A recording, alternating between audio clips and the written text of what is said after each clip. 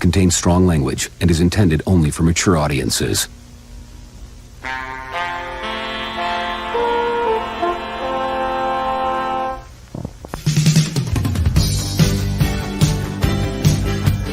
What the fuck do you mean, boomer time? I'm reading the fucking chat. I see what you say. In boomer time. I'll give you fucking boomer time. The following program is rated TV MAL. It contains strong language and is intended only for mature audiences.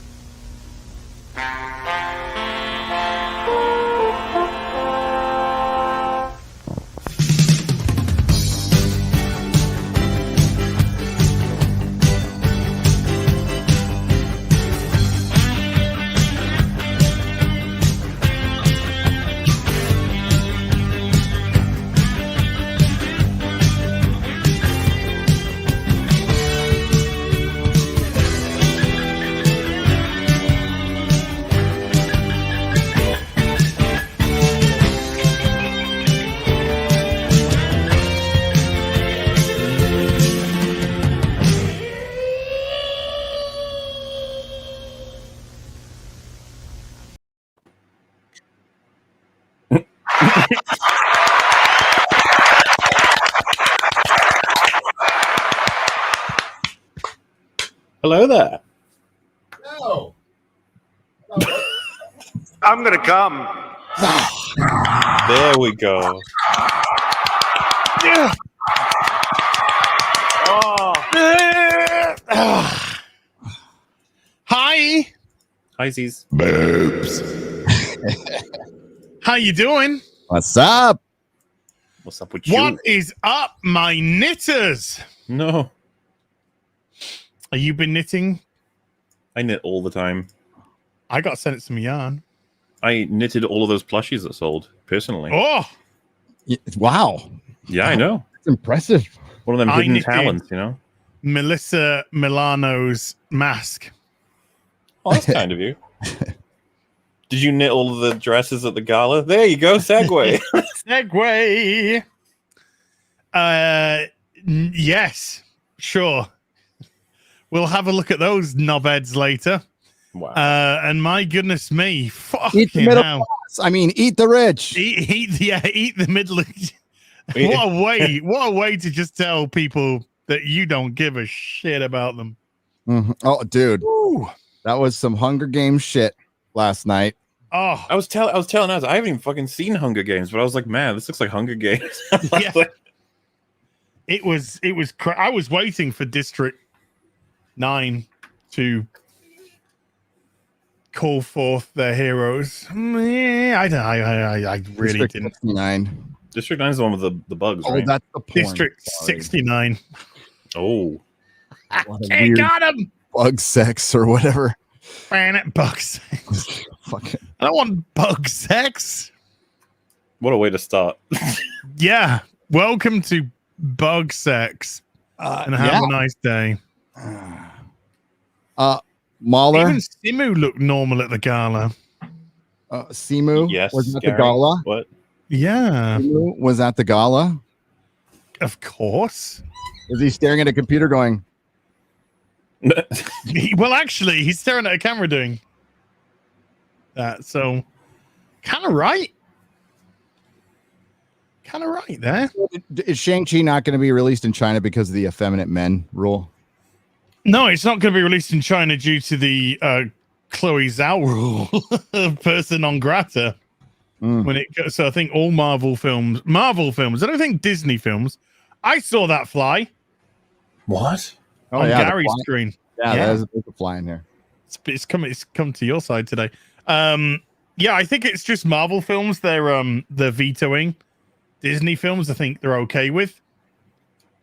But it's just like fuck Chloe Zhao, what she's called, or whatever that. It's funny is she talks shit about America and China. Ooh. Just talk shit. She just Just talks like shit. Mr. Simu does. Yes. Mr. Simu.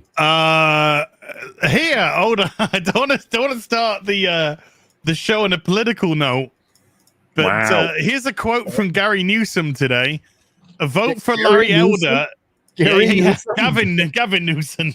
Gary Newsom. Gary Newsom, his brother. This is his brother. But he said he heard it from his older. Gavin Newsom says a vote for Larry Elder is a vote against diversity and racial justice. Well, I mean, if you needed a reason to vote for someone. Black people can't be black in America anymore. I don't know. What is going on, dude? Your country's so fucked at the moment. I have no explanation. Well, I do, but we don't want to talk about it. Yeah. Hey, look. Hey, Mauler. Mhm. This is I got something for you. Oh wait, Gary said "Hey Mauler" too earlier. What's happening? Oh. Who's going first? Go on, if Gary said it first. Gary, you go I first. just wanted to give you an out, just in case you wanted to get away from the alt-right grifters that you're now live streaming with. It's a bit fucking got a late for that. reputation. I've already talked to you before, so it's done. yeah. It's all done. It's signed in blood. Is that how it goes now? If you talk to somebody, you now adopt all of their politics. Forever. Yes, even if you've talked to two people on entirely, opposing positions, that means you've adopted them both. Yeah. It's okay. Somebody said Az is less of a white supremacist than Larry Elder. Well, I'm really kind of confused because I've been told that I'm a massive lefty SJW white supremacist Nazi. So I'm kind of confused about where I stand when it comes to people. I'm a massive leftist SJW white supremacist Yahtzee. I love it when I'm called a leftist. It's like it's just when because compared to Nazi, it's much more interesting, I'd say. Kinda. Because you're like, oh shit. Hey, No bullshit was the one who called me a leftist. Who? The guy who started up the whole suspicious amount of women thing. Oh, the suspicious amount of women, yeah. Suspicion. I don't know what. I'm off this one. He was looking at a promotional image for Black Panther, and I think it had T'Challa, his sister, Okoye, his mother, and the tech girl Shuri, and his commentary for that image is there is a suspicious amount of women in this picture. Hey, he wasn't wrong. He wasn't wrong. There was, I mean, yeah. But that's just now standard par for the course for Marvel. Yeah. Hey, the more women, the better. Right, Mauler. I'm gonna reveal to you. My cock. Oh, for a second there, I thought it was gonna be weird. So it just got normal. I thought it was gonna be weird, but then it was okay. Yeah. Right, I'm going to just put these in a specific order. Mauler, I told you the other day when we were having a chitty chatty on Discord. Oh, no. I said I put a bid in for some comics I'd like to win for you. Now, they haven't arrived, but I won it. Which I was very happy with. I didn't think I was going to win it. So I actually had to wait for... eBay to go, oi, can you fucking pay for these, you massive grifter? I was like, oh shit, I won. And they're like, yeah. So I was like, cool. So but I'm gonna show you some of the stuff that I've got you, and I'll tell you what the filling stuff is. So Gary, I think you're gonna quite like this. Ooh. So it's gonna start off slightly innocuously because there's a Detective Comics there. That is Detective Comics 654. And then you get the next one, which is Detective Comics 655. Almost that accident right there. Then you get the next one, which is Detective Comics 656. Then you get the next one, which is Detective Comics 657. That's a chainsaw. That is a chainsaw. Then you get the next, which is Detective Comics 658. And then that leads into Detective Comics 659, which is Nightfall Part 2. Yes, I have got you, as part of our little thing, I've got you instead of the trade paperbacks, I've got you the individual comics of all 19 parts, plus the 3 additional parts from Shadow of the Bat of Nightfall. The Breaking of Batman's Back. So that's part 2 of Nightfall, part 4, because the other parts are in Batman, starts off in Batman. Part 6, part 8. And you notice how the bat symbol is getting more and more eclipsed. Part 10. Part 13, which is Showcase from 1993. Part 14, which is Showcase. Then we have, this is 491, which is Batman. This is the issue leading into Nightfall, but I got you this one because this is where Bane blows up Arkham Asylum and releases all of Batman's villains, because that's who Batman has to go up against in Nightfall. And then it all culminates in Batman 500, which is part 19. And you notice how the bat symbol is now different because it's now Azrael Batman. And that is the Joe Quesada cover. And then the next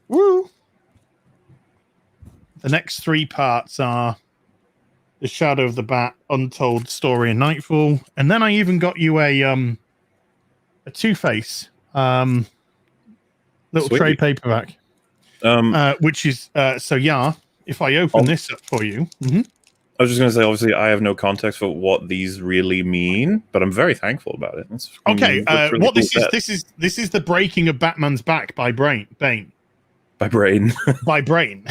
So we have the cover here. This is the collector's edition of 500, not the newsstand version.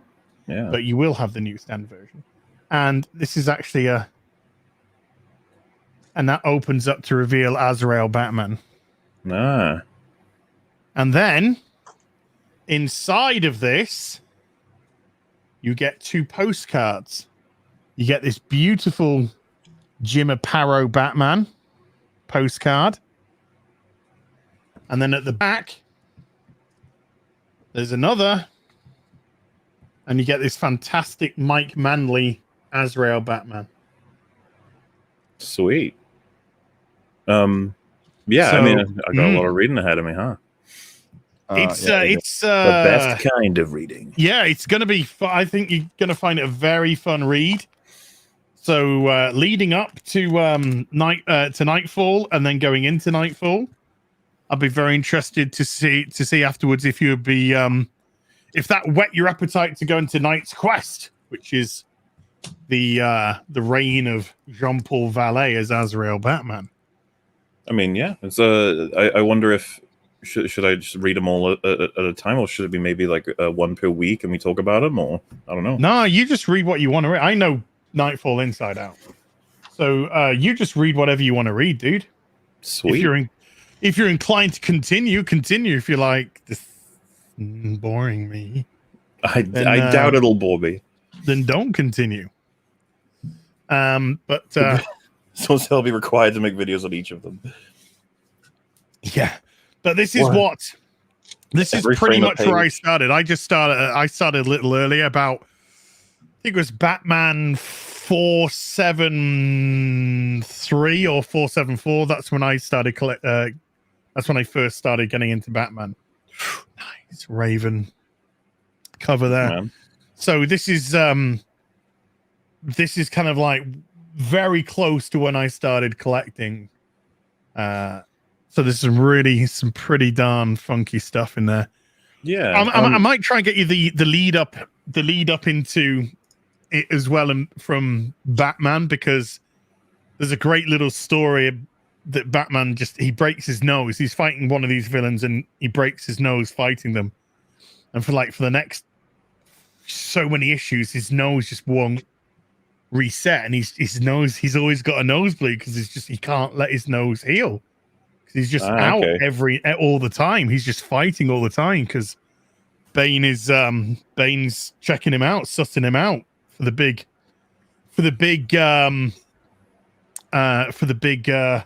explosion of Arkham to release everyone And you know what? I can relate to the nosebleeds. yeah. As is like your father trying to share his passion with his son. Pretty much, Megan. Pretty much sums it up in a nutshell. I got nothing against comics. I got nothing against any medium, honestly. I'm just I'm more than happy to check some of this stuff out, especially if it's like some of the best, which it sounds as though you guys are going to be curating my quest. So thank you so much for that, of course. And I'll definitely read them and get back to you as soon as I can. We'll have a little nerd out about them, probably. That would be a great episode of the Real BBC, and we'll just have a proper comic nerd out all the way through. Finally, and, I will be one of you. Culture stuff for the week, and we'll just go into just 100 nerd 100 with lines underneath the 100,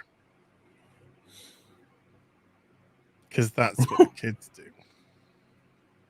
Oh yeah, and as long as you give me like maybe a reading list so that I know which ones, I don't read them out of order or anything. I doubt I would make the mistake, but judging from the symbols, is that like the order you sort of would take them in, and they're numbered, I guess? Well, the lead up, you can see on the actual here, it gives you the date.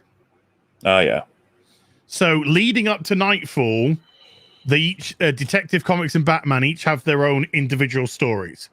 But as soon as Nightfall hits, part 1 is in Batman, part 2 goes to Detective Comics. So it bounces back between. Oh, okay. So essentially you got a Nightfall episode every Now, was this still doing early? No. So you essentially got a new Nightfall episode every 2 weeks. If you intend to die, you can do anything. Oh, wait. This is an insert. This was a big deal back in the day. This is Frank Miller's Ronin. Oh. The whole lead up. Oh, Ronin. You mean Kate Bishop? No. Yeah. Yes. Good shit. Where's one? There you go. Asman, as the Longman. Did I just reveal my true identity as Asman?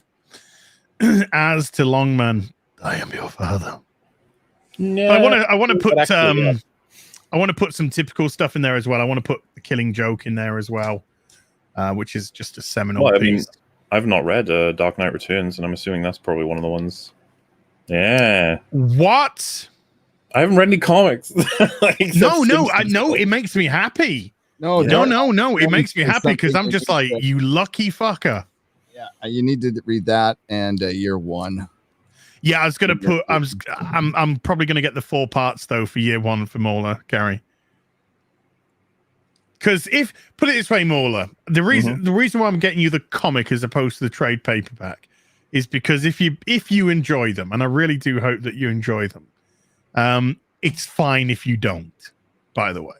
But if you did enjoy them, then it'd be like, you got the comic version, dude. Oh, yeah. I mean, I'll take care of them regardless because they're from you guys. I can't wait to get you some Spider-Man stuff. Spoderman does whatever. Some people in chat were like, he's only going to read the Cliff Notes. Like, hey, I already read Longbow Hunters, all right? I did it, all of it. So come at me, bro. Oh my God, you're going to accuse Longman of reading the Cliff Notes? I was going to say, that's like my whole thing. Read all the ads. I will. We do that on EFAP now. We review people's ads. Somebody showed me I had Lower Decks running an ad in front of my videos. Oh wow! Star Trek, getting a little of that Star Trek money. Thanks, Paramount. Fuckers, you suck. And they're for sale now. Do you remember Noom? Oh, how can I forget Noom? We spent more time on that than the video. Noom has a special place in our hearts, man. Absolutely. Cyborg's gonna come in and kick that fucking ass. That's what he's gonna do. That's what Cyborg. I like that look of Cyborg. It's one of the better looking versions of Cyborg. Just cover up the thighs. I think the thighs are a little weird, but apart from that, they did that with Galactus for a long time too. There was a long time where Galactus had no pants. He just had his little tunic cover. Yeah, I'll show you a cover later. Yeah, it looked a little weird. Looked a little weird, I'm not gonna lie. I reckon they really worry about how they're going to portray Galactus in the MCU because they'll be like, is he too goofy or is it goofy? You know, if it was James Gunn, he would copy him 1-to-1. Yep. Yeah, maybe. you see James Gunn's oh God, what a cover. Terror's there as well. So what issue's that? 37. Close. 36. Oh! You look so upset. So close. Damn. So close. There's Black Lightning. Oh yeah. When Black Lightning looked cool as fuck. Yep. He looks cool as fucking fuck like that, man. Wait a minute. Whoa. Whoa. There seems to be there's a suspicious amount of black people on the front cover there. You Who's know? the Slinky? Who's the Slinky? That's who's the Slinky? They're the metal men, dude. Yeah. The Menemen? Metal men. Oh. No, not the Metal Men. Is it like Captain Slinky is his name? Yes. Slinky. Captain Slinky Poos. I mean, he could fuck up a staircase. Hey. You want to see what I can do? You want to see what I can do to a staircase, dude? I can pretty much fuck one up. That's power right there. Metamorpho. Yeah. Oh, is it? That's what his name is? Okay. Metamorpho. Right, I'm trying to see. Did I buy? Let me go to my boot. Did I get I just want to see something. I remember reading this, dude, in my fucking history class in 7th grade. Brings back so many memories. I got busted for reading this comic book. This Really? isn't fun, but yeah, I got busted for reading this comic book right there. Oh, wow. Busted? Why? Because I was in class and I had it in between my fucking history book and I was reading the comic book. I used to do that with just drawing. And yeah. Well, I mean, I know this. You've been kicked out of a school or 3 in your time. Yeah. I mean, that was this was 7th grade, so I was still kind of innocent. This is when I just started drinking every day at school. Like I hadn't really rolled up to the crank years yet. I can't believe that, man. Flasking up vodka on the way to school. That is crazy. Yeah, and the little high C. Before juice boxes, there was the high C. Before juice boxes, there was vodka. There was vodka. Fucking kids are pussies these days. Damn, my Longbow Hunters is on the DC app. I thought I'd got it on Comixology. I think it's free. If you have Comixology, it's a free download with it. It comes with it. He does. He says, let's have a look. Top results. It might be different for you Brits, but that's what it says for me. Oh no. Whoa. Oh, yeah.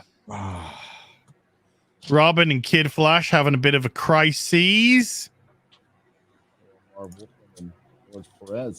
No, I gotta buy it. I gotta buy it. 2, 4. It's really weird. You can buy the graphic novel for £8, but if you buy them individually, it comes to basically £7. So you save £1 if you buy them individually. But I have them on a different app. But I just wanted to bring them up because we could go through the Longbow Hunters now. Ah. I'm gonna go part 1, part 2. Dude, nobody drew Starfire like Perez, dude. Best Starfire. And Donna Troy. The whole Titans, the whole Perez and Wolfman, the Wolfman Perez Titans is it's stunning and brave. Not quite as stunning and brave as the Met Gala. No, nothing will ever beat that. Oh, look, this one's already bagged and board. That's nice. I like it when Nightwing banged them both. And then what's her name who fucked up the Suicide Squad movie, with her undulating she-tardation, and screwed up the Valerian and Laurel movie because she looks like a little boy. And then she said peg the patriarchy, and then somebody put up on Twitter like all her family is like the elite fucking cabal Bilderberger fucking Illuminati. Like she's from like the elite, like some politician in Canada, 3 publishers, a fashion designer, like they're all fucking like contributed to that. I don't know what you're talking about. Everyone loved her portrayal of the Enchantress. One of the most memorably amazing things. Yeah, the little wibbly wobbling she was doing was great. Yeah. Harley Quinn beat her. Sure. Yeah. I've watched that film once. I've never. Kerry just summed it up perfectly. She just said, "Let them eat cake." Yep.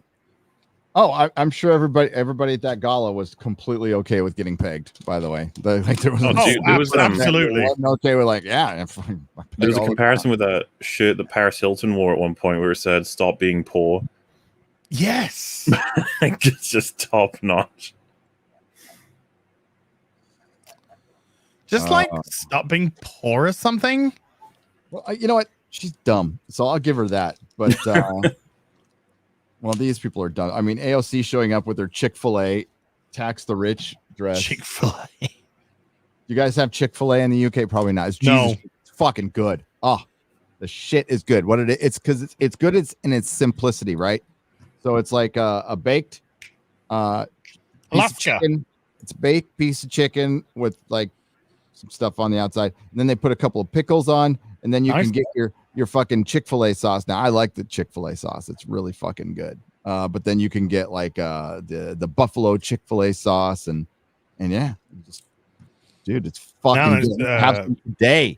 I'm gonna have some today just because I talked about little Jesus. Now this is interesting because some people are saying that is Jesus food, and then other people are saying Popeyes is better. Nah.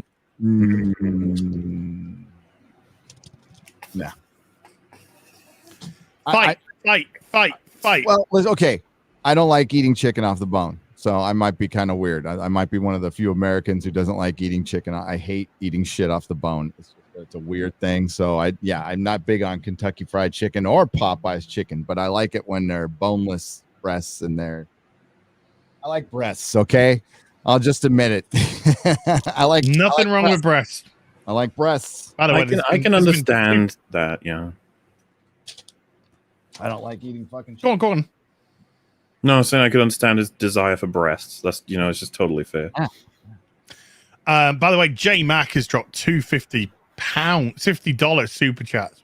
So Jay, I will get to them very, very shortly. Okay. Sometimes so I see them, Jay. I see them. I will get to them. I will get to them presently. So I think, okay, I got an idea, boys. I got an idea. Oh my god. I'm going to read a couple of super duperies, and then I say we discuss the longbow hunters. Can that be done? Yeah. Yep. And I will show some of the pages off. Got a lot to talk about, so we should probably. Like, if we have a prayer of ever talking about this, it's now. Well, I mean, I think this is a show about comics, so I think theoretically for the pop. Well, partly. I mean, it's about pop culture. It's about having a bit of fun, having a bit of a giraffe. But I think we've teased. I think we've teased the longbow hunters enough to actually start to discuss it. So I'm going to go through super duper whooperies, and then we shall get to it. So I'm going to smash through a few to try and jump ahead of the game. Am I ever going to be ahead of the game? No. Jesus Christ, no. I've just seen how many supers are in. David, no, wait. No. Durpy Hodgington with a $2 says, gents, after longbow hunters, how about Born Again? Born Again? Born Again. Daredevil. Yeah, let's do Born Again. Yeah. Okay. Wow, as I said that to you, can you? I know. I don't know why. I think it's because ABBA have said that they're going to do their first album together in 30 years. I just had this. Isn't one of them dead? No. As if that could stop him. Wait a minute. I thought one of the ABBA people died. I thought like he walked through a. Yeah. You walked through what? No. No.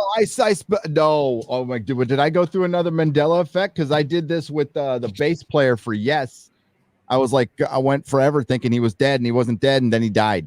But you weren't here for that. I mean, I wasn't laughing at that, but I kind of was. A member of ABBA died. No, I don't know. That was you sure not thinking of the Bee Gees. Brunkbert and the bass player Rucker are the only two side musicians to appear. What? Okay, so I thought some dude fucking. What happened to the members of ABBA? They disbanded, so they're all still alive. Okay, yeah. Could have sworn, dude. Okay, Mandela effect real. Am I the only one who remembers a member of ABBA dying? I think so. I might. Yeah. Be. Okay, well then I am the only one. Fuck. Then like, I am the Mandela effect. Yeah, Wilfred Brimley died. You do not want me like leading. Dude, Nelson Mandela died. Okay, Nelson Mandela died. Wilfred Brimley died like a week after or something that we were talking about him on EFAP being so great that he's still alive. It was like really sad. We were like, oh, for fuck's sake. Why couldn't he have been immune to death? There's a lot of people who remember him dying. He only died like, what, 2 years ago, Wilfred Brimley? Oh, it was like 1 year, I think. A year ago.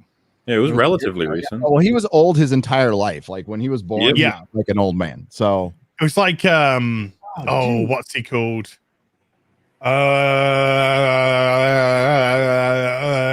Who lived forever as well? Christopher Lee? Christopher Lee? No. Rugged, looked like he'd smashed his face on a tree, kept going down. Ola Brunkkirk, the drummer, who's not really like, I guess, the main. I can't remember. No, ABBA are the four singers. That's it.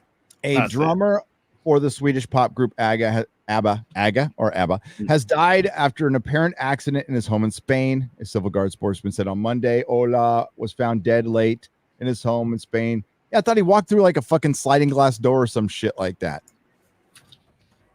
Yeah, it's old. AGA. This is like a AGA. AGA.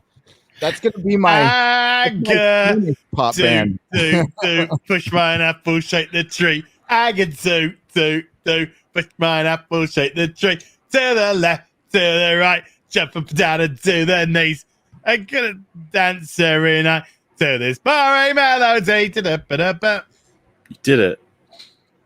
Kind of. Somebody sent me this into my PO box. Yeah, yesterday. We'll talk about it in a little bit. Yeah, this thing's fucking dope. And I was like, slowest smashing through super chat. Oh, no, it's not. Smashed right through. Smashed. Like an AGA through a glass door. Go through the glass door, AGA. I'm gonna smash the glass door. AGA. I don't know. Fucking. David with a £5 says, as Northern England fan meetup when and those apparent celebrities at the Net Gala appeared more goat bothering entities in frocks than human. At how racist. Nice. Vision ad is. There is a missing Ghostbuster. Very upset. Yeah. Oh shit. Yeah. Oh wow. Dude. What the fuck? Racism, that's what that is. Yeah, racism. Lord Foddlewaddle with it's actually Foddlewad with a £4.50 says, should we worry for Grace Jones and Halle Berry pending cancellation? Oh my god. I want to say Lashana, but it's not. He's put Lasagna Lynch. Lasagna Lynch. Did she ever accidentally watch some old James Bond films? No. Oh my god. No, because even that Trina woman, she played Thumper in Diamonds Are Forever. I can't even say the word. I like. Oh my god, lasagna! Fuck! Lasagna. My brain just keeps wanting to say Lashana. Lasagna. What would you like, sir? Can I have some Lashana? I'm sorry, sir. We don't have. No, I don't mean Lashana. I mean, can I have some lasagna? You know what I mean? Give me some. Not the best ad. Oh my god. Big zits. I remember getting those that type of stuff. Fucking puberty. What was it called? The acne stuff in the UK. What was it called? Come on, UK people. Spots. What was it called? What did we all used to get that just like it just stung the shit out of your face when you put it on? Oh, the stuff. Eva Green. Oh, she can lasagna. She can fuck. Lasagna you. She can lasagna me any. Oh, fuck it. I fucked it up anyway. Nikki D with a $10 says Loki was as devastating as The Last Jedi for me when it comes to butchering beloved characters, but everyone likes it. Think the reception to these D+ Disney Plus shows will change over time as it did with The Last Jedi and The Force Awakens? That's a very good question because we're very much in the minority with Loki. Yeah, no, we are in the Claricel, yeah. We're in the Force Awakens stage of the MCU right now. I think that's just I think you're right. Give it time. Give it time. Or the next Avengers movie. I mean, like when you see an Avengers movie and like it's gonna be Falcon Cap and fucking Brie Larson. Anthony Mackie and Brie Larson, and Anthony Mackie's a fine actor, but like that's your stars. Your marquee stars are going to be Brie Larson and Anthony Mackie for the new Avengers. That's what it's going to be called. Oh, it's gonna be so hard to be passionate. And people are going to be calling Cap. Get used to Captain Marvel being called Cap. They better fucking not. Oh well, it's Captain Rogers now. Captain Rogers. No, it's not though. Oh yeah, I mean. Yeah, but what does Anthony Mackie get called? Black Falcon? Captain America, Black Falcon. That's what he's supposed to be. I guess, yeah. Oh, if they start calling him Cap, it's gonna be like, I mean, it makes no sense to call him Captain Rogers now. It's so fucking forced, and that is a marketing branding decision. It just reeks of it. C- is better than a D+. That is true. Nice. That is true. In the laws of grading, a C- is better. I'd rather have a C- than a D+ as well. Oh my god. Oh my god.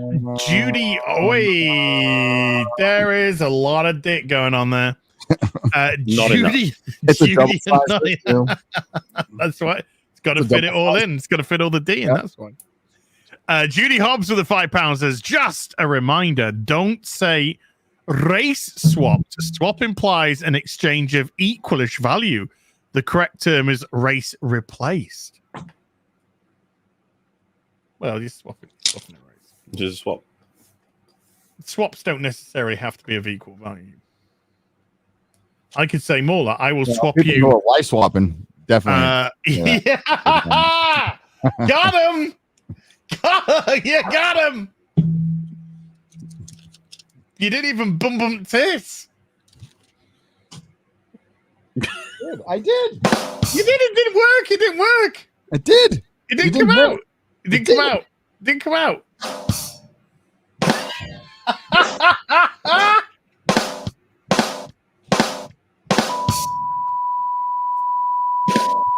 Oh no, flatline.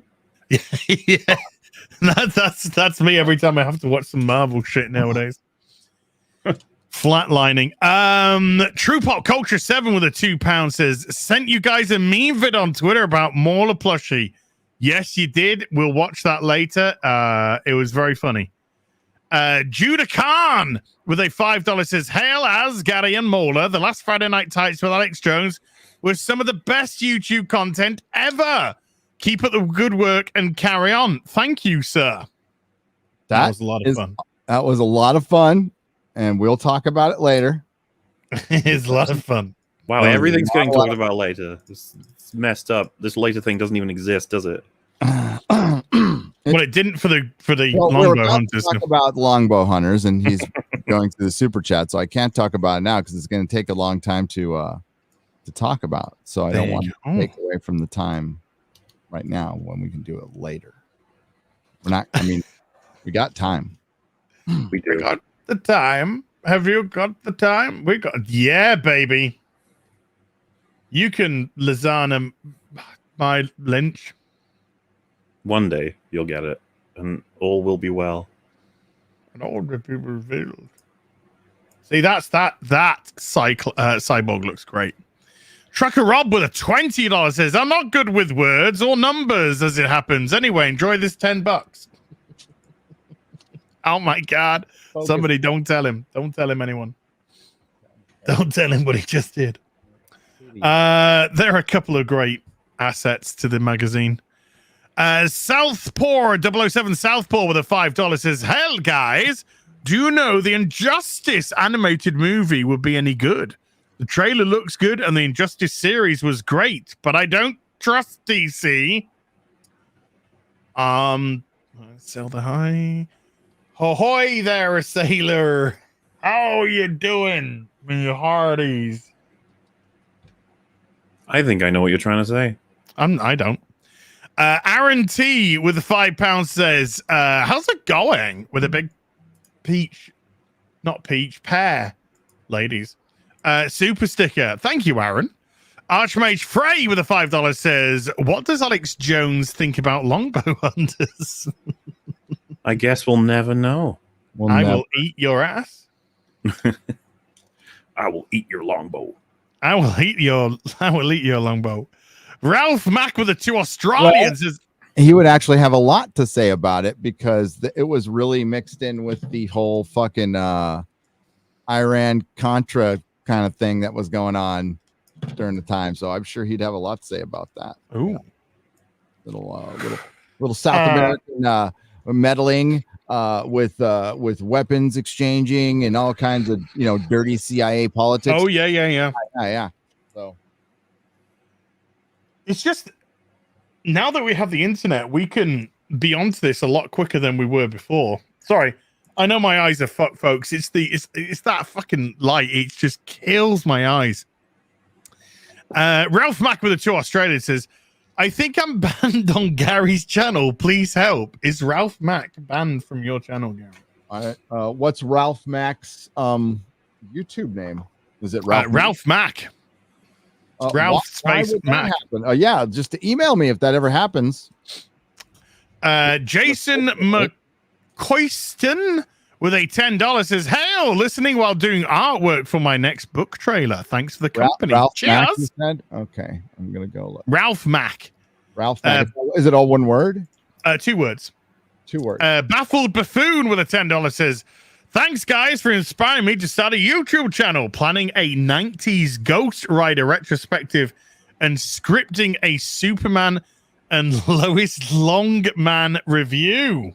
Wow, it's a good series. So I need to still finish it off, though, but I was really enjoying it. G-Man with a $20 says, "Lasagna Lynch owned herself when she said a 2-year-old could do her job." Yes. I mean, yeah, a little bit. She basically said that, yes. But she spoke the truth about Hollywood. They think acquiring a loved IP and inserting any talentless hack is enough to attract as low-life bumpkins. Yeah, abs, dude, you are spot the fuck on. You are spot on. She just revealed how Hollywood's just like, fuck it, as long as we have the IP, they'll come. Doesn't matter what we put. Doesn't matter who we put in the titular role. If we have the IP, they will come. Shane O'Reilly with a €1 fiddy ice cream for Gary. Shane O'Reilly with a €99 devil face for Mauler. Ooh. And Shane O'Reilly with a €1 fiddy phallic. What? Swag. McCarthy 86 of the £5 says, "Greetings, chaps. Does anyone know when exactly the Californian election results are announced?" Gary? It'll be tonight. I think the polls close at 8. 8 Pacific. So that would okay. So probably 5 hours later. I don't know how quickly they count. They'll close at 8. Well, the decision's already made. This is just a formality. The vote. What? Yeah. Silly. I would say they'll have a projection by 8:15, and Newsom will probably fucking not get recalled. I want him to, but there's already so much fuckery going on. My country's fucked. It's just kind of fucked right now. No, I'm not. Okay, tell me that guy's name again. Ralph Mack. Ralph Mack. I'm not seeing it.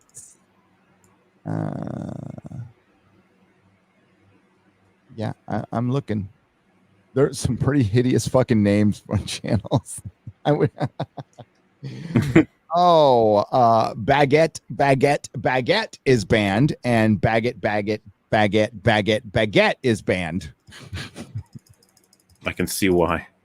Yeah. Anyway, Le Chevalier de Lys with a 5 Canadian says, "Hail, real BBC. Really not a fan of Alex Jones, but nobody should be censored. Great get. Speaking of Alex Jones, what comics, hero, or villains would he be? Kingpin."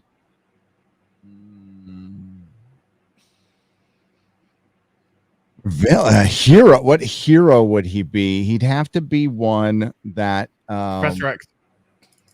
Professor X. He'd have to be one that is. I have to give it some thought. Okay. Because he's kind of a tragic hero. Because I see Alex as a tragic hero. So. He's not right about it. Like, dude, I've already talked about. No one's ever right about it. No one's right about fucking everything. People make fucking mistakes. It's what you do after it, and it's your behavior afterwards. So, take 610 with a $5 says, "Gary and Az, I saw a Facebook meme that said Star Trek had always been woke. How would you guys respond to such blasphemy?" It's not true. Simple as that. It's not true. There's a difference between being socially aware, and there's a difference between what goes on in society than woke. You can't be always something that didn't exist before. Okay, so to come out and say it's always this thing that didn't exist while it was out is bullshit. And our terms of woke is it's always been socially conscious and like talked about war being bad and genocide and authoritarianism and totalitarianism. And you know what's funny? You know what's fucking funny? This Picard trailer. It's so far gone, it's back again. It's actually probably going to be fucking topical, you know, with the whole totalitarian society. The whole thing, the only problem is they thought it was going to be their guy, somebody else's guy, but it was their guy who ended up being that way. So it'll be kind of funny to see this whole thing play out. We'll see how much they edit season 2. Like, oh shit, this might hit a little close to home for our guy. Whoops. Oopsie doopsies. Oopsie. They thought Orange Man was going to get 4 more years, didn't they? They thought he was going to be the dictator, and turned out to be. It turns out to be Biden. Yeah. Grim Undoing with a $5 says, "Hail Az, Beak, and Mauler. Since you guys have mentioned Ocean Man the last few shows, you should check out EFAP's Akbar's theme video." You should watch that and then Rags' reaction to it. He died. He was it was very funny. Darth Cuball with a $2 says, "Hail to the sexy men on the stream. Stay frosty, gents." Oh, thank you. Uber Geek with a £5 says, "Breaking news. Gavin Newsom is more racially diverse than Larry Elder. Ancestry.com confirms." Mr. Zenhorn with a 5 Australian says, "Hail, all my favorite movie." Oh, hey, all my favorite movies. I gotta turn that on to us for a second, but it had nothing to do with us. "Hey, all my favorite movies has strong female leads, albeit they are X18 plus rated, but it still counts." I think so. Yeah. Yeah. Le Chevalier de Lys again with a 2 Canadian says, "Skeet's grifting. Let's keep it a top secret." Winky face, what dog? Ranji with a 5 US says, I asked Gary this yesterday, so looking to you, Mr. Az. You picked up any manga series? Full Metal Alchemist is my recommendation. Somebody recently sent me the first 3 seasons of My Hero Academia, which I'm hoping to start to watch shortly. So that's the one that I'm gonna have a bit of a delve at. But I like kind of like when I say normie stuff. I mean, when I say probably more popular, anime that we all know. Attack on Titan, Appleseed, Sword Art Online. I fucking love me Sword Art Online, and Ghost in the Shell, stuff like that. I love that kind of stuff. But my favorite is Sword Art Online. I love Sword Art Online. Love it. You love Sword Art Online? Asuna! Kirito! Yeah, Sword Art Online is great. Right. The reason why I love Sword Art Online is because being a gamer and being a big lover of MMORPGs, Sword Art Online is just kind of like brilliant. And I know some people don't like it. It's but I like it. I really do like it. Sword Art Online, yes. With my limited understanding of anime, what I do understand is that Sword Art Online is one of the most cited for the worst anime. Wow. As you can see from your chat. Wow. Hey, look, I didn't think we judged each other here.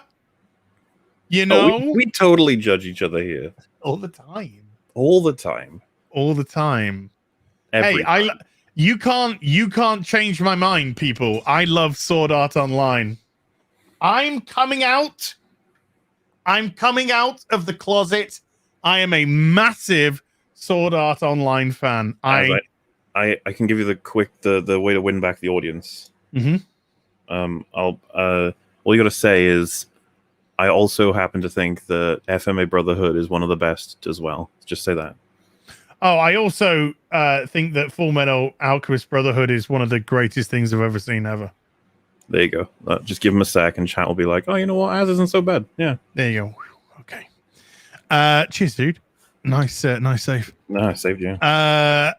Ola Bandola with 100 with a 20 Swedish says, let Mauler read Daredevil, the man without fear. Well, Gary's the he's the Marvel the Mauler guy. He's the Mauler guy. He's the Marvel guy for Mauler. I'm the ducker. I'm the ducker man. Mm-hmm. J Mac with his first $50 super chat. Yay! Yeah, but none of those can hold a candle to the genius that is Gotham High. Oh my lord! Best rendition of Batman ever. Yes. Did you guys read that one? No. No. My limited scope of comic books includes Gotham High. I could not even begin to go there, man. It's good for me to set a scale, Gary. Okay, it's good that I have read something that is one of the worst ones, so I know how far down it can go. Bad. Well, I mean, Gotham High was probably. What was worse, Gotham High or I Am Not Starfire? They both gave me kind of like eye aids, so I'm not sure. I think my vision's actually gotten worse since I've read both of them. I would have to give it to Gotham High is actually probably worse than I Am Not Starfire. I don't know why, because they're both horrifically bad. So don't read those again. Born Again, you'll love. I'll be right back. Okay. Also, people like shaming me for having read it. You guys know I did it for Jay Longbone, okay? I did it for her. And she's creating some great videos from it. Yellow Flash made me anyway read America Chavez. I read like faster than you could read them. By the way. I read a few pages and then just blagged the rest because it was dog shit. It was just dog shit, and I couldn't. My brain was just like, I can't fucking read this shit. So I did what I could, and then we did a stream discussing it. Man of War 665 Neighbor of the Beast with a $6.65 super chat says, hold on, looking at time. Okay, yeah. Would you have saved this for Hot Toys / Fully Articulated? But with Gary here, wanted to share the Metzco 1966 Batman Deluxe box set I ordered before my own storage apocalypse. Nice. I want to see that. Leo the Bum Tickler. Nice. Mama Susan allows this. I'm just reading them. With a $5 says, yo, Az, don't forget to put in the Long Halloween. Maybe throw in some Hellboy in there.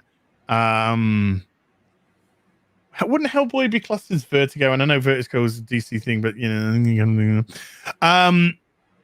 Zimmer, Long Halloween would be a good one.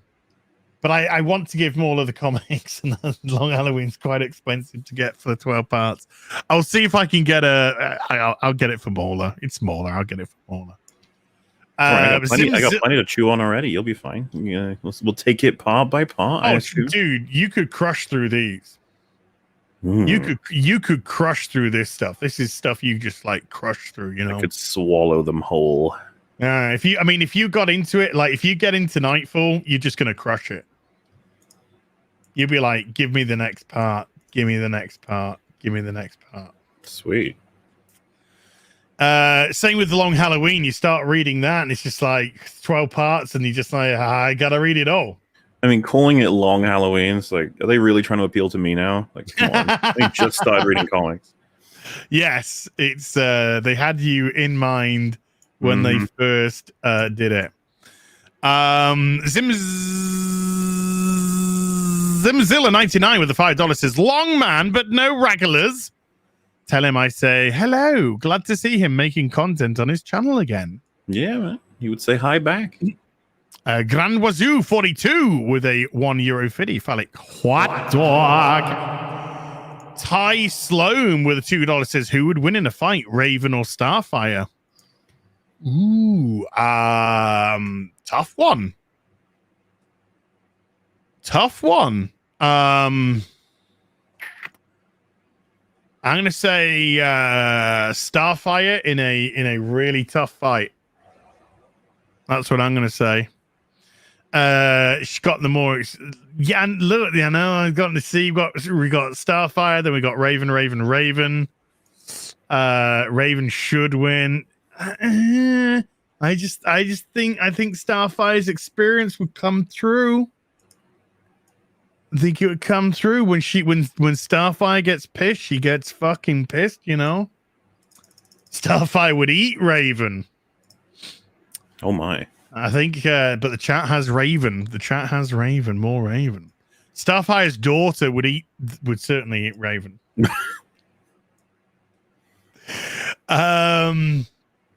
Jeff Loeb is a hack. Long Halloween is horrible, sir. You are wrong, sir. Mute Gamer with a $5 says, hey everyone, just a reminder to read Last Ronin. You don't have to be a Teenage Mutant Ninja fan to enjoy it. He's hoping they retcon one more day next. Mute Gamer, I'm purchasing it at the moment. I'm waiting for part 4 to be released soon. Once I've got all 5 parts, I'm going to read it. I like to wait for all the parts to arrive before I do. But yeah, very good recommendation is The Last Ronin. I'm just hearing nothing but good things. I'm excited that I've been getting it. Also, if you haven't already, pick up a copy of King Spawn. This is good shit, people. This is some good shit right here. King Spawn. J Mac with another $50 super chat. Thank you, Jay. Says, I played Tim Drake's Robin at Six Flags about 12 years ago for the jet ski show. Now that he's officially bi, but I'm not, am I going to get cancelled? Yes. And you deserve to. Mm-hmm. Because you stole the role of a bisexual male. And you're not. You're a fraud. Or, become bisexual, I guess. Or you could suck some dick. Sure. David Hart with a £5 says, good evening to the Holy Trinity. Just wanted to ask if you liked the Shang-Chi poster, Mayfield. Hope you liked it. Yeah, David, it was very funny indeed, man. Mr. Tickletrunk with a 50 Canadian. Thank you, sir. Says, you guys got me into comics, and I found the superhero MMO City of Heroes is back after being closed. It's now a charity with the studio's blessing. If anyone wants a 100% free comics MMO, check out City of Heroes Homecoming. Character creator is... I heard something about that. I need to look into it. White Creamy Milk with a $10 says, Nerdrotic popped my super cherry yesterday. Well, hey! So now you get the biggest, sloppier seconds because I love you so much, Daddy-ass. Oh, big creamy milk. Thank you, man. And Andy Radart with a £20 says, hell, just got paid for a commission, so I thought I'd share the love. Also, wanted to say freedom of speech is paramount, but equally important is the freedom to be wrong. Amen. Amen, dude. That's very well said, can I say? What's that? What's that you got? What's that you got? The new Teen Titans. Wow, people, you are just so far ahead. I thought I was doing all right. And the last one for the moment, and we'll do more in a bit. Dan Vask with a 50 Brazilian. Dan, thank you, man. Oh no, I'm gonna do one afterwards because it's pretty cool. Just finished Wolverine Origins, and I'm left with more questions than answers. Oh, we talking about the movie, or? Yeah, I think so. That has gone down as quite the film. I don't think anybody thought that was great. Jeremy did. Really? Wow. Just like The Last Jedi. Till he deleted the video. He deleted the video. Coward. Matthew Rivers with a $5 says, all breasts are a triumph. Change my mind. I think that's so that's a bot, right? Huh? All breasts are a triumph? A bot. Oh. I thought you so you're kind of A-capping us. Yeah. A bat. I'm very Gentlemen, should we talk some longbow hunters? I mean, we could. Wow. What is wow? Wow. What is it with like wow? Bias. Hi. Hey, Gary. Heel versus Babyface. Hi, Mauler. Let's talk about Buffy. I'm rewatching season 1, and I've gotten all the way. What's the vibe? You getting like oof, this is old, or you like, this is fun. It's fun. It's fun. I like Sarah Michelle Gellar. She's fucking good as Buffy. I like her in her little freaking go-go boots and killing the vampires and angels. Hell yeah, man. Already fucking badass and mysterious, and yeah, it's cool. When you get through the whole show, it's like, man, was it Joss Whedon pushing them all, or did he just get really lucky and find a whole set of great actors? I think he was a totalitarian dictator with a bunch of young, impressionable actors, and was able to get like the best out of them out of fear and manipulation. He cracked that whip. Yeah. Okay, so don't press the red X in the top right corner. Okay. See, doesn't it call to you? You're like, well, I was right. Okay, this is what happened, right? I got my 2 monitors, but my first monitor slightly overlaps. So I went to click the tab on the other monitor, which has the longbow hunters. And my cursor key like flipped over to the other monitor and hit the X, the red X. Well, we jumped to a different universe for a moment, where a different podcast was playing. Now we're back to this one. Yeah, you go right ahead. Buffy live stream that someday. But then, as soon as I left, I saw some spam bots. So instead of coming back immediately, I went and I set slow mode, and then I came back. We're doing slow mode now. That's awesome. Oh, just 10 seconds. That's good. Just 10 seconds, but it just helps. It just helps because talk about the controversial stuff later. Yeah, so there you go. I'm not buying it as, but nice try. Wow. Yeah, Ralph, if you're out there, I gave it a good look. I didn't see you on the list. I will have X-Ray Girl take another look and make sure that is not, because sometimes that happens, especially after last Friday. That was a little bit of a challenge for the Nerdrotics, to say the least, and I appreciate their hard work. So, but mistakes get made, and but I didn't see your name in there. I saw a lot of names I can't say. It's like you're able to create names like that. Which is just horribly inconsistent for YouTube.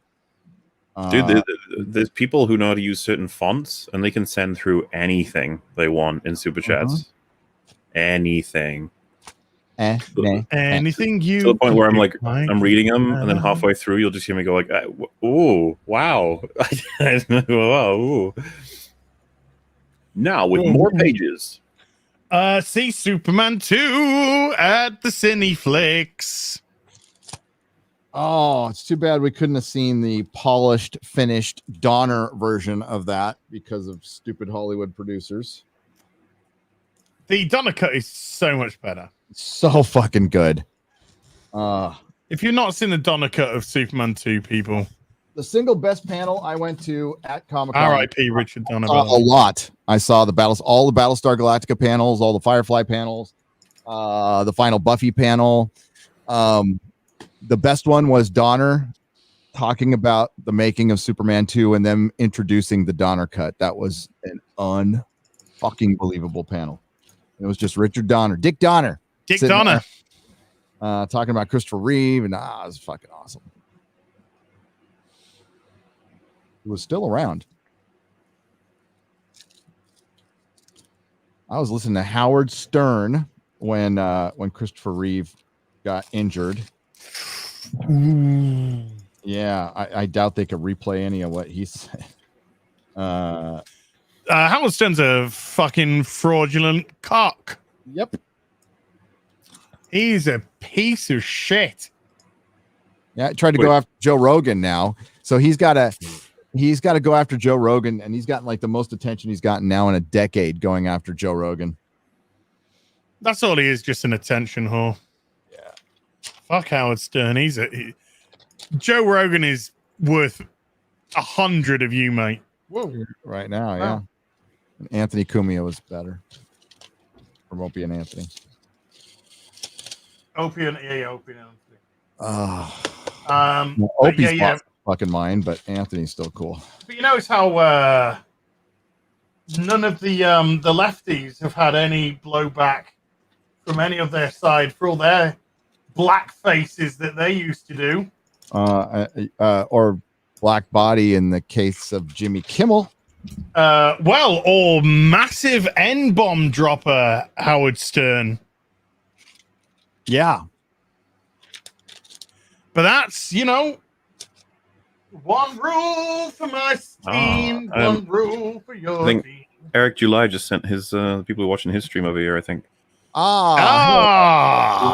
Thank you, Mr. July. Eric July just sent us. Good to be here. As Jeremy would say, Eric July. God. This is the best comment I've seen in years. God, can we give you Howard and Get Rush back, please? Yes. Well, I think is it 2 members of Rush have died now? No, Rush Limbaugh, not the band. I thought he meant the group. I would. Having Neil Peart back would be awesome. I wanted Rush the group back. Oh man, okay, that was a multi-layered one for people. That was a multi-layered one. I don't know. Can't wait for some of us. Rush Limbaugh, was he syndicated in the UK? He must have been. We didn't get him over here. No, at all. Yeah, okay. I don't think so. It's all state-run freaking broadcast. That's right. Okay, now then, I want to find, here we go. Want to find a tweet. I want to find a tweet. Longbow hunters. No, we're going to do longbow hunters in a second. I just want to see if I can find the You think you said bone? I think I said bone. Long bone hunters. long bone hunters. The long boner hunters. Hey. Yeah, man. If you're gonna hunt for man, something. they've deleted them. Oh, No. Archive that shite. Okay, I'm gonna have to recreate the joke because I can't I can't see it, so I'm gonna have to recreate the joke now. It's long bone. And then long bone hunters. Where's a good one? There's a good one. Boom. Walking the streets of San Francisco. Okay, probably get banned from Twitter for this, but fuck it, you know. Okay, so let's see. Let's see if we can get this one right. I am recreating somebody else's joke. I am not taking credit for this if you find it funny, but I am probably going to get banned from Twitter for recreating it. So, couple of days ago, guess who popped up back on Twitter? No. Amber Heardy. She with this. Oh my god, I'm so funny. Everything's so great. with a miss me. With a miss me, and so I recreated the joke by putting this. No, won't miss you. Oh, I definitely won't miss you with that. 5, 4, 3, 2, 1. F's in the chat for Hot Toys Twitter.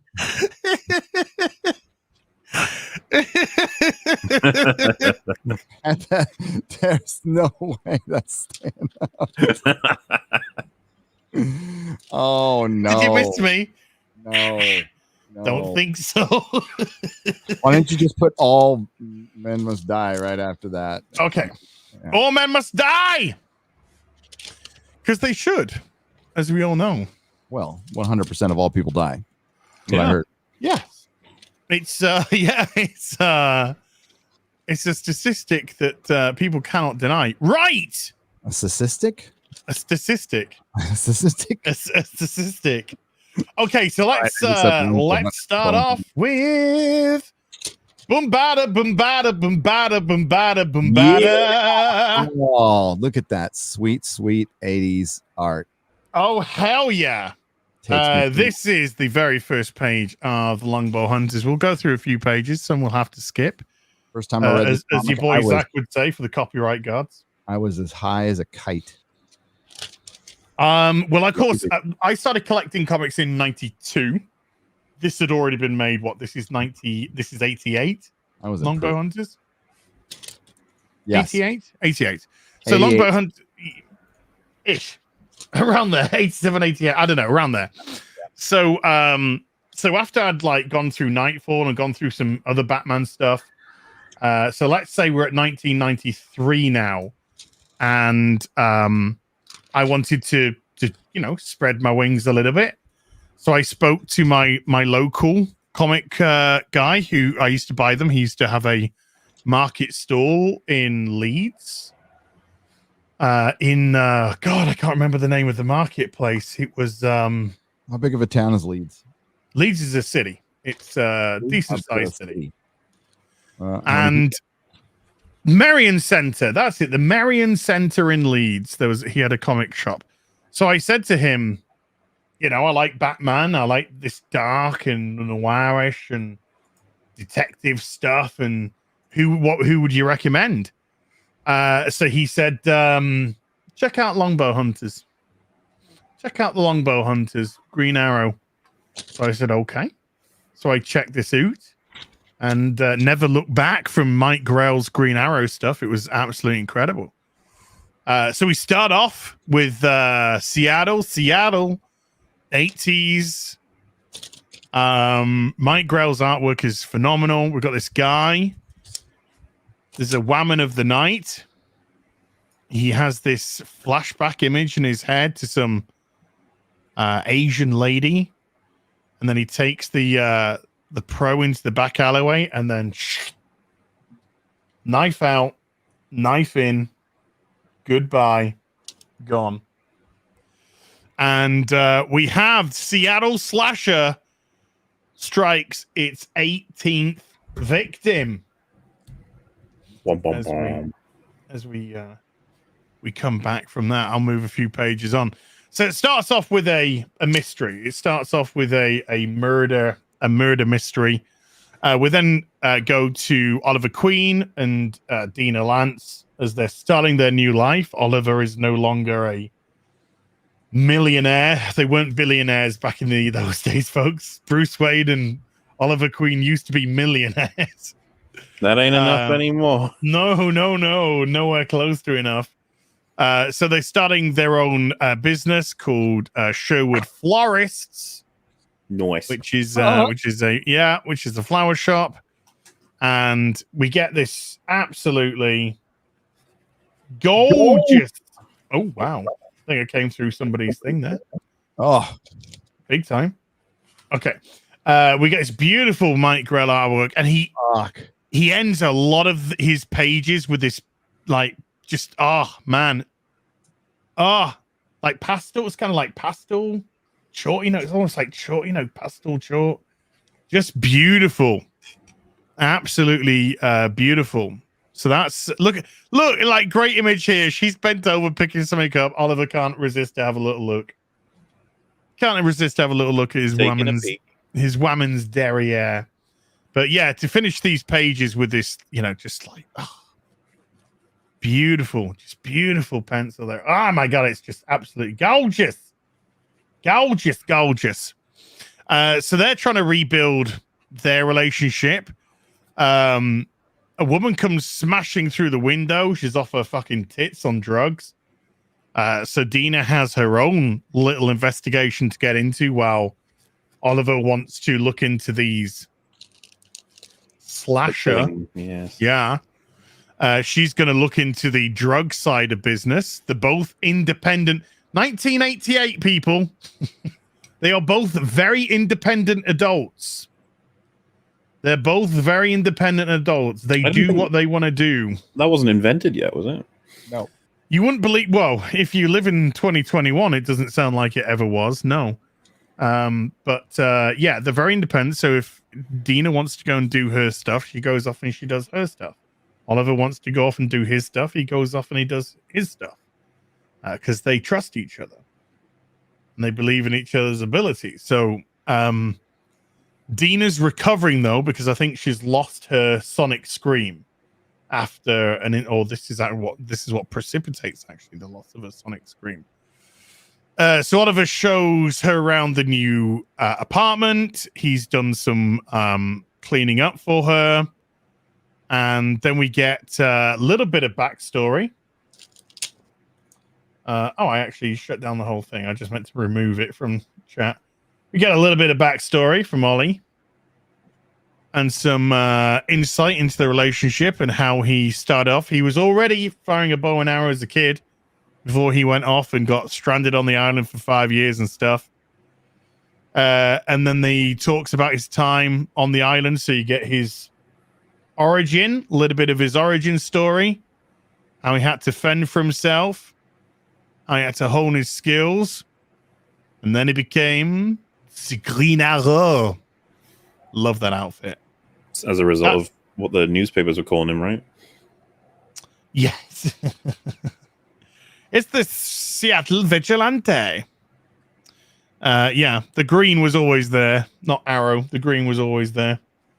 Let's remove that for now. Because, got to adhere to the copyright gods. So we get a nice little look into his history. We get a nice little look as well into his time on the road with Hal Jordan. Of course, Roy Harper with his drugs. Remember that really, I would call it legendary cover, iconic cover with Roy sticking a needle in his arm.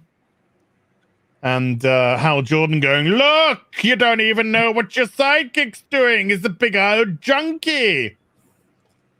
Because Oliver was the liberal and Hal was the more conservative. Then after Ollie's talked about that, he tries to make a bit of a joke, and then Dina dresses up as Black Canary, and she's like, take me upstairs, daddy. Oh, yeah. So she's literally wearing the costume for Kink for him. It's very inappropriate. I think it's very appropriate. It's very appropriate. It's fully appropriate. But we get a really good idea of their relationship already. We've got a really idea of how they communicate with each other, how they're independent from each other, how they love each other. It's already that relationship's been seriously nailed down. Yeah, she's got the wig on and everything. She's put, because this used to be a wig. Now it's her own hair, dyed. But it actually used to be a wig because she's got raven hair. She's got dark hair. Yeah, so he takes her upstairs and they do the do. We then get another. I can't show those pages because they show some sexy time. They do. Another great cover. We then get the slasher claiming another victim on the streets of Seattle. We then go back and we have. We get the sexy time. There's some sexy time going on between Oliver and Dina, but I got to show this one because I mean, look at this artwork, man. Just look at that. Absolute Mike Grell's stuff is just incredible. Yeah, he tends to save those top-notch drawings for like really impactful lines. Yeah, and it just because of how good they are and how beautiful they are, they just kind of like, because they're talking, they're having pillow talk, and Dina says, "I don't want to ever have kids. I don't want to have kids." Someone said, "Now I bet you wish you did your homework, Mauler." I've read this. He read this. Mauler read this. Yeah. He read this. Yeah, Dina doesn't want to have kids. She doesn't want to bring children into what she thinks is A, a violent world, and B, a world that can take her or Oliver away at any given time. Great cover. Yeah, and there's the aspect of like she wants to continue being a fighter of crime, essentially. Yeah, she wants her independence. She's an independent woman. Mm-hmm. Like if they were to become parents, then the world loses the two of them as heroes. And that's 1988. Yeah. It's really, really. This is why I hate being gaslit, people. When you've read this, when you've read about these great characters and how women can be. I hate the term strong women. I find it just so pathetic. How women have always had a great agency. I prefer not using that term. They've always had great agency and independence in comics.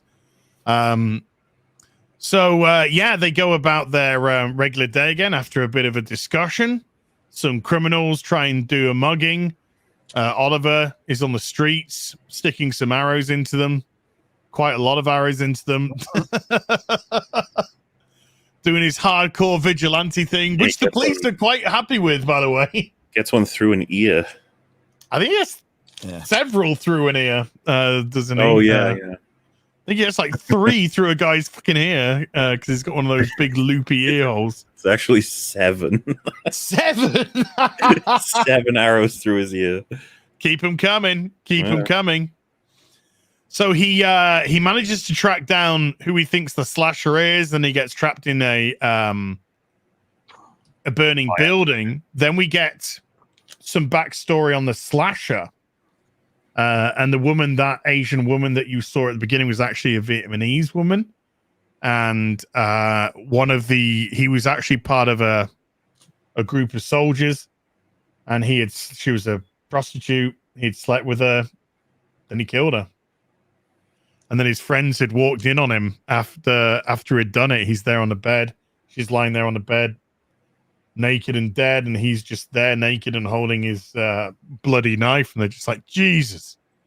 But he's part of their team, so they don't grass him up or anything. And then we get the first look at Shadow, and she looks fucking incredible.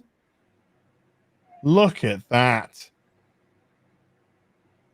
The lightning, very Dark Knight Returns as well. You got the lightning, because it always rains in Seattle, doesn't it? Isn't that the meme? Always rains in Seattle. That's just reality. That's just reality. Yeah. Memes are often quite a bit. So you got Shadow with a mask on, just that beautiful tattoo going all around the dragon. It's interesting to compare to like TV and movies and stuff, because this would obviously be adapted as Green Arrow's trying to hunt him down. He sees an opportunity. He's like, I've got the slash now.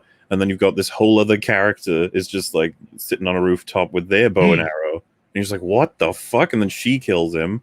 And before Green Arrow can even actually understand what the hell's happening, she also gets a bit of collateral as well. But the beauty about that to me was we don't know what's happening. Yeah.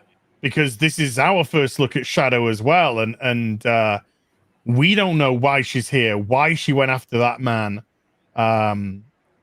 Did she have the same motivations? What's going on? So yeah, we had our own WTF moments as to what was going on with her.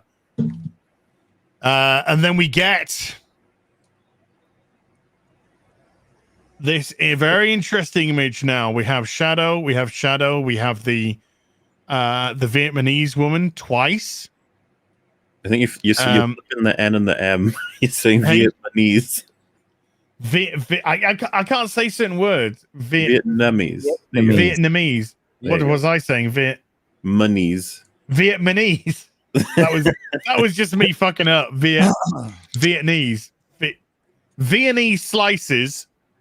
So we have a Viennese, and then we have one of that woman getting grabbed. We see the scream. Oliver turns to the scream, and then he sees Shadow, but she shoots him straight through the back, out his front. But we see it coupled together with the death of the prostitute from all those years ago.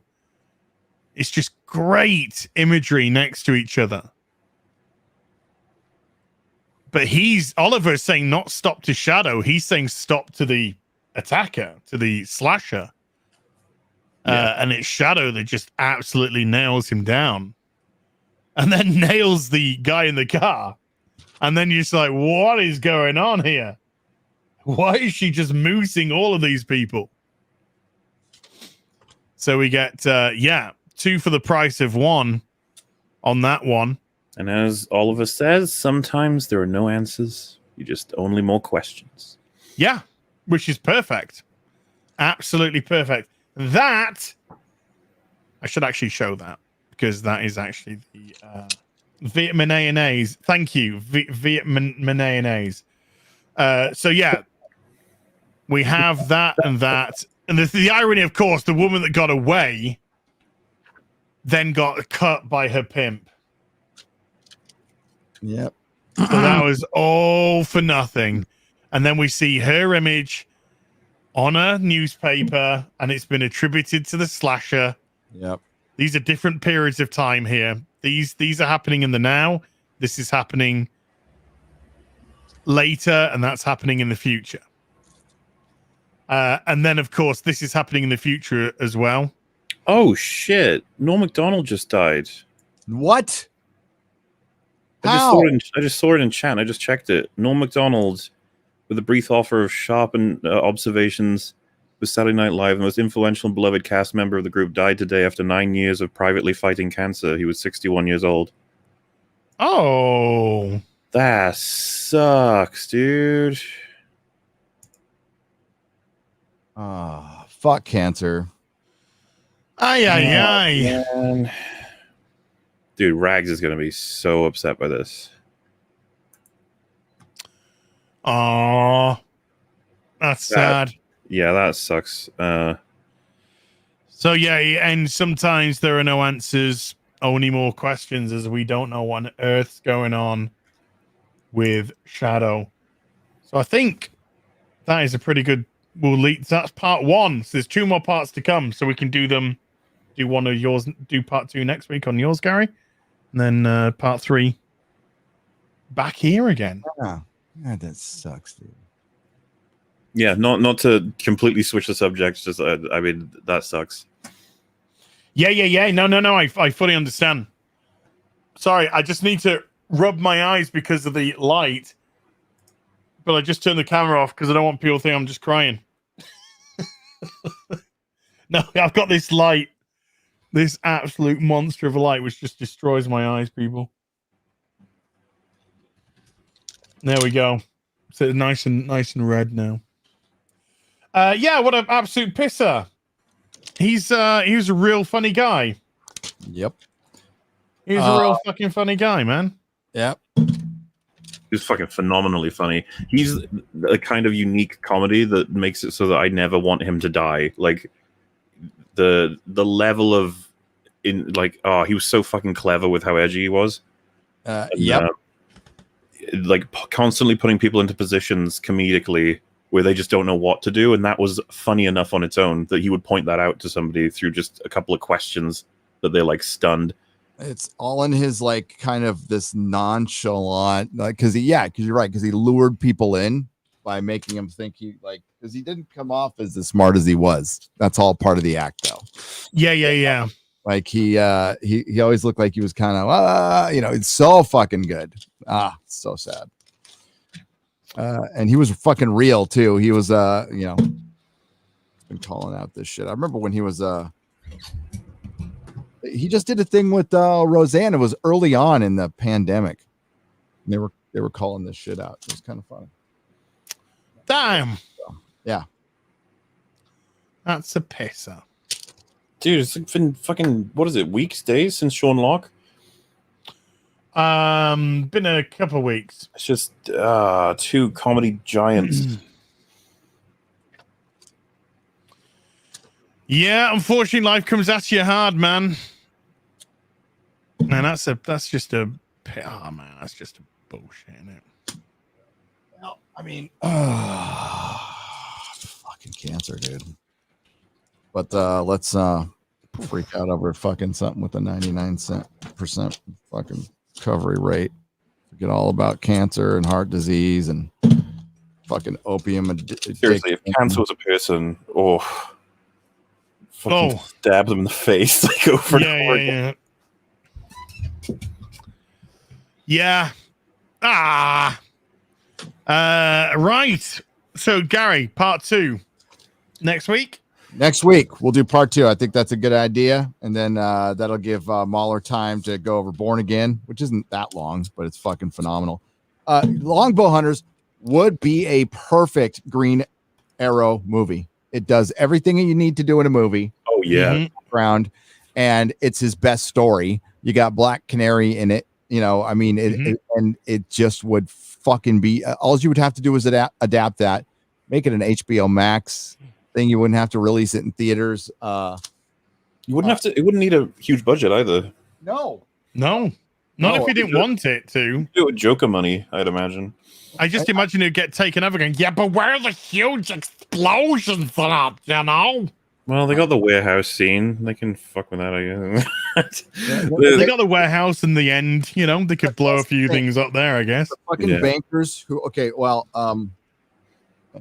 doing a little research last night for a possible video, and it was inspired from my live stream because I threw up the board for CBS Viacom, and I was calling each one of them dumb shits.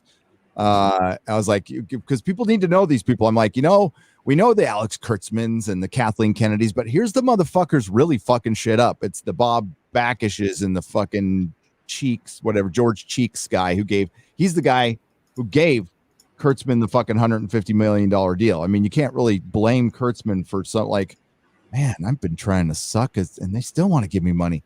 It's like you can't blame. There's a point where you got to ask them, and went down the rabbit hole, and the streaming services are going to be the death of fucking art. Like that's, and we're seeing it right now.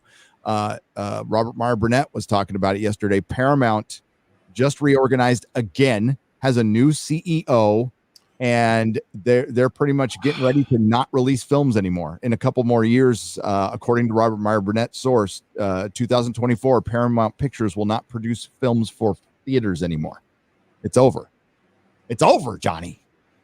and they're going, and it's all because of Wall Street. And they made a good point. Wall Street studios have never been this stable, financially stable. It's always been a gamble based on a bunch of toy licensing and a possible hit film. But now they have the streaming services. Now they have a steady stream of income for the first time ever. So it makes it a lot safer to invest, which means stuff is going to suck. Sorry to say, it's not about the individual thing anymore based on merit. It's just about content. That's all it's going to be. But content. Yeah. And the production of Psycho. I'm assuming you guys have you seen Psycho, the original? Yes. It's funny. That's I should have expected like an obvious yes, but like the people I talk to, they'd be like, "Which one's that?" The one I've probably seen it about 20 fucking times. Anybody over 40's seen Psycho for sure. That's one of them movies. When I saw it when I was super young, again thanks to my dad, I was like, "Man, even the old stuff is awesome." Like this from the '60s. End of that fucking movie, dude. Oh, yeah, it's just the whole thing is top notch. But the reason I bring it up is that this was a film that I think the budget was $800,000 and it grossed $32 million. Which wow, that's insane. Adjusted for inflation is probably $1 billion now. So yeah, but like they didn't believe in it, Paramount, at all. They were like, "That's not going to work," and like basically at every turn they were telling Hitchcock like, "It's not going to work. It's not going to work," and he funded it himself and he lost his house. And look how it turned out. It's just like.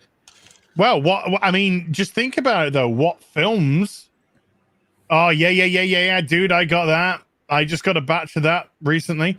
What films can you think of that has a protagonist for 45 minutes and then kills them? Dude, that was one of the obviously shocking things for everybody. That, ladies and gentlemen, is called subversion, and directors these days are ruining that word.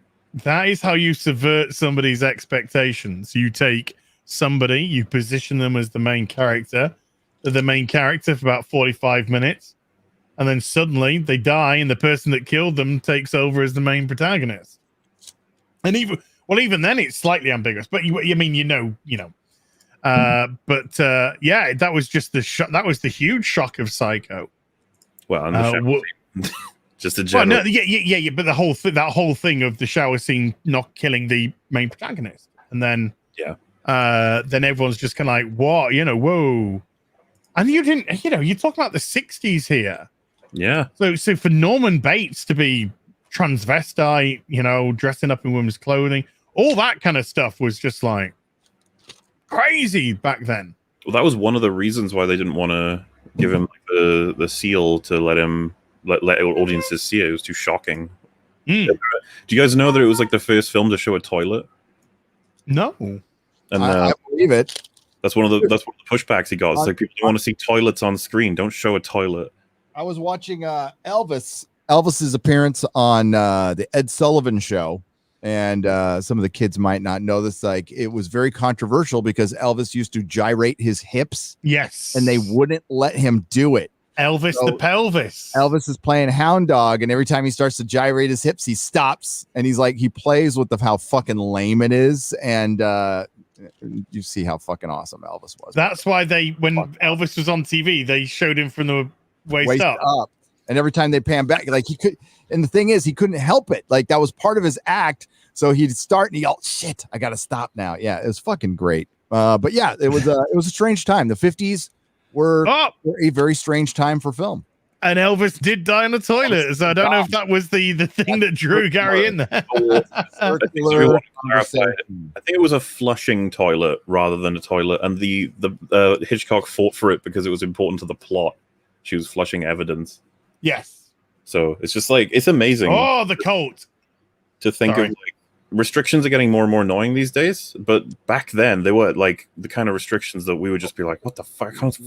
We're going backwards. We're going backwards. Yeah, I mean, all the stuff that film and art fought for in the late 60s, early 70s to the early 80s is being abandoned, like our freedoms.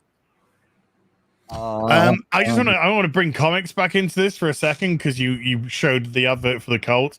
Oh, dude, I saw you bought. Oh, whoa! I just showed the ad for the Watchmen, and then Batman the Cult, and then V for Vendetta. Jesus Christ, these are heavyweights.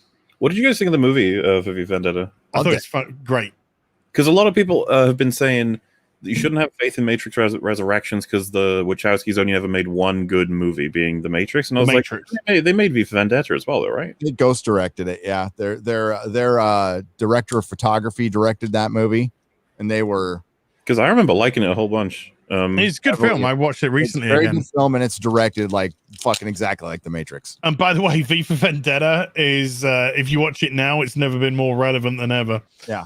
That's a movie that's gonna make people be like. I remember watching your boy Zach, and he was doing a review on Batman the Cult, and he did it relatively recently, within the last year or so, I think. And he said, "Oh, it's so boring," and I was just like, "Say that again. Rewind." Your boy Zach did a review of Batman the Cult within the last year or so, approximately within the last year or so. Okay. So when I saw that, I was like, "Oh, I'm gonna watch this video."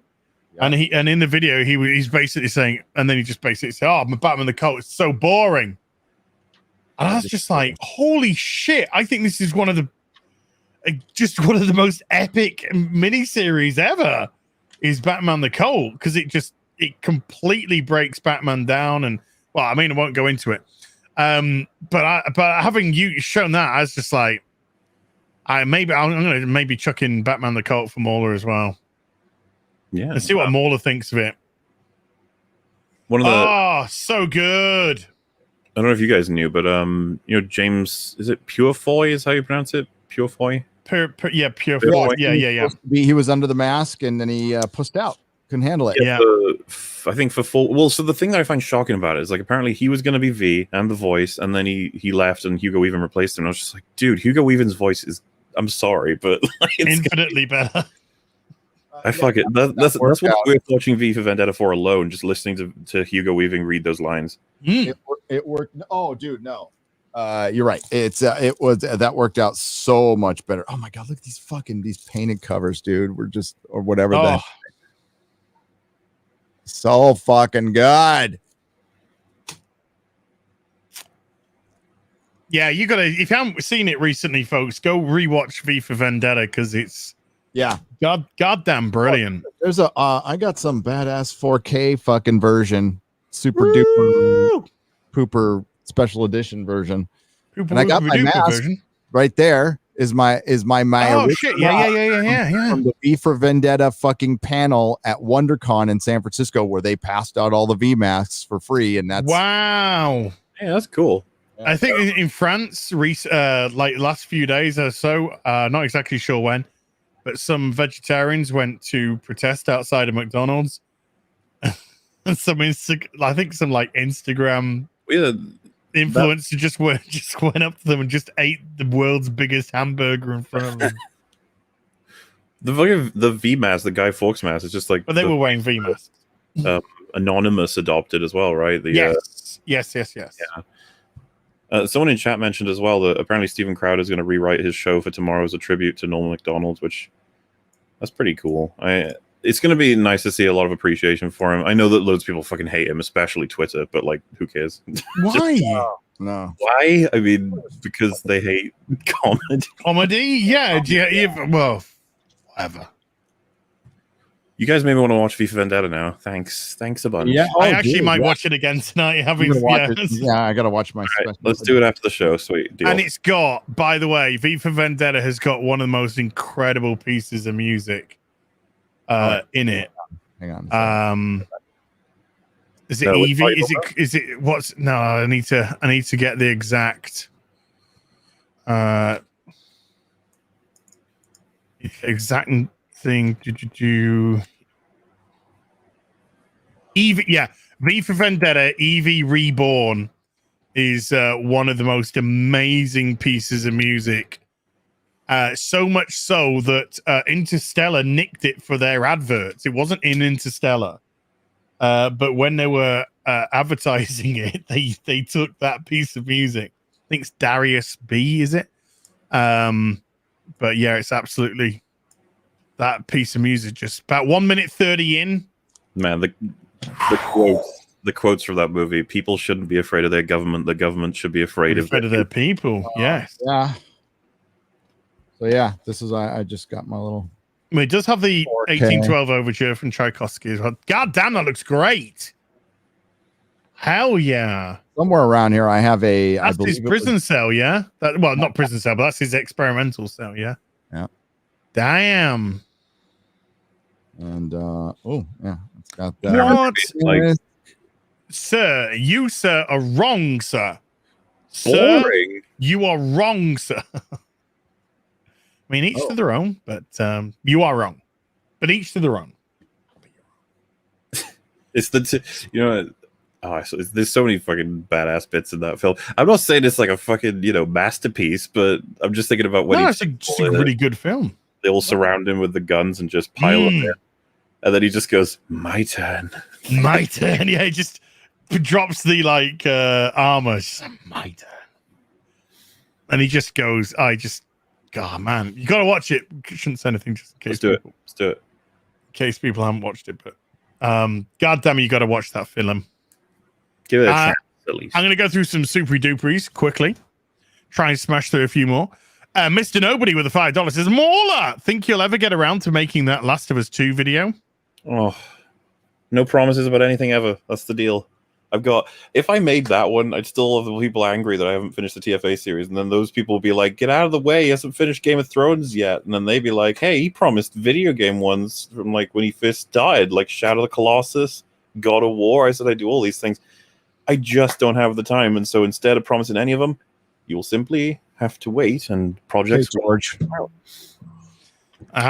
Because of what I showed you earlier, Mauler, I was actually thinking, I wouldn't mind doing a video about The Last of Us Part 2 again. As to why it was story-wise, as to why it was a mitigated disaster in the storytelling. Hell yes. Insane. Beautiful. Oh, God damn. Fucking 80s, man. Chronicles of Woke with a $5 says, I am getting reported on Twitter. Lol. Love libtards. Starting to use your voice on new platforms is hard. Thanks for helping me have the courage to. Dude, hey, you got a voice? I had a message from somebody, I'm not going to say who, because it's somebody we all know. I had a message from somebody saying, do you think I should do a video about this? And I said, you got something to say about it, you say it. Yep. Fucking do it. If you got something to say about it, you go say it. So is it Mauler becomes GRM, and it's like, I'm putting stuff out. What's he doing? Making law books? Like Mauler just put out a 4.5-hour Black Widows. I did, and I do podcasts all the time. Where's his podcast? Yeah. George, you fuck. You fuck. You fuck, George. Finish your story, George. You're a fuck. George ain't finishing his fucking story. No, he's not. He's going to be well dead before then. Cubus SC7 with a €10 says, hey, Az and the other glorious bastards. Hello. Az, I wrote you on different platforms. Did you receive my book that I sent to your P.O. box many weeks ago? Hope you have seen this and respond. Now then, what book was it? I got Iron Kingdom, and I got Culture War, and I got The Adventures of Uncle Man and Wonder Niece. I had those 3 books which I've had recently sent to me. Were any of those yours? If so, yes. They've said yes to one of them. So yes, I have got it. It's right next to me actually here, and you can see this pack of books here. It's there. One of these books here. I just haven't got around to responding yet. So you're the Iron Kingdom. There you go. There you go. So it's on my pile of books to read, which is right there. Oh, do you know what the top book is, by the way? What's that? Heart of the Jedi. I got it from Amazon before it got taken off. Wow, Heart of the Jedi, gay. Wow. Michael B, aka Shogun Gaming, with a $14 Dutch, no, Danish, phallic unicorn. Thank you, Michael. Bomb. Go on. Tumadillo. Bomb. Tumadillo. Maybe. With a €5 says, I wish we didn't live in these times where all our favorite franchises go down in flames, just like Hercule, the French fighter pilot. Ladies. But so do all who live to see such times. Bionic Belly Button with a $10 says, lasagna. Got it! I got it out my head. I got the lasagna. Fuck! Oh. Now she's turned into lasagna, which is a mixture of her and lasagna. I could really do with some lasagna right now. Holy shit. Hey, Bionic Belly Button. You're a mother. You gotta be able to make some good lasagna. Surely. Brightest Day with a $2 says MFK. Marry, Fook, kill. Lady Death, Vampirella, Witchblade. I would go kill Witchblade because I know the least about them. Fuck Lady Death, marry Vampirella. Hell yeah. I don't know if you should fuck Death. I mean, there could be repercussions. Death's gonna fuck you, so you might as well fuck it back. What if it speeds up the time in which Death fucks you, you know? I don't think you die from fucking Lady Death. I think if she wants to kill you, she'll kill you. So in this case, she's just really on board with this. She's like, hey, ass, how you doing? Got massive tits. Is why she would be on board with it with you. Blade, I think I'd marry. Yeah, I'd do the same. Because it's just based on how well I know the character. Yeah, essentially. Asian guy in a bad disguise for £2 says, be nice to Simu. He'll show you his schlong chibi. Shang-Chi. His schlong chibi. Woke Troll with a $5 says, Gary, I agree about George R.R. Martin. He owes it to his fans to finish his book. On a different topic, how's your Picard review coming along? Oh my god. I owe it to my fans. Oh my god. To finish that, and I will keep you guys updated. I'm not going to go, well, you know, it might happen and never fucking intend to do it. It's been, I think, 2 years now since my last TFA part. They're gonna get made, guys. And I ain't gonna George R. R. Martin that shit. They're coming out. I believe Mauler. Mauler's only a whippersnapper. I don't believe George R. R. Martin's ever going to get either of his books out. Ralph Mack with a $5 says, hey, thanks to Az and Gary. I've views, not many share. So when I do, I risk bans. Okay. I don't know. I was trying to super chat on Gary's, but I couldn't. Thanks for Alex Jones. You don't risk a ban? You don't risk a ban? You don't risk a ban? Why couldn't he super chat again? Because he thinks he's banned on your channel. That's Ralph Mack. Ralph again? Yeah. I didn't see the name Ralph. I had somebody the same though, dude, who came to me and said, I'm banned from your channel. I said, and it's somebody who I know because they're from Robert's stream as well. So they come into Robert's stream and my stream for the toy shows and stuff. And I was like, I ain't banned you. I'll have a look. So I looked in and their name wasn't there. So I got no idea how they can't watch my streams. None. I ain't banned them. Mods haven't banned them. Nope. I don't know. Trucker Rob with $5 says, as the Rakita question, do you prefer your hot dog to have 2 tangerines or no tangerines? Tangerines. I just realized what the question. 2. I want a hot dog. I was in Burma. Yeah, Lebez in Burma. Working for the local tangerine. Tangerine. He had a tangerine the size of a tangerine. We'll watch that later, folks. Yeah, you get fucking copyright hit for it. Did you? Yeah, I did. For the tangerine one? Yep. I never. I was going to say, this has been played on a whole bunch of streams at this point. Yeah. I know. I had to clip it out. Wow. Aww. Boo to the hiss. Yeah. Not applicable with $2 says, everybody watch Gunbuster 1998. Great anime movie. No. I like, there's an anime movie that I really liked. I think it's just called Blue. And it was about this this lass who used to be in like, one of the girl bands, and then she wanted to break off and be a proper actress and stuff, and she was getting stalked by a stalker, and it's really good. The Studio Ghibli Perfect Blue. There you go. Perfect Blue. Great film. It's great.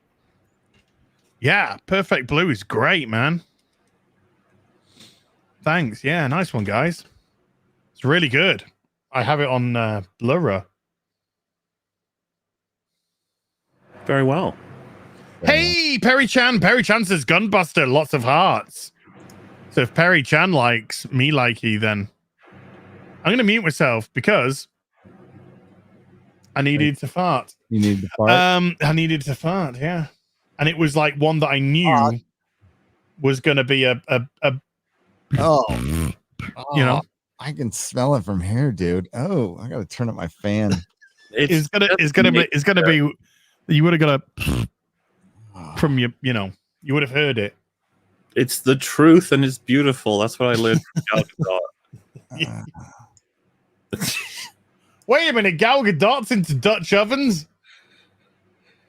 Oh no! What? Okay, you know what a Dutch oven is? Arabian sandstorms? What? No, do you know what a Dutch oven is? I don't know what. No. Okay, it's when you're in bed. It's when you're in bed with your partner, and then you fart, and then you grab the blankets and you cover yourself, both of you, so they can't escape the fart. Who in the fuck does that? It's called a Dutch oven. Gal Gadot, apparently. Who does that? Have you not had that done or done that to someone? No. I have. Harry has class. Both ways. Okay. British girls can Dutch oven. Well, with all that fucking cheese and milk and biscuits you fucking eat, I'm not surprised. What do you mean? Americans are known for cheese. They put cheese on everything. You get cheese on cheese. I wasn't talking about us. I was talking about you. I didn't say we were innocent of it. Pointing out your guys. Oh God, we're coming up to the SOE abuse ones now. No. Officer Buck Trude Russell with a 5 Australian says, Sword Art Online is trash and I love it. There you go. Byron Luke with a $20 says, hail, the big British channel just received my Blu-ray of Cowboy Bebop. I can't wait to watch it with my family when I visit them this week. Have any of you badasses watched it? Also, has played Final Fantasy 14. Played Final Fantasy? Byron, top level character, samurai, level 80, got my relic for this expansion. What more can I say? Yes, I watched Cowboy Bebop. It's been a long time because it's a very old franchise. That's why it's beloved. But I probably haven't watched it for about a dozen years, about 12 years. But this Netflix disaster is just making me want to visit the anime again. So I will most likely watch the movie and some of the anime. But yeah, I think it dates back to 1997, Cowboy Bebop? 97, 98 or something? It's crazy. It's an oldie. It's an oldie. Yeah, I was selling the action figures in my shop when I first bought it. 2000. Yeah, there you go. 1997. Thank you. Full Metal Vash 7 with a $5 says, as if you love Sword Art Online, check out Anime Overlord Rise of the Shield Hero and reincarnated in another world with my smartphone. I like the whole sort of anime. What's the other one? The other one is the Jesus, what is it? The other big one from Bandai. Where they're trapped in the MMO. Don't know. Oh, the chat will help me out here. And they dot hack. Thank you. Good boy. Dot hack. Yeah, I got me. Oh man, when those games came out on the PS2, holy. Well, you were playing like a simulated MMORPG, but you weren't, and it had this whole story around it. Oh man, I loved me some dot hack. I loved me some dot hack, man. I have all 4.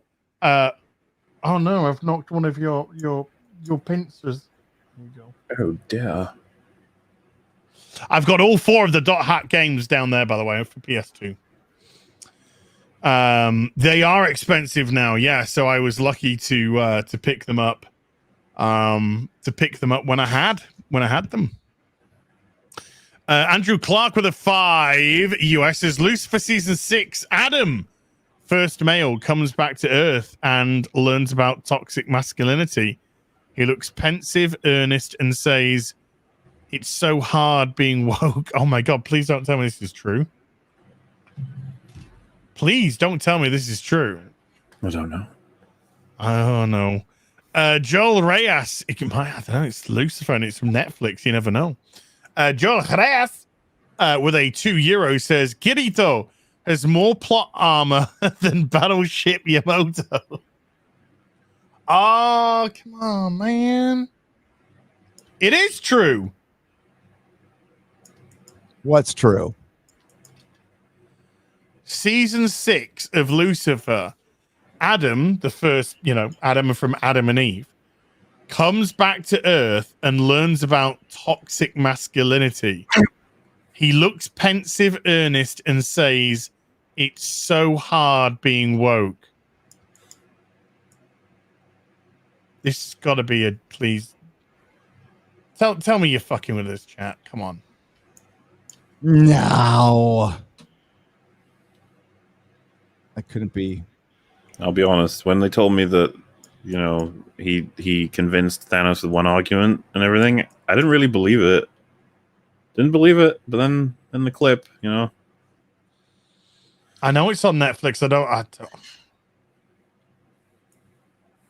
No, we haven't talked about Hawkeye yet.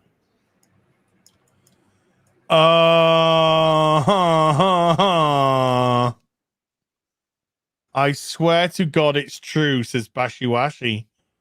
And Bashiwashi's credible source, man. Jens Anderson, credible source, it's true. I mean, if Adam, what happened to escapism? He got fucked in the ass, dude. Look, if Adam's saying that it's good to be woke, then I think we have to trust him. He was the first one. Oh.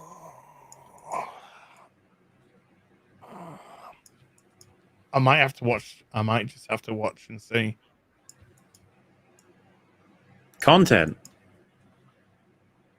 Aren't you riveted? Season 5 was meant to be it, but then it proved to be a hit for Netflix. So they said, "Oh, we're going to do season 6 then."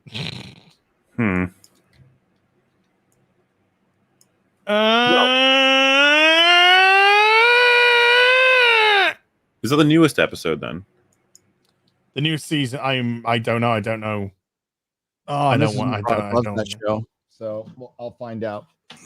Okay, there you go. That's easy for me. And just to let Ralph know, yeah, you were never banned from the channel. I don't know what's going on, dude, but your name's not on there. Hasn't been on there. I did a thorough check.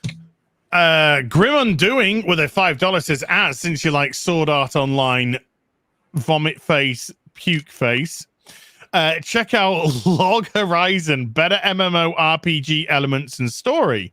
Hey, I'm gonna look. Number one, okay, right. I love Sword Art Online. That's never going to change. I love Kirito. I love Asuna. I love them all. Leafy. I love the whole fucking lot. Okay. But I'm happy that you guys are also giving me similar types because I love that sort of thing. So I will check them out. Rastacaster with a $5 super chat. No message, but Rastacaster, thank you very much. They do super chat in a couple of minutes time again with a message, so maybe they forgot. Alistair's Knight with a $5 says, hey, hello everyone, watch Log Horizon. It's another great anime based on being stuck in a video game and how people deal with that. Okay, I'm going to check out Log Horizon definitely. Can somebody tweet that at me so I don't forget? Because I do, 3-second goldfish memory. Do you have Notepad on your computer? Yes. Boot up Notepad and simply type. Yeah. So what happens when I shut my PC off and walk into my bedroom? You lose Twitter too. Yeah. Yes. Don't worry, No, because I got an iPad in my bed. Well, then put a note on your iPad too. Why are you having a go at me? Dude, I have like 10 notepads. You have a fucking iPad. I've already look, I can log on to YouTube and read the super chats as well, so I can just read these. The Log Horizon. I'm going to watch Log Horizon. I'm going to give some feedback, people. The Fixer with a £2 says, you're not the only one. Sword Art Online story is really good. Thank you. Thank you. Don't trust that man. Not applicable. Hey, the Fixer's incredible source, man. Not applicable with a $5 says problem with anime is that it has bad storytelling in general. What? There are various reasons for it. It's hard to explain. A handful are really good though. I think some stuff can be lost in translation, absolutely. Some certain things can be lost in translation.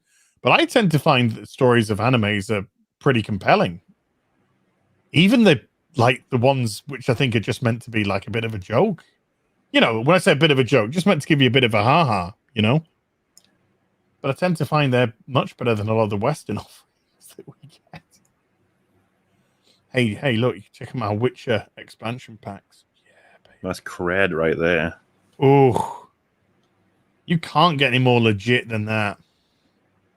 You just can't get any more legit than that. Marksman of 177B, Master Chief, with a $5 says, if you like MMO animes like Sword Art Online, I recommend Log Horizon, a more in-depth MMO anime. Fun fact, creator was under house arrest for tax evasion. Huh. Cool. Well, at least he fucking wrote his shit then. I was going to say, maybe we should put George R. R. Martin under house arrest. Under house arrest for tax evasion. See how much he writes then. Right, okay. This Log Horizon seems to be getting a lot of love, so I'm definitely going to check it out. Can I get it on? What can I get it on? Can I get it on Amazon or Netflix? Or because I don't really want to go to some, crunchy fucking shite. I don't want to give them any money.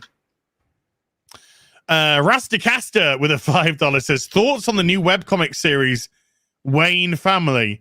No interest in webcomics. None. Zero. Zero. Why? Didn't One Punch Man start out as a webcomic? I don't know. Maybe. I think it did. I'm old, rusty, fashioned dude. I want fucking paper. I want trees dead. Kill the tree. Yeah, I want dead trees and I want to hold it. Okay, Saruman. Gosh. I want to watch it in anime, or I want dead trees in my hand. I was just going to say, I feel like if I called you Saruman, you'd be like, thank you. Yeah. Yes, One Punch Man started off as a webcomic. There you go. The God of Gravy with a £9 says, howdy, guys. Avoid. The weight loss train has no brakes. You guys just got a 200 million budget. Which remakes are you funding? The Wizard of Oz, Revenge of the Nerdrotic, or the Timsery of Darth Mauler the Long? Can I remake 2020? Dude, can we go a bit back? I don't know if you can do Slightly that. larger budget, but I think I can do it. If we can remake maybe 2016, maybe even further back than that, actually. What would I like to remake? Now he definitely says remakes, so we can't talk originally. We're not allowed an original here. This has got to be a remake. So go on. You got 2 million. One film, Gary. One film to remake. 200 million with a 200 mil bonus. So basically, you can, it's going to be pretty. Snyder cut. Just kidding. I'm just kidding. I don't know. I got to think about that's a big one because I've always thought if you're going to remake something that had a good concept, but it just sucked. The movie sucked. Mauler, a good fucking idea. Well, I was struggling. I was like, I don't know what I'm going to say, but Gary, you kind of just answered my question for me. I probably would go with the DCEU. I'd be like, let's reboot that bitch. You got one film though. You only get one film. You got 200 million, one film. If we reboot, well, okay, fine. As in this wonderful world, I'm going to reboot Man of Steel, and then it's gonna do real well, and I'm going to get the money to start rebooting them all too. I'm just going to keep doing them all because they'll love my Man of Steel. I'll make Clark care about the average person. It's going to be great. Well, it's actually quite funny that you've all said that because the film that I would have rebooted is Batman v Superman. There you go. Because you do BVS, Gary will do Justice League. I'd be like, right, Doomsday, fuck off for a start, okay. And that's not the story. I'd reboot it to World's Finest, and it would be Batman with Superman. I'd consider rebooting Endgame. I'd keep a lot of the stuff they did, but I would fix the fuck out of that movie. With lots of stuff and I would want to keep the Whammon scene, just tweak it a little bit, just as a reference. I'd just be like, yeah, we'll keep it. Don't worry. And is it reboot or remake a single film? Remake. Spider-Man. Okay, yeah. I would produce it. I'd let Sam Raimi come back and do what he wanted. Ooh. Yeah, I think that's a fair choice. I was about to suggest Matrix. I was like, no, it's probably better we didn't have any other Matrix. Uh-oh.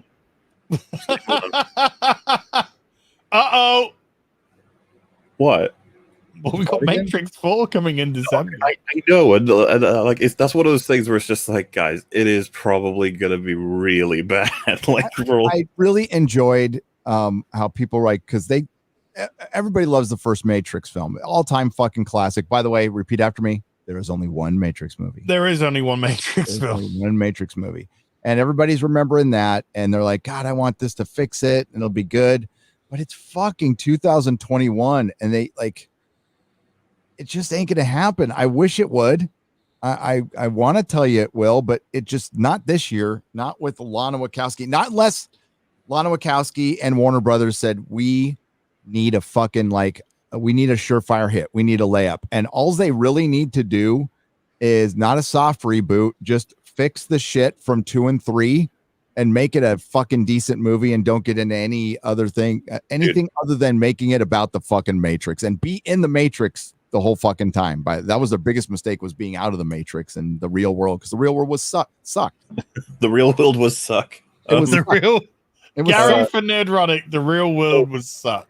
Remember, right, the way this works, and it has done for many franchises, the boxes to tick will be just rewriting what everything, the purpose of everything was. We did this with Star Wars, Predator, Alien. They've done it with loads of them. They rewrite the origins of everything.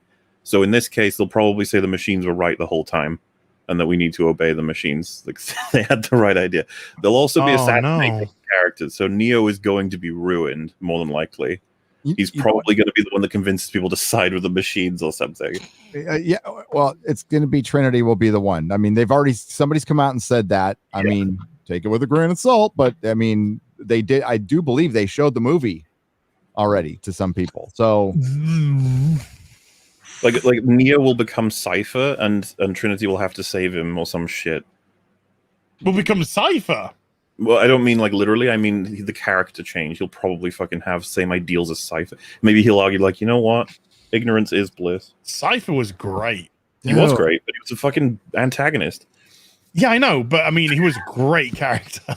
This is what I mean. We're in the honeymoon phase almost of woohoo! I can't wait for it to be this, all the stuff that I want it to be.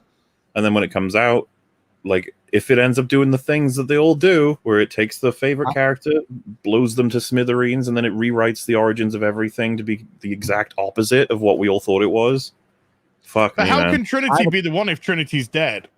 Why would you ask how do they make it make sense? They're both dead. They're both dead, yes. I have a question for the panel. I have a question for the panel. Of all the movies that are coming out that we know are going to suck, what one do you want to be wrong about? What one do you want to succeed? But hold on. I'm not done talking the Matrix trailer yet. And then we already saw in the Matrix trailer Neo holding, like, putting his hand to Trinity's cheek while she had code just going all down her face. Why are you trying to make sense of it? That's not a thing they care about. Yeah. Well, it's going to be obvious. It's going to be a matrix within a matrix within a matrix within a matrix. That's probably what they're going to do. Like, towards the end, at the end of they said they rebooted the other. I mean, they got another one going. So they did at the end of the Matrix 3, they rebooted the Matrix. And there was talk of doing a Matrix 4, a lot of talk, until the third one just wasn't well received. So, that's because it wasn't in the fucking Matrix. That's why it was in underground Ironmonger land. Oh, go back. Yeah, but I mean, like, after the Matrix came out and they were filming the sequels back to back, there was all kinds of plans. Fucking another Animatrix. There was all kinds of shit they were going to do. There was a plan for an MMORPG for the Matrix. For the Matrix, yes. Wow. They did do a game, right? Because they did a game with Enter the Matrix and the Path of Neo. Yeah, Enter the Matrix, and she's in Matrix 3 and 2 and 3. Niobe in them. Niobe, yeah. But yeah, to your question, Matrix Resurrections would be one of those where I'd be like, you know what, it'd be great if that were good, actually. Indiana Jones obviously is like I want it to be good, obviously, but like I don't know if you choose that one because your question, if it's an achievement engaging, I make all the other ones suffer, right? I can only save one. It's just like because we all know that Indiana Jones is going to be shit. Yeah, the way that's going to be good. It's just going to be dog shit. But it would be nice to save that, I guess. I don't know. Yeah. That is the right answer. Indiana Jones is already dead. When did Crystal Skull come out? When did Crystal Skull come out? 2007? 2010. Fucking hell. He was like ancient in that, and it's another decade. Was it really 2000? Oh, Jesus Christ, 2008? That's 2008. Oh, geez. Wow. That's fucking 13 years ago. Dude, this is pathetic. And we were all like, okay, he's really, really getting on now. It's the thing, man. Like, there is no Crystal Skull, somebody said, is the correct answer. Yeah, of course. Well, because it's the same with fucking Dark Fate, where they were like, oh, it's just old Terminator. He's a Draper now. There's only 2 Terminator films. Yes. There is only 3 Indiana Jones films. Yes. There's only 1 Matrix film. Yes. And there's some debate about Star Wars. Some debate about Star Wars. Well, there's debate about Alien, as a franchise. 1 and 2. There were 2 Alien films. Well, there's a lot of people who want 3 to be counted. I would prefer we just have the first 2. There is no third Alien film, fourth Alien film, fifth Alien film. You lost your chance to be canon when you axed off 2 significant characters in the fucking opening. Between scenes. Yes. Yes. Do you guys know about do you guys ever play Colonial Marines? Do you know anything about that? The game. I know about it. I know about the disaster that it was, yes. So there's a DLC where you play as Hicks and it's canon. And so you're like, how, where, how are you, and so there's this cutscene. I would link you it. It's so fucking funny. So, Hicks had he had the bandages around him on his face, on his arm, and on his chest. So the idea is before they crash on the prison planet. Yeah. Before they crash on the prison planet, their pod is collected, and then someone opens it and drags him out of it and this person happens to have the bandages in all the same places, gets knocked out and falls into the pod themselves. Then the pod's released onto the prison planet, and the body gets crushed up. So no one knew that wasn't actually Hicks, and Hicks is alive and well.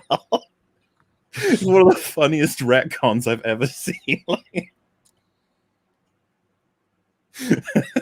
It's like they're desperate to keep Hicks alive. That game was notoriously terrible. Yeah. Not just mechanically, but writing as well. The story was trash. There are 2 Alien films. Right. Alien 4. Masterpiece Alien films. Fucking glorious, both of them are. Yep.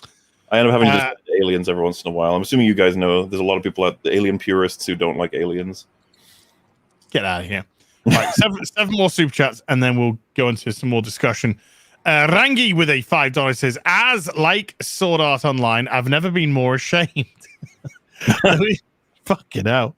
Though if you do like a better show in the same vein, you would like Log Horizon. Check it out.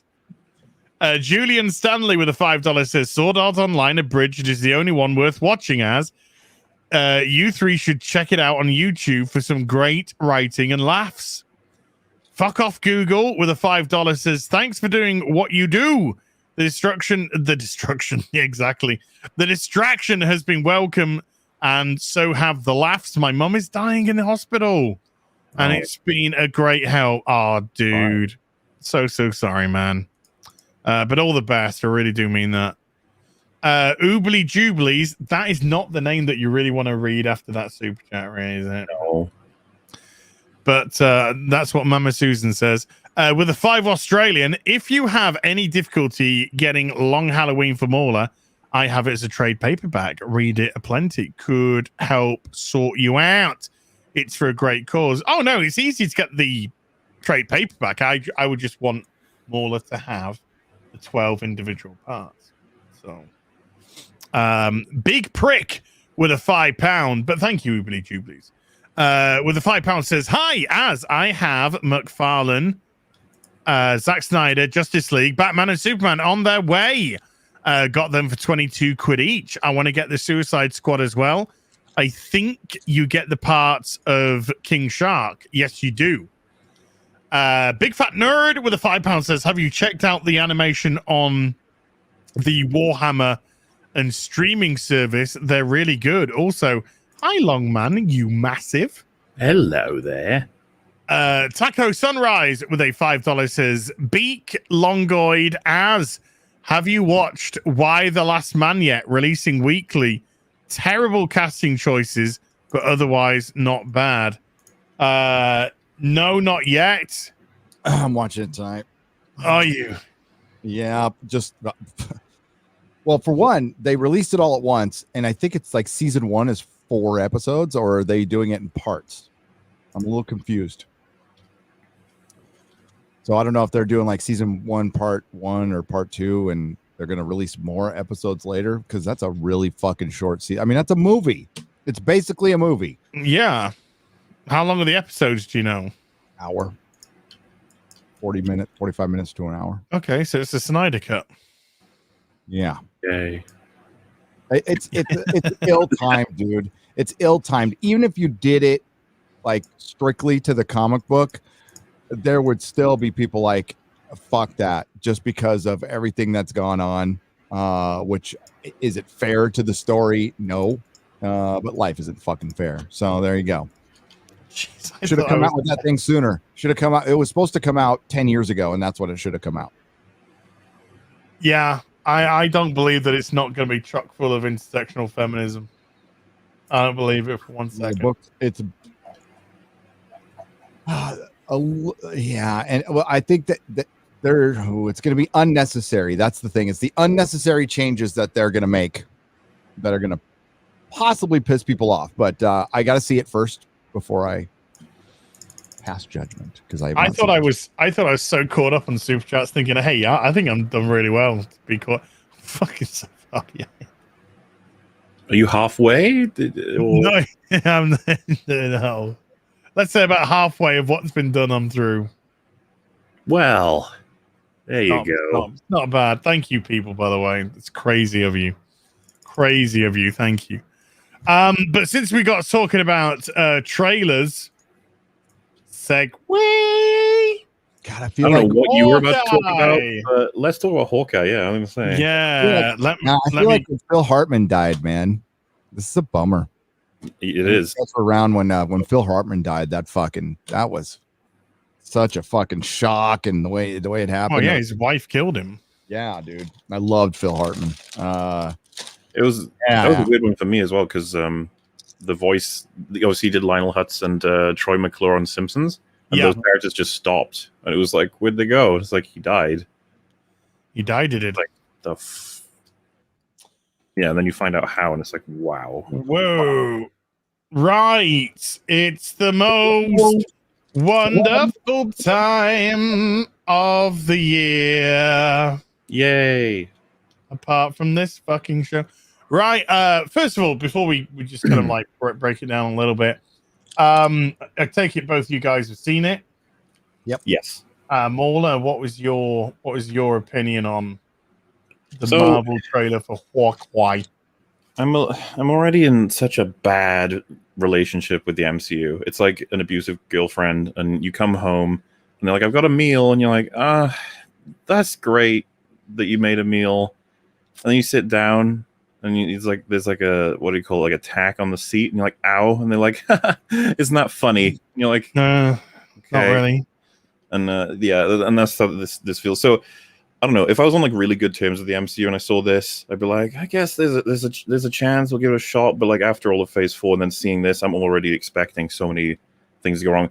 And of course, I'm assuming you guys are on the same page as basically everybody on the internet, which is this trailer breaks its neck about like 20 seconds in. It goes from being like one particular kind of show to just lol, and you're like, oh, okay. Yeah, it was me thinking Hawkeye would finally be respected. It's like, nope.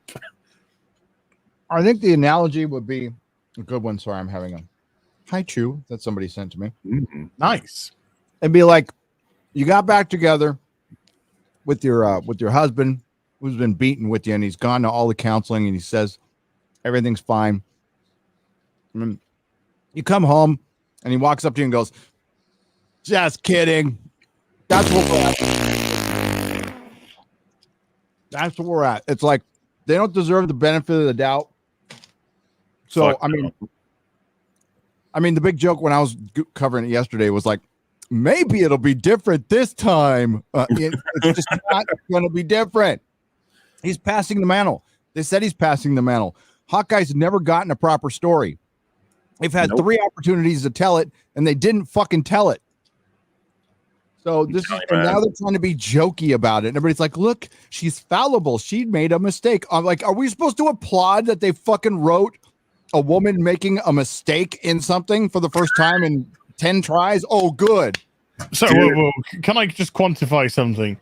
A woman who made a little mistake, who in the trailer is the self-professed best archer on the planet. She's totally going to outshoot him. Every time. Gary, I just remembered, is it Marvel trailers that you can play and get away with? Yes. Right, let's play the trailer then. I played the whole thing yesterday, no problem. Okay, let's play the trailer, folks, and let's see for those who haven't seen it, what you think, and we'll get into it. Just one last thing, because I really like what Gary said, just that I hate that we are at a point where if they get a basic thing okay, we're supposed to be like, yes, fuck yeah. It's just like, oh my god. I would just say before we watch this, I saw this trailer. I was apathetic. I didn't care. As soon as it went into Christmas mode, I was just like, I'm out. I'm out. I'm checked out. Yeah. Started to go. I wanted a good Hawkeye. I knew it was going to have Kate Bishop in, and that's the immediate problem. Kate Bishop, the failure of a character in the Marvel comics. Fuck it, folks. You're getting her. You're getting her anyway. Because maybe Jeremy Renner wants to do other things, but fuck this character. Fuck this show already. Let's play it. This is the first Christmas we've had together in years. Why isn't his family getting kidnapped? Okay, we'll talk about it in a minute. I'm making up for some lost time. Authorities are wondering if the masked vigilante who terrorized the city's underworld is back. Look, she can terrorize so many people. The past has caught up with me. Should we be worried? No, it's nothing. I'll be home for Christmas. I promise. It's the most wonderful time. When I wore this suit, I made a whole lot of enemies. You're Hawkeye. Who the hell are you? Some people have actually called me the world's greatest archer. Are you one of those people? It's the most wonderful. Hey, babe, I should be back in a day or two. Hang on a second. With the kids jingle belling and everyone telling. Things have gotten more complicated. It's the most wonderful time of the year.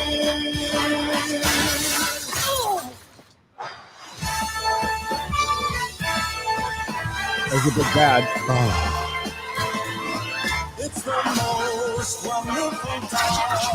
Yes, the most wonderful. This is too dangerous. Definitely not this one. You don't have to say definitely like that. Isn't Doctor Who? Your arrow's more dangerous than that one?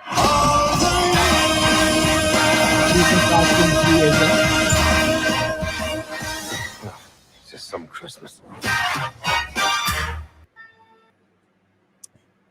Ugh. He's going to be slowly handing his balls over to her over the course of 8 episodes. So Hawkeye has a very particular skill set that would have been really fun to show live action. All right. He's obviously, he's like Bullseye. Okay. So he's like very good with the bows and arrow, but like he can catch knives in midair and throw them back at you. They showed a little bit with the Molotov cocktail. There's so much shit you could have done that they never showed with this guy. And like right now, I mean, like Hawkeye is useless, fucking useless. And it's he's always been the most wasted Avenger, and he's like a quintessential Avenger. You know, for one, the costume matters to me. I've always said that. I hate the fact that they didn't give him his purple costume with the fucking H on his fuck. Dude, you got a big green guy running around. Like, where do you draw the line? Like, I don't know about a purple costume. We've got a giant green guy jumping around. It's fucking fine. It sucks. It sucks. And Kate Bishop, I want you to like visualize the new Avengers with Kate Bishop, Yelena, probably no Doctor Strange, no Thor. It's a joke that they're the new Avengers when it's like, we haven't even had that much time with the Avengers, you know? Yeah. Yeah. It's like, we didn't have time with Captain America. We didn't have time with Iron Man. Like, these guys just started. Yeah. This is like their initial adventures. They had one big bad guy, and that was it. As soon as I saw Rogers the musical, I was just like, go fuck yourself. Mm-hmm. Go fuck yourself. I hate how shit the world building is in all of them, and it's like, what do we get as a reference to? Because I want to see a lot more than what they give us, and it's like Rogers the musical. It's like, really now? Just make him a joke. Captures the heart of a hero. Okay. I know. Just make him a joke. Just make it all a joke. It's all a big laugh. I'm still waiting for the hard discussions on where are the fucking people outraged that the Avengers did this, that they fucked everyone over so significantly by just dropping them back instead of planning anything. Thank you. That should be the biggest outrage. I mean, they were outraged at him for a lot less. Yep. They went ahead and brought half the population back without like talking to anybody. And there was no preparation. So people fell out of the sky and died. And let's not even talk about the fact that Earth wasn't in that position because it's constantly moving through space.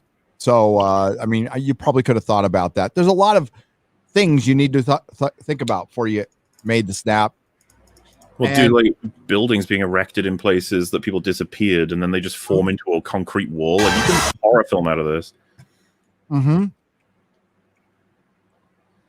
Why?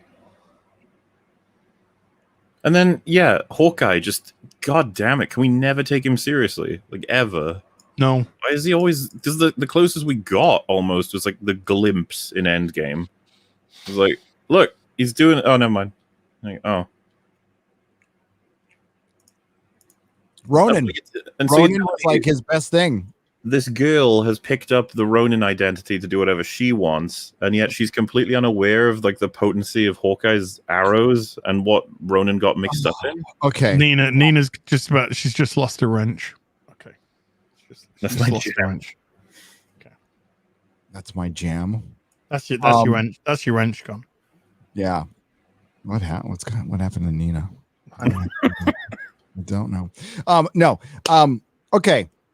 I know it's a superhero movie. I know it's all fake and everything. But a little doe-eyed girl terrorizing the underworld, the Yakuza, and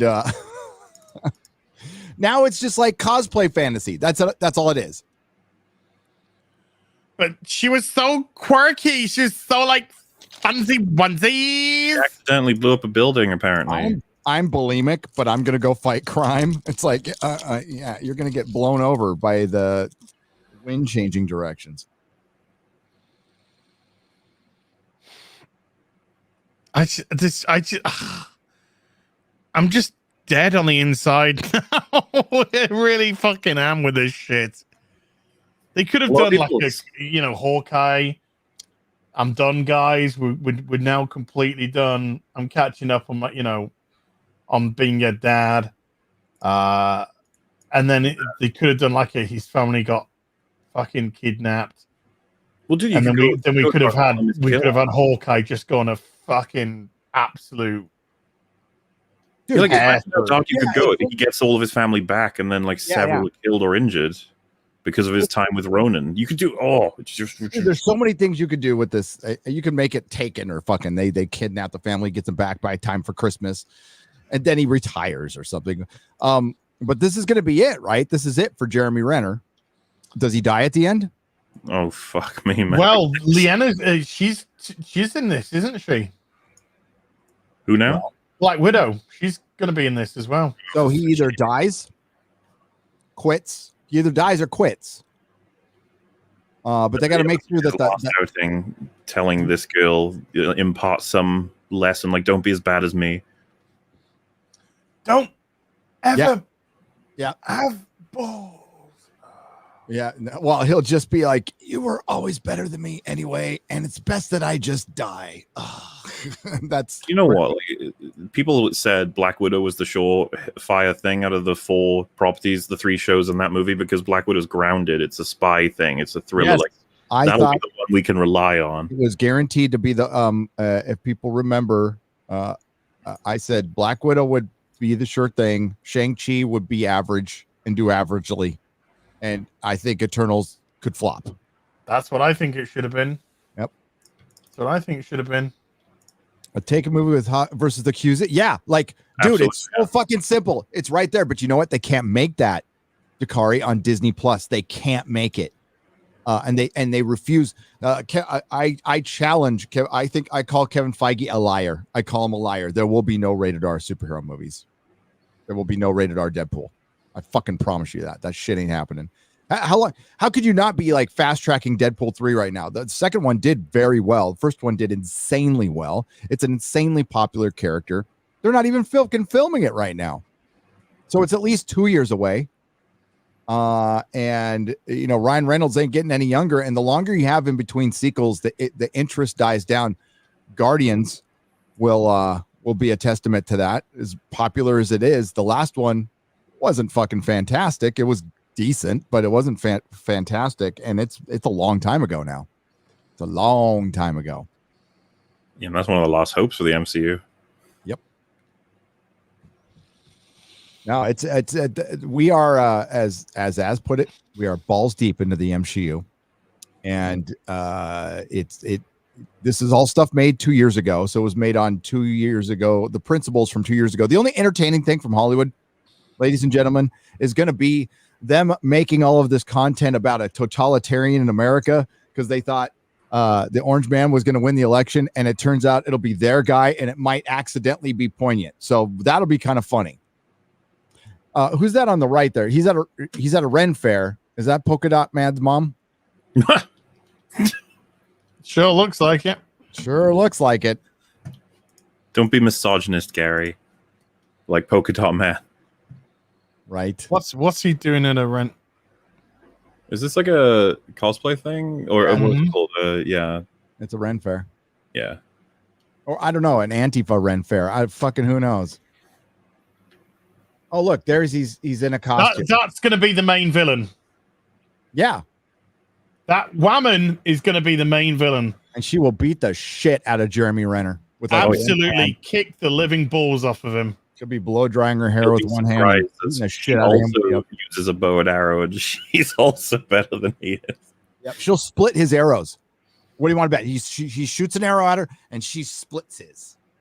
Do you remember when Hawkeye managed to outdo Loki with an arrow because he didn't expect the explosive? That's another one of those writing bits that are wonderful, because when Hawkeye's talking about how much he wants to get revenge on Loki, he says he's going to put one in his eye, and it heads right to Loki's eye, and Loki grabs it and smirks like, "Ha, you fucked up," but then it goes beep beep beep and it just blows him up. It's another one of those. They both won technically, because grabbing an arrow out of the air is pretty fucking impressive. Yep. Yeah, oh, well, but he knew he would, so that's why they exploded. Exactly, yeah. He's arrow guy. Okay, he's gonna fuck him up with the arrows. That's what he does. Also, didn't you find the bit at the beginning that it was kind of, the music was sort of reminiscent of the Joker with the ding, ding. It's like, oh look, it's gonna go dark, and then it went, gotcha. It's the most wonderful time of the year. It's funsy onesies. Christmases. Like his past coming to, like, is haunting him, and then you make it a joke. Like, what the hell? Mm-hmm. This is when he thought his family were all taken away from him and was executing people just as soon as he deemed them executable. Like, that's a dark story. That's a whole story I'd love to see. Yeah. Well, you don't get to see that because it doesn't have Kate Bishop in it. Because we need Kate Bishop so we can redo the scene where she sees America Chavez and wants to be a lesbian. Oh, I'm way ahead of you, dude. I'm gonna find. Let's read that fucking beautiful piece of. Because if we're being honest, that is the show they would have fucking made. The 5-year gap of Ronan. What did he do?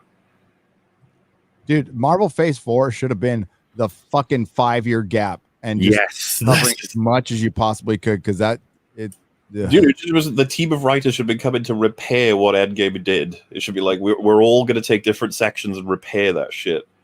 Now it's reduced to a moment in Shang-Chi, like, a lot of us disappeared for 5 years. Oh yeah, that's it. It's tough. Bye.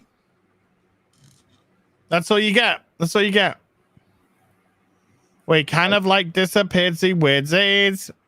10 seconds, less than 10 seconds. It was less than 10 seconds in fucking Shang-Chi. That was it. You need like a whole. This is the kind of experimentation would be so cool if they did it. Like of one movie that is like 5 civilian characters, and the whole movie is just their perspectives living through the 5-year gap and the initial part, and then the comeback, and how fucking horrifying the whole thing was. Oh, what it's done to these people's lives. Like, they'd never do that, but like, that's the story you'd be able to tell now that you have so many safety nets. No, I'm sorry, Mauler, but we're gonna have this in all its fucking glory, dude. All its fucking absolute shit glory. Sorry, but I'm literally intrigued. This, by the way, is Kate Bishop in the car. This is Kate fucking Bishop in the car. Okay. America Chavez and somebody. I'm literally intrigued and in awe of both of them. This is a proper Marvel comic, by the way. This is a proper Marvel comic. If this is what it's like to date other women, then I applaud all the women dating women right now, because this is incredible. Motorcycle courtship chase, check. Missiles and explosions, yup. And now we're just flying together in the sky, heading to a giant heart.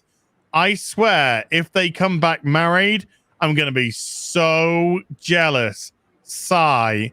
Always the bride's best archer, never the archer's bride. And who's she talking to? Herself. How is this dialogue? Like, how? Also, what the hell happened to her foot? I don't know. What is that? Like, look at her, it's all crunched. Like, did Thanos step on her foot? I think Thanos stepped on her foot. I think Thanos stepped on the writer's fucking brain. Is that look below her knee? It's like it bulges and then it just. What is that? That's meant to be a calf, I think. No, really? that's supposed to be a calf. It looks like cottage cheese, but She got clown shoes on. Well, let's fucking forget the art, because the art in this was absolute fucking trash. But that, Jesus fucking wet, that writing. That fucking writing, man. yeah, That's Kate Bishop talking to herself about, oh, I wish I was a lesbian. I'm literally intrigued as opposed to just being intrigued. I'm literally intrigued. I want to know what it's like to rub ginies together. Someone said I don't understand perspective. It doesn't look like that from that perspective. I'm sorry. That's not how, like a leg, that's not how it comes across when you look at it from this angle. This Unless she's got size 58 feet. Please don't tell me that's a normal foot.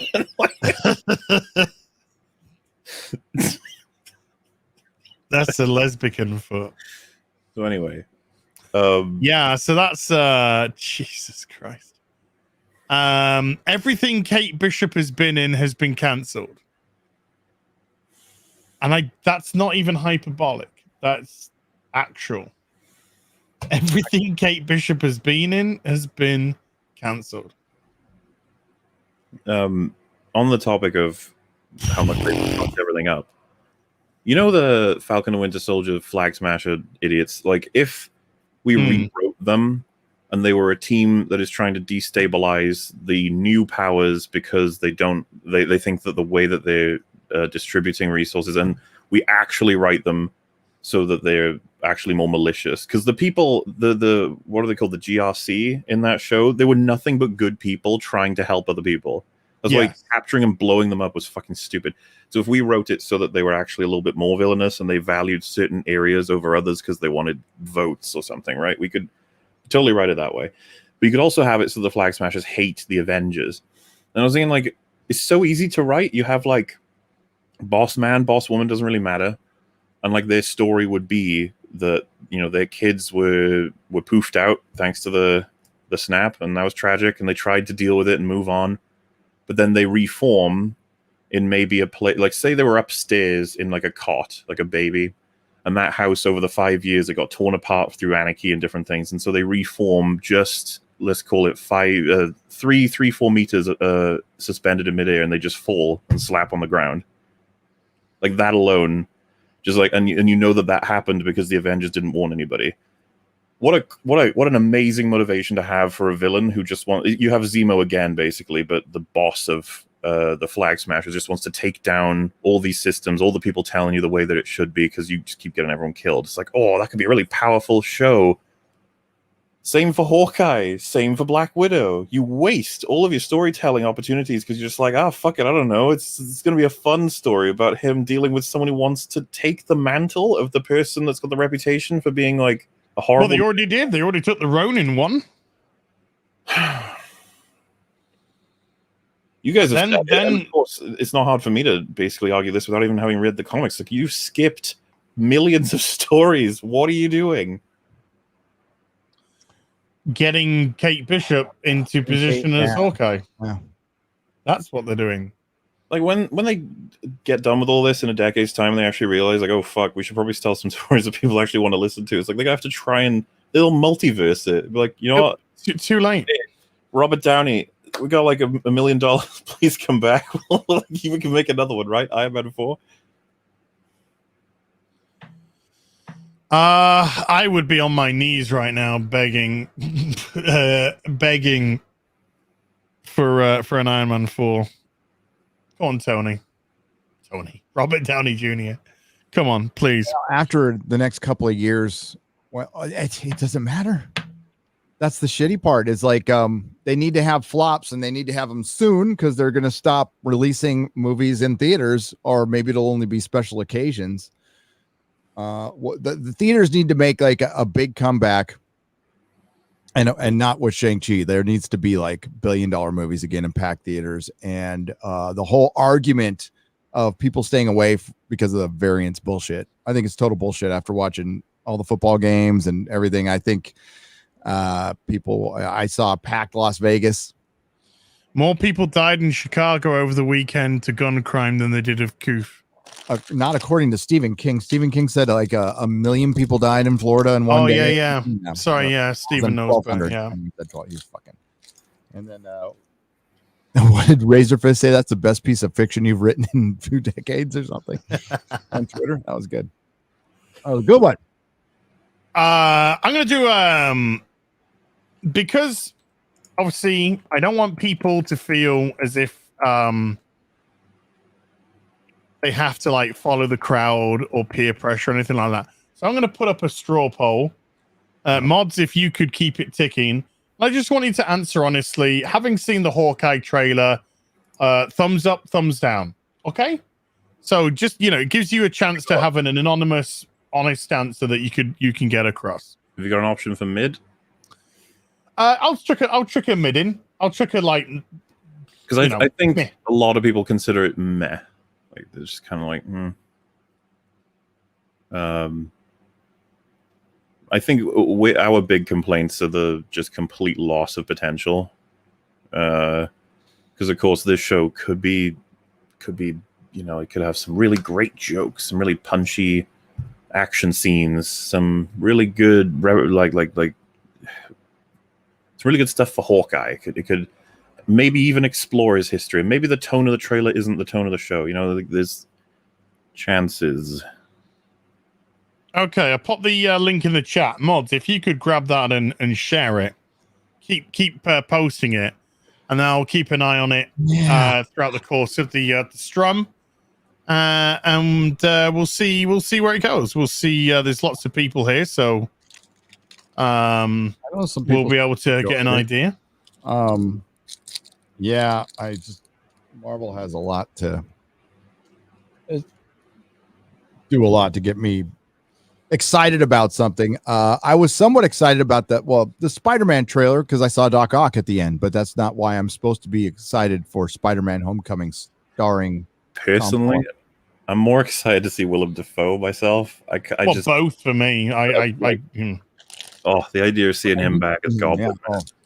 I said that to you, Gary, when I watched it. I was like, I don't know if I'm excited because I'm excited for Spider-Man for the wrong reasons. I'm excited about 2 characters who are, dead from 20 years ago nearly. Isn't that not really how I should be feeling? Shouldn't I be feeling excited because of the Doctor Strange and the Iron Boy? I'll allow it. I don't know.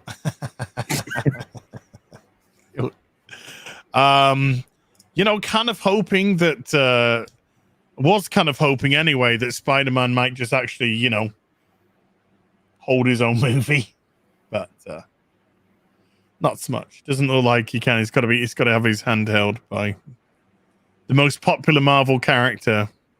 Has got to have his hand held, apparently. Ever. 3 most popular characters in the world: Batman, Superman, Spider-Man. Hey, does it count if it's is Peter Parker holding his hand? What about that? Well, which Peter Parker? I mean, I'm assuming you guys will actually want Tobey Spider-Man to offer his experience to Tom Holland Spider-Man in the film, right? I think that's different though, because that's an older version of him technically. No, yeah, I'm saying that you guys would like to see that, right? Yeah. It'd be it's an interesting dynamic. Absolutely. But it's like going from Iron Man to Doctor Strange and in fairness to both of you, he fucking wrecked Vulture on his own with his own suit. Yeah. he also wrecked Mysterio on his own with a suit that he chose. Well, no, yeah. Sorry, go on.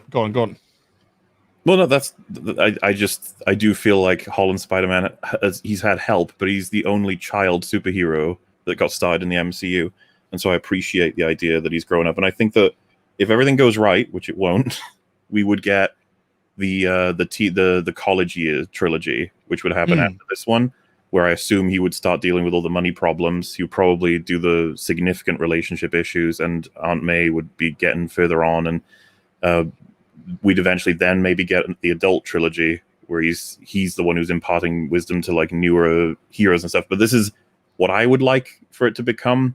I have no fucking... I'm worried he's going to get killed now and replaced by whatever Spider-Man they want next. Miles Morales. That's the route they're going, because, I mean, Tom Holland is Ultimate Spider-Man. He's not like 616 Spider-Man. And that's what happened to him. Sorry, spoilers. But, yeah. I really... if the fucking multiverse starts because... Doctor Strange is arrogant and makes a mistake. Fuck, dude, it's not fair. If you're gonna actually ruin Spider-Man and Doctor Strange in one movie, like, Jesus Christ, they were two of my lifelines.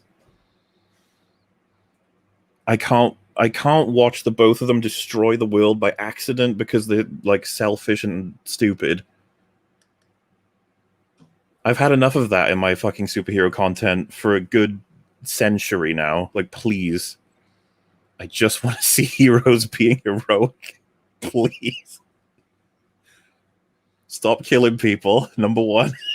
Step one. Step two. Care about people. That's These a great people one. don't have empathy. Are you crazy? So they ain't got no empathy. Oh, Athenan. My God. Athenan's just dropped a hundo. I'll get that. Get to that eventually, Athena. I'm so sorry, but thank you. I've seen it. Thank you so much. Yeah. Look. So I do.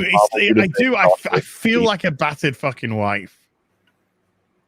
I do. It's just like I want to have hope, but well, the relationship was great. It was great for years, you know.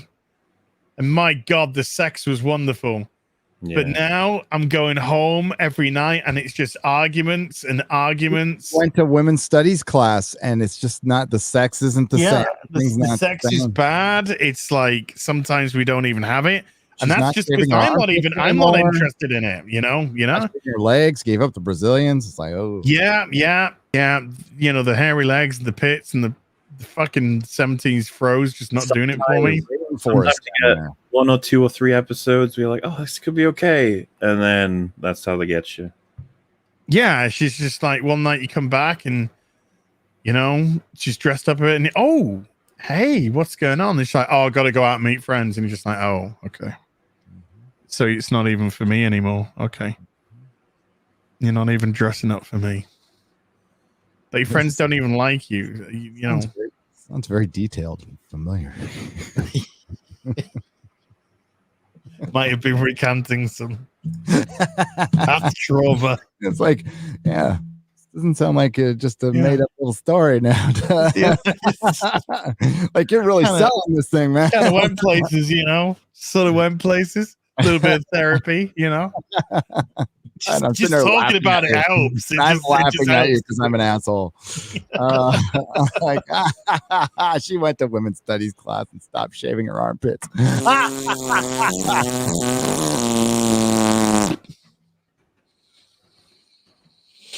Those were the days, my friend. I couldn't wait. Couldn't fucking wait for them to end. When they ended, it was so good. We need to watch I'm One together sometime. Remember the good days. Mm-hmm. It's like a photo album of when you started the relationship. Yeah, just go back to the sex. Just go back to the sex. Fuck the relationship. Just go and get some sex again. There's masculinity. There's a definitive bad guy that like you can go punch, and like yeah, kills, he saves, he kills terrorists. Obadiah throws a car, and Iron Man catches it before it flattens some civilians because he cares to save their lives. Yes. Now they wouldn't even call the terrorists. No. We gotta stop calling them. We gotta stop calling those people that blow up innocents terrorists. Okay. Call them tismists. We gotta start calling them allies. Okay. Frenzies with benefits if we can get some like treaties and stuff. Okay. I'm a black man with the stars and stripes on. What don't I know? Okay. Dude, if only the MCU like kicked off popularity in like the 80s, and then we got a good 20, 30 years of like plenty of good stuff, you know? Oh boy. Yeah. Kick ass fucking, but now we got Birkenstock Hulk.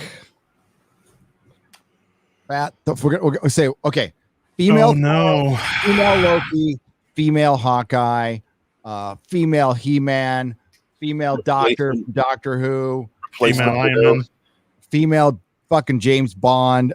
I'm just amazed at all this originality that I'm seeing. I'm just blown away.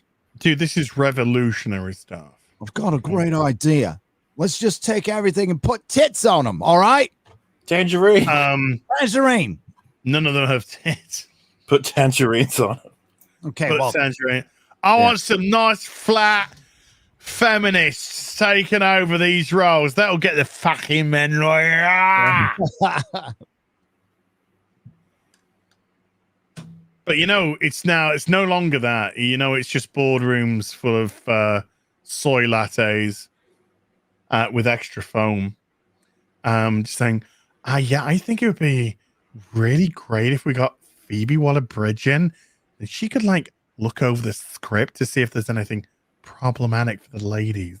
Okay, and all the men are Indiana Jones. Indiana. I mean, what's the girl version of Indiana? Indiana-ness. Indiana Jones. Vagina Jones. Indiana Jonah. Yeah, Joan. That'd be it. She'll take up the mantle. He'll give her his hat in the movie, and we'll all die inside. You will. I won't be fucking watching this shit. That's one that I will debate watching. I'm not sure, because Indiana Jones is another one of those ones where it's like, stop touching it. It's not yours. Stop it sucks. I don't know if he recorded. Yeah, because he's Yaphet in the Orville. Norm Macdonald brought more personality to a little walking and talking ball of snot than any character in Star Trek Discovery.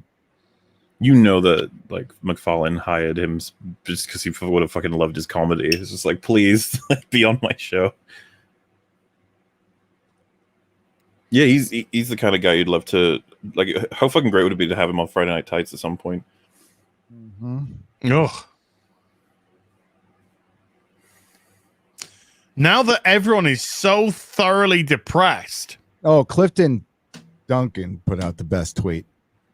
Okay, real simple. It's like something that's right out there. But yeah, calling people anti-vaxxer is the new N-word. Nice. Yeah. Kind of right. But go to his tweet. Context will be there. Yeah. I mean, I'm just. It's it's the whole way that they've fucked up anti-vaxxer either, because it's not anti-vaxxer, it's anti-specific vaccine. Well, it's more like pro. That they said they wouldn't take. It's more like I'd like to have a choice about things and respecting other people's choice. Oh, Gavin Newsom was hilarious. I believe in a women's body being a women's choice. By the way, mandatory vaccines. Exactly. By all means, get it. I never said don't get it. By all means, if you want to get it, please. Yeah. By all means. But don't respect other people's freedom. That's all. I just want to cry. Howard was trying to compare it to polio yesterday, and it's like, dude, this ain't polio. This ain't polio, you fucktard. Polio. Okay. You want to equate it to something? Try the fucking flu. Yeah. Bitch. Let's go through some super chats and hopefully we'll cheer up a little bit. Scott Vakra with a £20 says Evil of the Daleks Reanimated is released this month. Review, please. Also, what is your favorite Doctor Who or Dalek story of all time? The one that kills Jodie Whittaker. Yeah, whatever Dalek kills Jodie Whittaker will be my favorite. That's my favorite. This is all real Doctor Who we have left. Please support. Troughton is the reason we stayed.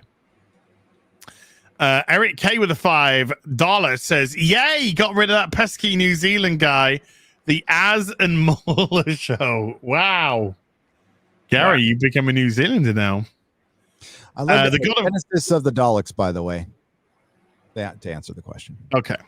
My answer is legit. The one that kills Jodie Whittaker. The God of Gravy with a £1.79 says, boom, boom, boom, boom. Az has left the room. I'm still here. Was that question earlier about favorite Doctor Who episode? I think I missed it. Favorite Dalek Doctor Who episode. Yeah. Oh. Well, Dalek is pretty damn good. My pool is smaller than you guys's, but Dalek would have been my choice. Yeah, it's a good choice. Dalek for modern, Genesis of the Dalek for my choice is the one that kills Jodie Whittaker. Well, I mean, shoots around fucking he's gonna get killed. I think I actually might watch the regeneration episode. Well, I'm going to have to, obviously, for clicks and views and money. I'm being forced to watch that with Jay. You better watch this shit, otherwise, who am I going to talk to it about? Well, I got to see that they actually fucking do either, kill the bitch. There you go. I'll talk to Gary, and then you have to see it, because you can't have me and Gary discussing it on Real BBC while you sit there asking us what the fuck's going on, right? You gotta suffer too, Az. I gotta choose how I'm gonna kill myself. Hey, I'm not forcing you. Picard. Right, Gary, fucking Picard's yours. I can't deal with it. It's yours. I ain't fucking touching it. So's Lord of the Rings. They're yours. I can't deal with it. I'll do Batwoman, and I'll do Discovery. Fuck my life. A year until, and I'll do Doctor Who. But I think that's too. I think that's enough. I think that's too much cancer as well. But Doctor Who at bare minimum is in 2 months. Hey, Steph, how you doing, sweetie? It's only going to be 6 episodes. Right, 6 episodes and then 4 specials, but one of the specials is the New Year special that they do anyway. So let's just say, it's going to be 4, but 6 episodes and then. So she's going to regenerate a year from New Year's Day. Yes, if they pick another doctor and another showrunner, which they probably will. Who wants to take this shit? Oh, dude, it'll be nobody. It'll be. Who the fuck wants to pick this poison chalice up? It will not be a white guy. It will not be a white doctor. That's the only thing I know. But it'll be shit. What the fuck could you? Everybody wants, Sheen and stuff like that. That's yes. In a perfect world, or in a normal world, they would go, "Wow, that would be popular and people would like it. Let's do it." We need to do something popular. But no, their agenda matters more. It's the writing. Martin Sheen would be a great doctor, but if he comes on and it's still the same attitude with the BBC, which it will be, then the writing's going to be dog shit. Yep, it's going to be absolutely fucking dog shit situation. People were saying that with Iron Man and Cap coming back. It's like, why would you want them back now? There's no point now. Well, that's the same logic. You're right with the same logic. To be honest with you. Oh, dude, this cat. I can't pronounce the actor's name. Blade is fucking perfect to play Blade. It's fucking perfect. Ahmed, something like that. But not like that at all. But not in a PG-13 fucking. No, it's going to be ridiculous. You wouldn't want the blood to be involved in a vampire property, would you? God forbid. No. Was Blade going to be? Sorry. Was it a hemophiliac? I'm a hemophiliac or whatever it is. Sorry. Was it Blade Trinity that had the farming thing where it just had loads of people just strung up and being pumped for all their blood? Yeah. It's like you're never doing that in a Marvel MCU film now. No. Oh, God, no. Oh, there he is. Mahershala Ali. It's Mahershala, I think that's how you pronounce it. Mahershala Ali. Great actor. Great fucking actor. Yeah. But he ain't very good actor. not gonna work. I liked him a lot in Luke Cage, and I thought he's really good in House of Cards. Yeah. Couple of things. God, I still got that fucking annoying bint looking at me. Who's going to be the villain in Hawkeye? Of course she is. Of course she fucking is. Jesus Christ. It's the most wonderful time of the year. Can we go?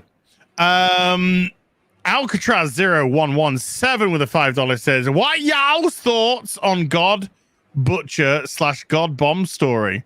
I think it's one of Thor's greatest feats that will be ruined in the MCU. Also, hello, Longman. Hello. Gary? Hello. I thought you would be the best person to answer it because you're the Marvel man. Say it again. Sorry. God. Okay. God Butcher, God Bomb story for Thor. Gonna get butchered by the MCU. But it's going to get butchered. It's going to get butchered. It's a good story. But it will be fucked by are they asking if it's going to get screwed in the female Thor? For one, when you're trying to put like 4 different stories into a 2-hour movie, it's usually pretty fucking bad. But yeah, Christian Bale's gonna be, that's fine. I wonder how he's gonna look. I wonder how they're gonna work. I mean, it'll be all fucking CG'd out and stuff. But, it's gonna be weird. Well, they've finished filming, haven't they? I believe so. Yeah, they wrapped. It's gonna be weird seeing Russell Crowe as Zeus as well. That'd be cool. I'm hoping it'll be cool. I'm hoping the whole thing will be cool. To be honest with you, I mean, we might. No, it won't. There'll be moments. That'll be cool. There'll be moments. Jane, who wants Cancer Thor? Well, I mean, that's a whole story by itself, and you're doing the God Butcher thing with that. It's just wow. That's not to mention. How are you gonna make it so that she earns Mjolnir within Just like the third act? How are you gonna do that quickly? Because she's a woman and she's got cancer. That's even if they do. Jane Foster has cancer in this. I don't know if they're going to do that.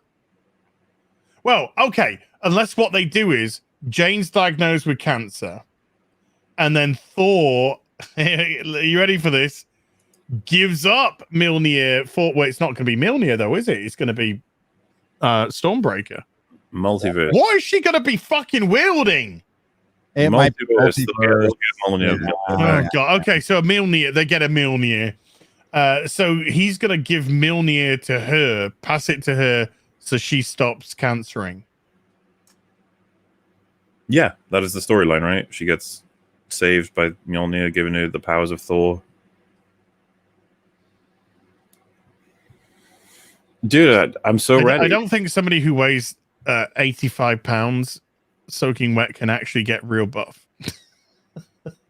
Yeah, apparently she's been training up for it, which I'll be interested to see. I haven't seen a single picture. Let's see. Let's go. I saw a weird picture, but that could have easily been a muscle suit. So it was really, you just don't know. It was a far off picture, and you couldn't really tell if it was a muscle suit that she was wearing or not. Paparazzi following this girl around everywhere. There's got to be a picture of her. Give her a hammer to make her stop cancering ass. Yeah. Let's see when this one was. This is her at the beach. This is October 6th, 2020. Okay. And she just looks like a normal. So this is nearly a year ago. This is about a year ago. She's put on a couple, but I mean, she's fine. She's absolutely like, this is like just, she actually looks like a normal person. You want me to share it? It's from the Daily Mail. Yeah. Do it. So this is a year ago. Mjolnir.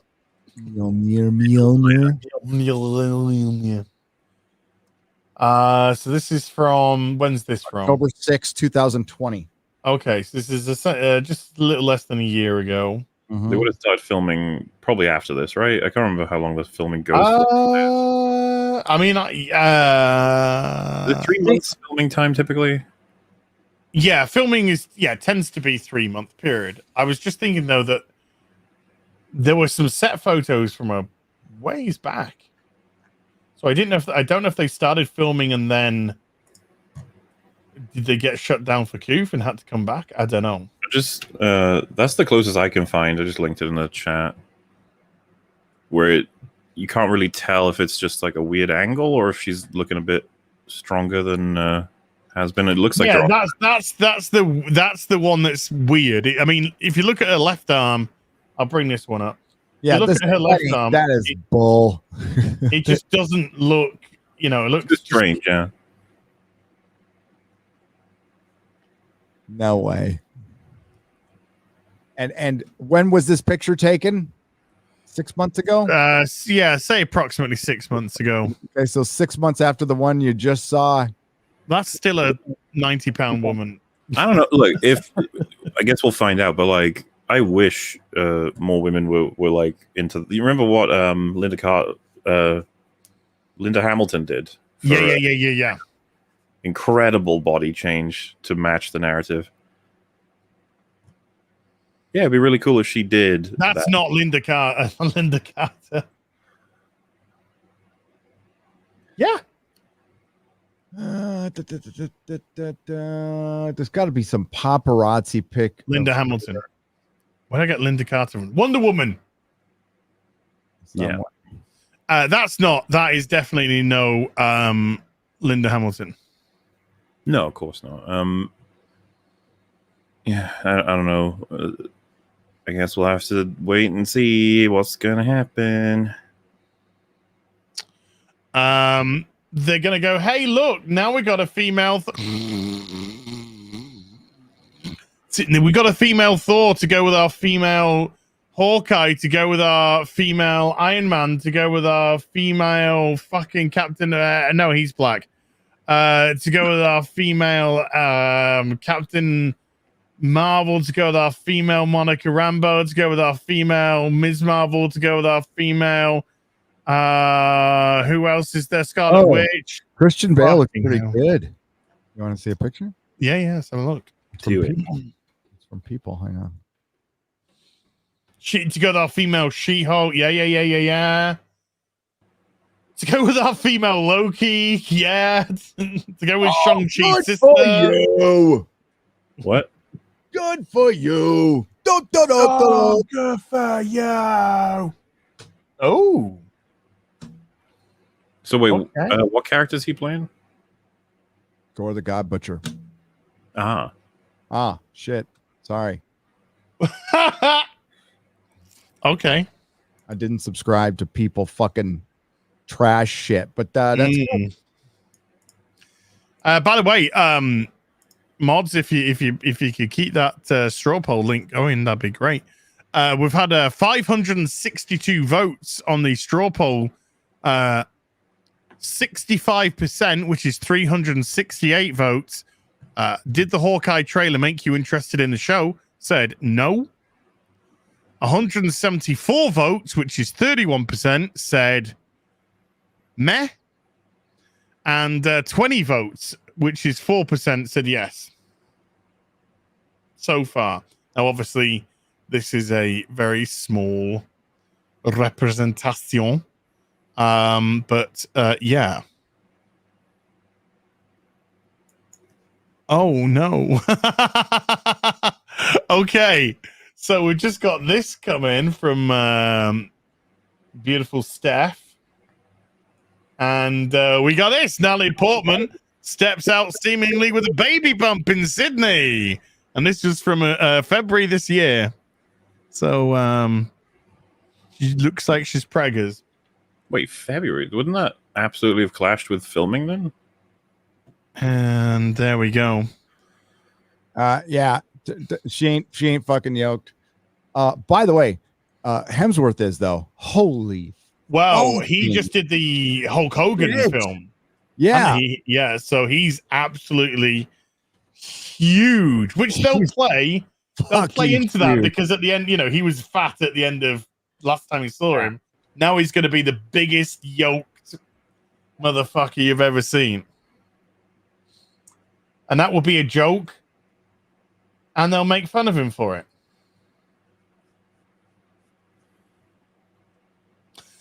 It's the most wonderful time of the year. Oh my God. His legs are so skinny. Is that a real picture of his legs? That cannot be a real picture of his fucking legs. Share it. Let's have a look. Let's break it down. God. People have put this up there before. Oh, dude, you missed leg day. What the fuck? That cannot be real.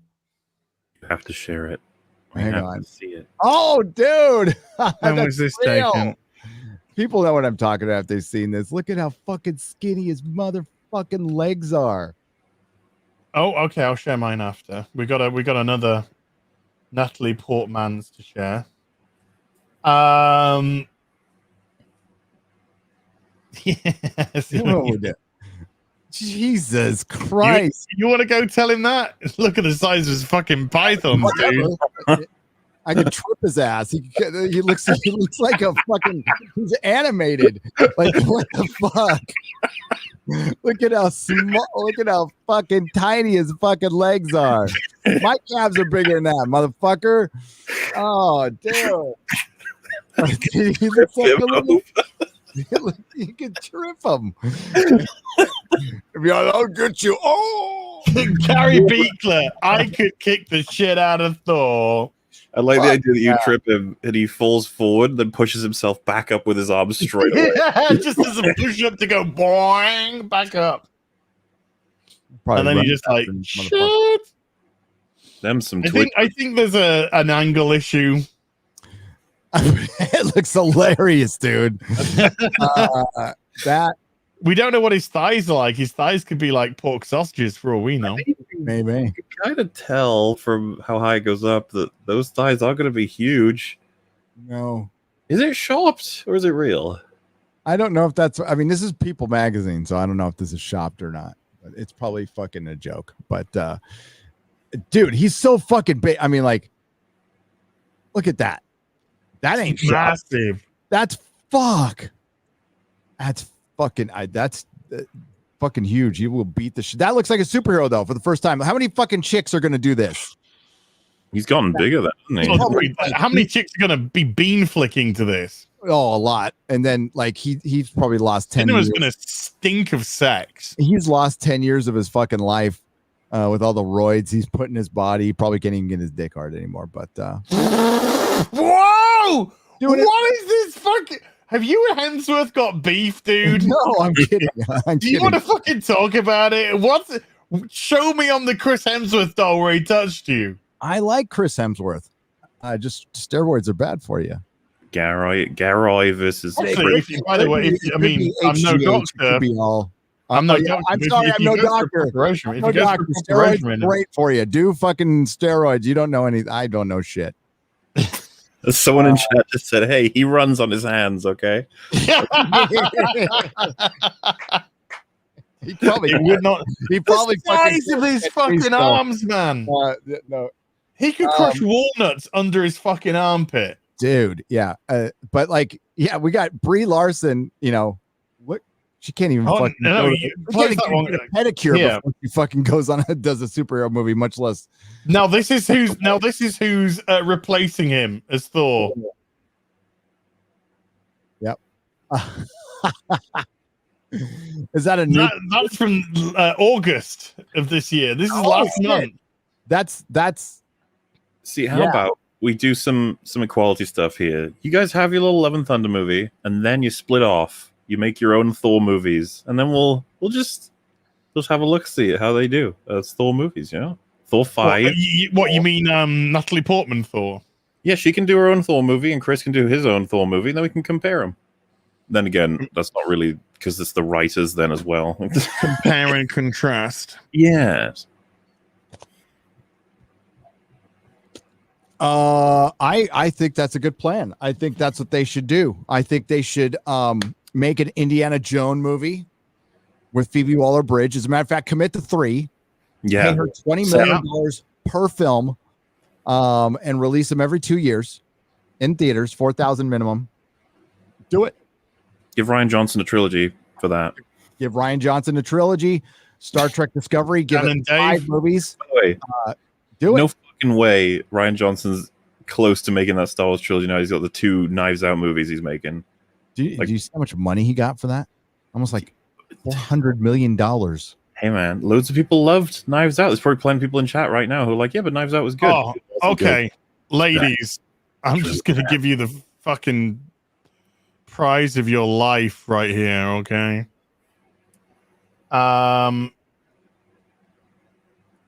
This is Hemi. And he's got himself a Gary over here. A Gary. And this is look, there we go. There we go. Look at those legs.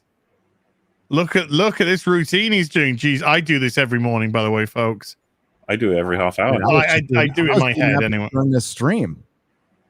Every time I click the camera off, I'm doing that. That's what I'm doing. His legs look fine to me. So it's probably, like I said, probably a trick of that camera lens. Take them off the twiglets. Oh my god, those twists are horrible.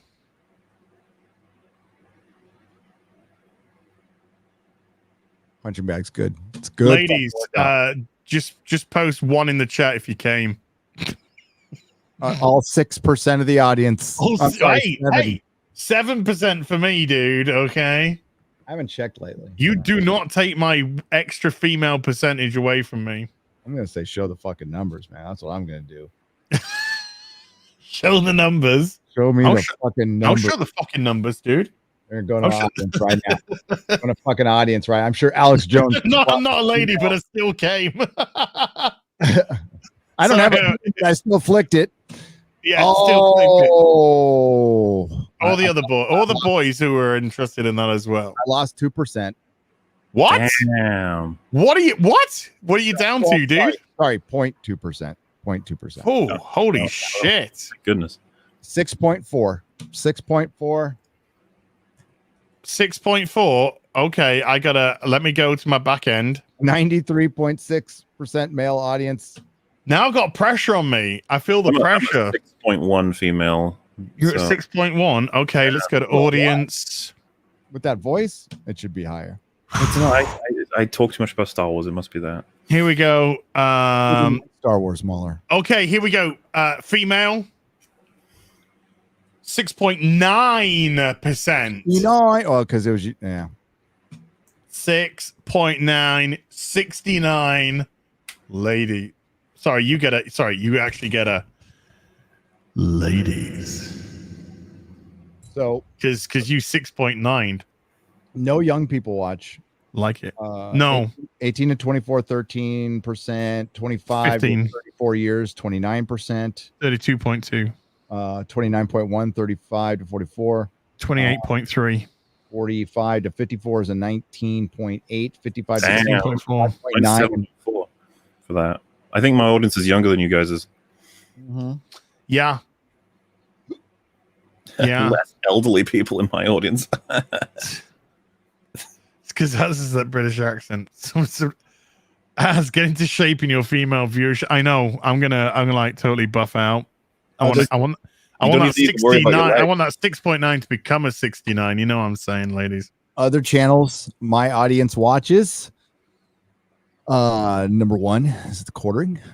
Number 2 is Critical Drinker. Number 3 is Yellow Flash. Number 4 is Clownfish. Number 5 is Heel versus Babyface. Hey. And then right after that, it is Young Rippa. It's a Gundam. Dude. And Mauler. By the way, mine is exactly the same, but you take out me and you put you in. Quartering, Yellow Flash, Clownfish, Drinker, Nerdrotic. Mine says people who watch your channel watch your second channel. That's pretty good. That's great, mate. Yeah, that is good. My second and third channel don't even show up. What's this one? Interesting. Okay, Gary's. Okay, we need to come back on track. Okay, sorry. What? You want me to get back on track? Oh no, Something? Carrie's dyed her hair blue. Carrie who? Fisher? No. Smith. Carrie Fisher in blue. Jeez. Carrie Fisher. She is looking a bit blue, dude, but that's for another reason. That's in the chat for Paul Walker. Reet, let's go into hello. Just one thing before you start, because I've just seen my notifications. Someone just shared a quote from Noel Mcdonald. It's fucking class. He said, "I'm pretty sure I'm not a doctor, but I'm pretty sure if you die, the cancer dies too. That's not a loss. That's a draw." Bless his fucking heart, man. Hell yeah, he fucking killed the cancer just like in both ways. Yeah. WG with a $50 says, "As nice to see Gary in the bullpen in just in case you need to strike out on some SJW switch hitters. Only thing better would be a Nerdrotic hockey jersey, since Gary looks like one of the Hanson brothers from Slapshot. Keep your stick on the ice, Gary." Dude, I don't even know how to fucking ice skate. You kidding me? I want to get on the ice. I grew up in California. I think I've only seen it snow like 3 times. No, never made snow angels. No, I have to drive miles and miles. Like, snow is a novelty for us. It's like, ooh, look, snow, this weird thing that we never see. It did snow in San Francisco once while I was there. That was weird. Ty Sloan with a $2 says, "Do you think Incredibles 2 was woke with Elastigirl?" I never seen it, so I don't know. Yes, Incredibles 2 is not my. I didn't like it. Incredibles 1 is fucking amazing. Incredibles 2 sucked. Yep. Oh, okay. Totally That's agree. probably why I haven't seen it. Carrier Smith with a $5 says, "Alex Jones would be Horshack from Watchmen." Rorschach. Yeah. I mean, Rorschach, interesting character. Interesting character. I mean, like, he is Rorschach was the Archie Bunker of comic books. Written to be a caricature, ended up being the most popular thing. I mean, that's what happened with the fucking Starship Troopers movie. It was supposed to be, it was intended to make fun, but then people were like, "Hey, this is a pretty badass sort of movie." Yep. Oh, that was complete satire, man. I don't know if you've heard the arguments. As I'd recommend Sargon's video on Starship Troopers. He talks about taking it in a completely different direction. Funnily enough, I watched his video was made because of Red Letter Media's coverage of Starship Troopers, I think. Where it's a badass movie, but it's meant to be satirical. Yeah, but it's funny. I've had this conversation so many times because so many people are like, "What do you mean? They're totally fascist." All this stuff's just like, if you take the movie piece by piece, the organization they have, and a lot of the things that are said about that movie, when you look at the specific events and stuff, it's a lot more interesting than saying it. I would argue it's a very badly done satire. Is the point? I'll give it a watch. Yeah, it's a really cool conversation to have. A lot of people are just like, "What? You like Nazis?" You're like, no, seriously. Because the society you are hanging out with us too. I was going to say I'm already a Nazi. It's fine. But yeah, Sargon just goes through a lot of what happens in the film and the book and explains that, like, trying to satirize it, Verhoeven kind of fucked up, and it created the universe presented in that film is actually kind of neat in a lot of ways. The way that it's all like volunteer, the way that it they have options for everybody to earn different things inside it. I don't want to waste too much time on it. I'm just saying, like, it's cool. And as Gary was just mentioning about Rorschach, it's like a film that gained a lot of popularity for the reasons that the creator didn't intend, but also the reasons they did intend. Because like I've seen conversations on Rorschach where they're like, "You weren't supposed to like Rorschach, idiot." And you're like, okay. Why? He murdered a pedo. Is it pedo? Well, I way prefer instead of being like, lol, idiots, you got the wrong interpretation, where it's like, hey, have you heard the interpretation, or have you just sort of written it off because it sounds too absurd? He wanted the truth. Rorschach wanted the truth.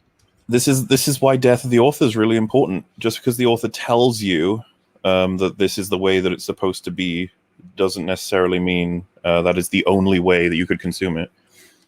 I don't know how you couldn't not like Rorschach from Watchmen.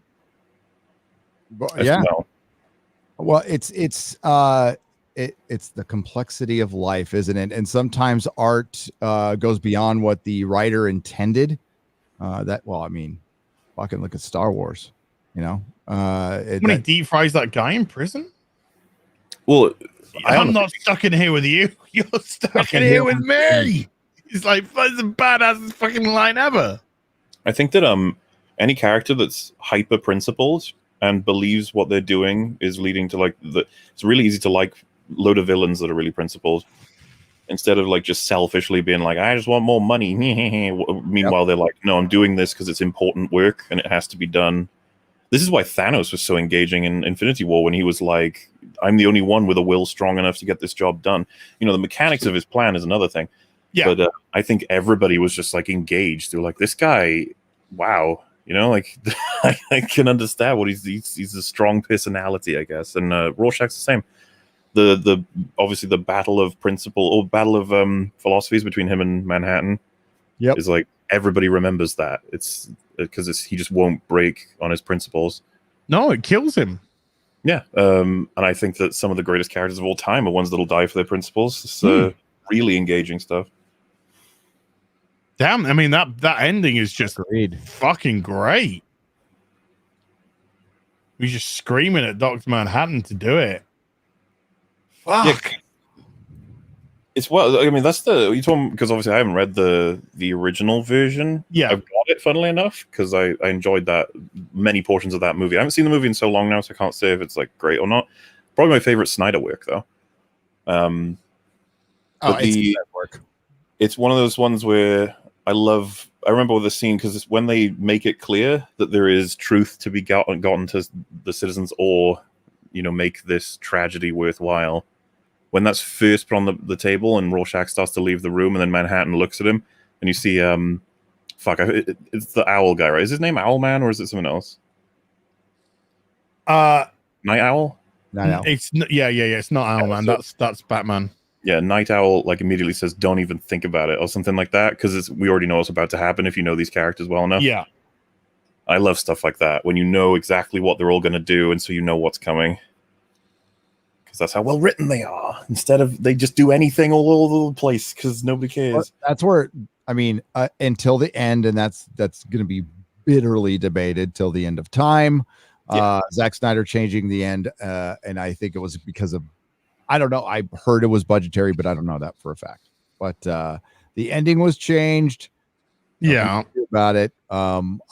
It didn't bother me. I thought the performances were so fucking good and engaging, and this is the one time Zack just like let the comic book do the talking, because this is an Alan Moore comic book, and up until that end, we got to kind of see it in the Watchmen series, which was like the one good thing out of the Watchmen series was episode 5, where they kind of left behind all the identity politics and crap and just told a story, and it was kind of fucking interesting, and you saw the potential, a potential that I was initially excited when I heard there was going to be a Watchmen series. I'm like, oh wow, fuck, this could be cool till I saw it. But no, I fucking love the Watchmen movie. I walked out of it, I thought, like, this is great. I'm a little bit out of the loop. What was you were saying did you say Zack Snyder changed something, or the ending has changed? The ending has been changed slightly. Yeah, giant squid in the comic book. It's a giant monster. Yeah. Oh, rather than like he uses a bomb in the film though. Yeah, he creates a fake monster. It's the same effect, but the act is very very different, and it ends up leading to a slightly different conclusion. But I was fine with it. But the Rorschach business was the same.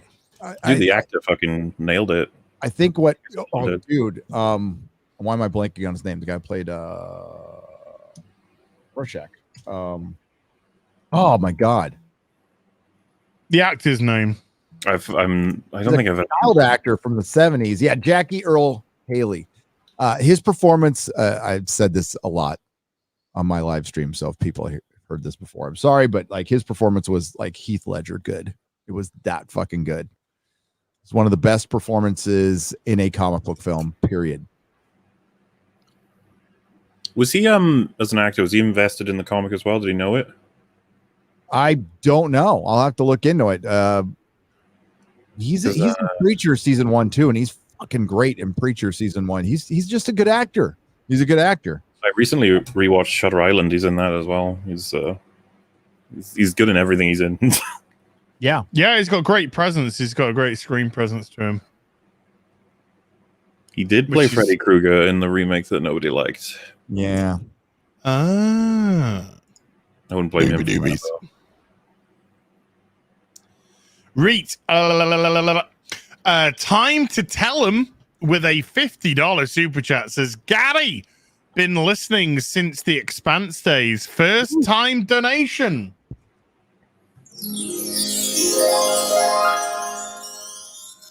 You get some of that. Genuinely love you all. For a new comic book reader, what is a good starting point? Really looking at either some Batman or Spider-Man. Also, are you into graded comics? Batman, want to get into Batman, read Dark Knight Returns or read Killing Joke to start yourself off with. Yep. Or Batman Year 1. Then Year 1, then Year 2, and then you can go into Nightfall, and there's all kinds of there's a bunch of Legends of the Dark Knight was a great series because it had like these really compact stories that were awesome. The Cult, Venom, Son of the Demon, good stuff, really good stuff. Prey. Yeah, Jack Earl Haley was in a show called Wait Till Your Father Gets Home. Wait till your father gets, until your father gets, wait till your father gets home. My dad Never used heard to of watch it. that. I was fucking 3 when that came out. He was in the Partridge Family, Marcus Welby, MD, Planet of the Apes TV show, Breaking Away, played Moocher. Gary, he played the Terror in the Tick. In the Tick, he played the Terror. Yes. I am so happy that you watched the Tick, and like, have you checked out any of the other live action Tick?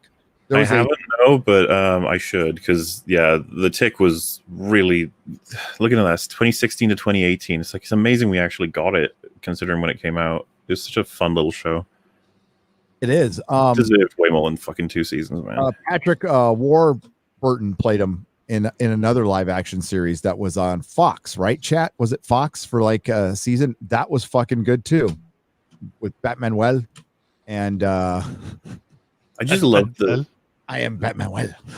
The contrasting Overkill with the Tick. They're just fucking great side by side as this, like, you know, the Boy Scout hero who's like, I'll save you, citizen, along with like the Punisher basically slashing heads off and stuff. I can't watch it now though, because if I go back and watch it, that fucking shithead who was talking to Kevin Smith, railing on the fans. That fucking absolute fucking piece of shit who sat next to Kevin Smith. That was just a yes man. Yes, Kevin. Mwah. Want me to kiss your ass again, Kevin? Mwah. Hate the fans. Newman. I'm into that, Kevin. Go fuck yourself, you little bitch. Small man syndrome. You look like fucking MC Hammer vomited over fucking Vanilla Ice. Fuck off. Jesus Christ. Small man syndrome. It's a fucking disease. Watch the comics are fucking great. The animated series is great. The other live action series is great. Everything about the Tick. And you know why? Because it's Ben Edlund. And you know about Ben Edlund. He wrote Smile Time.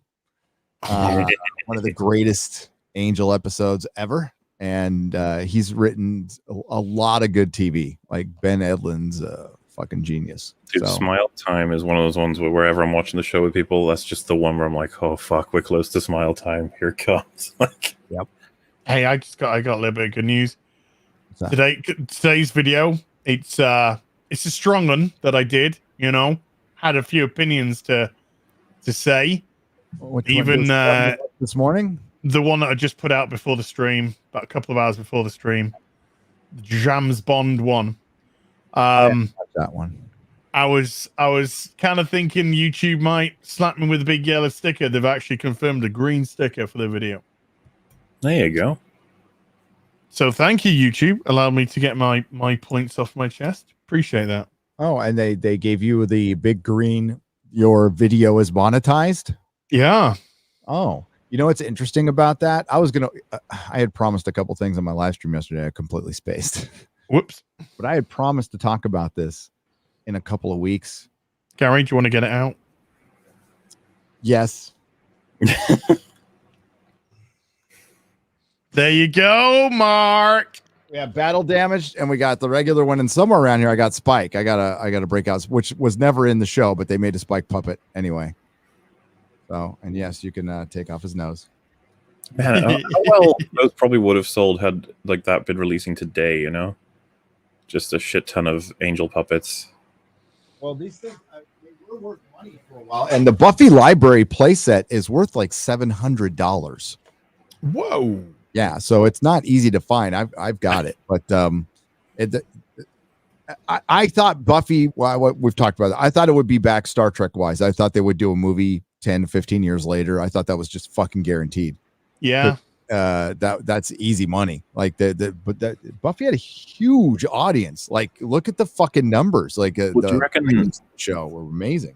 They're gonna have to retool it all now because Joss can't be a part of it at all. Like, so they're gonna have to really figure out what the fuck they're gonna do with it. Only way that would work is if they got those core writers back aside from him. I think it's the Mutant Enemy team, right? They were because they're on the Nevers.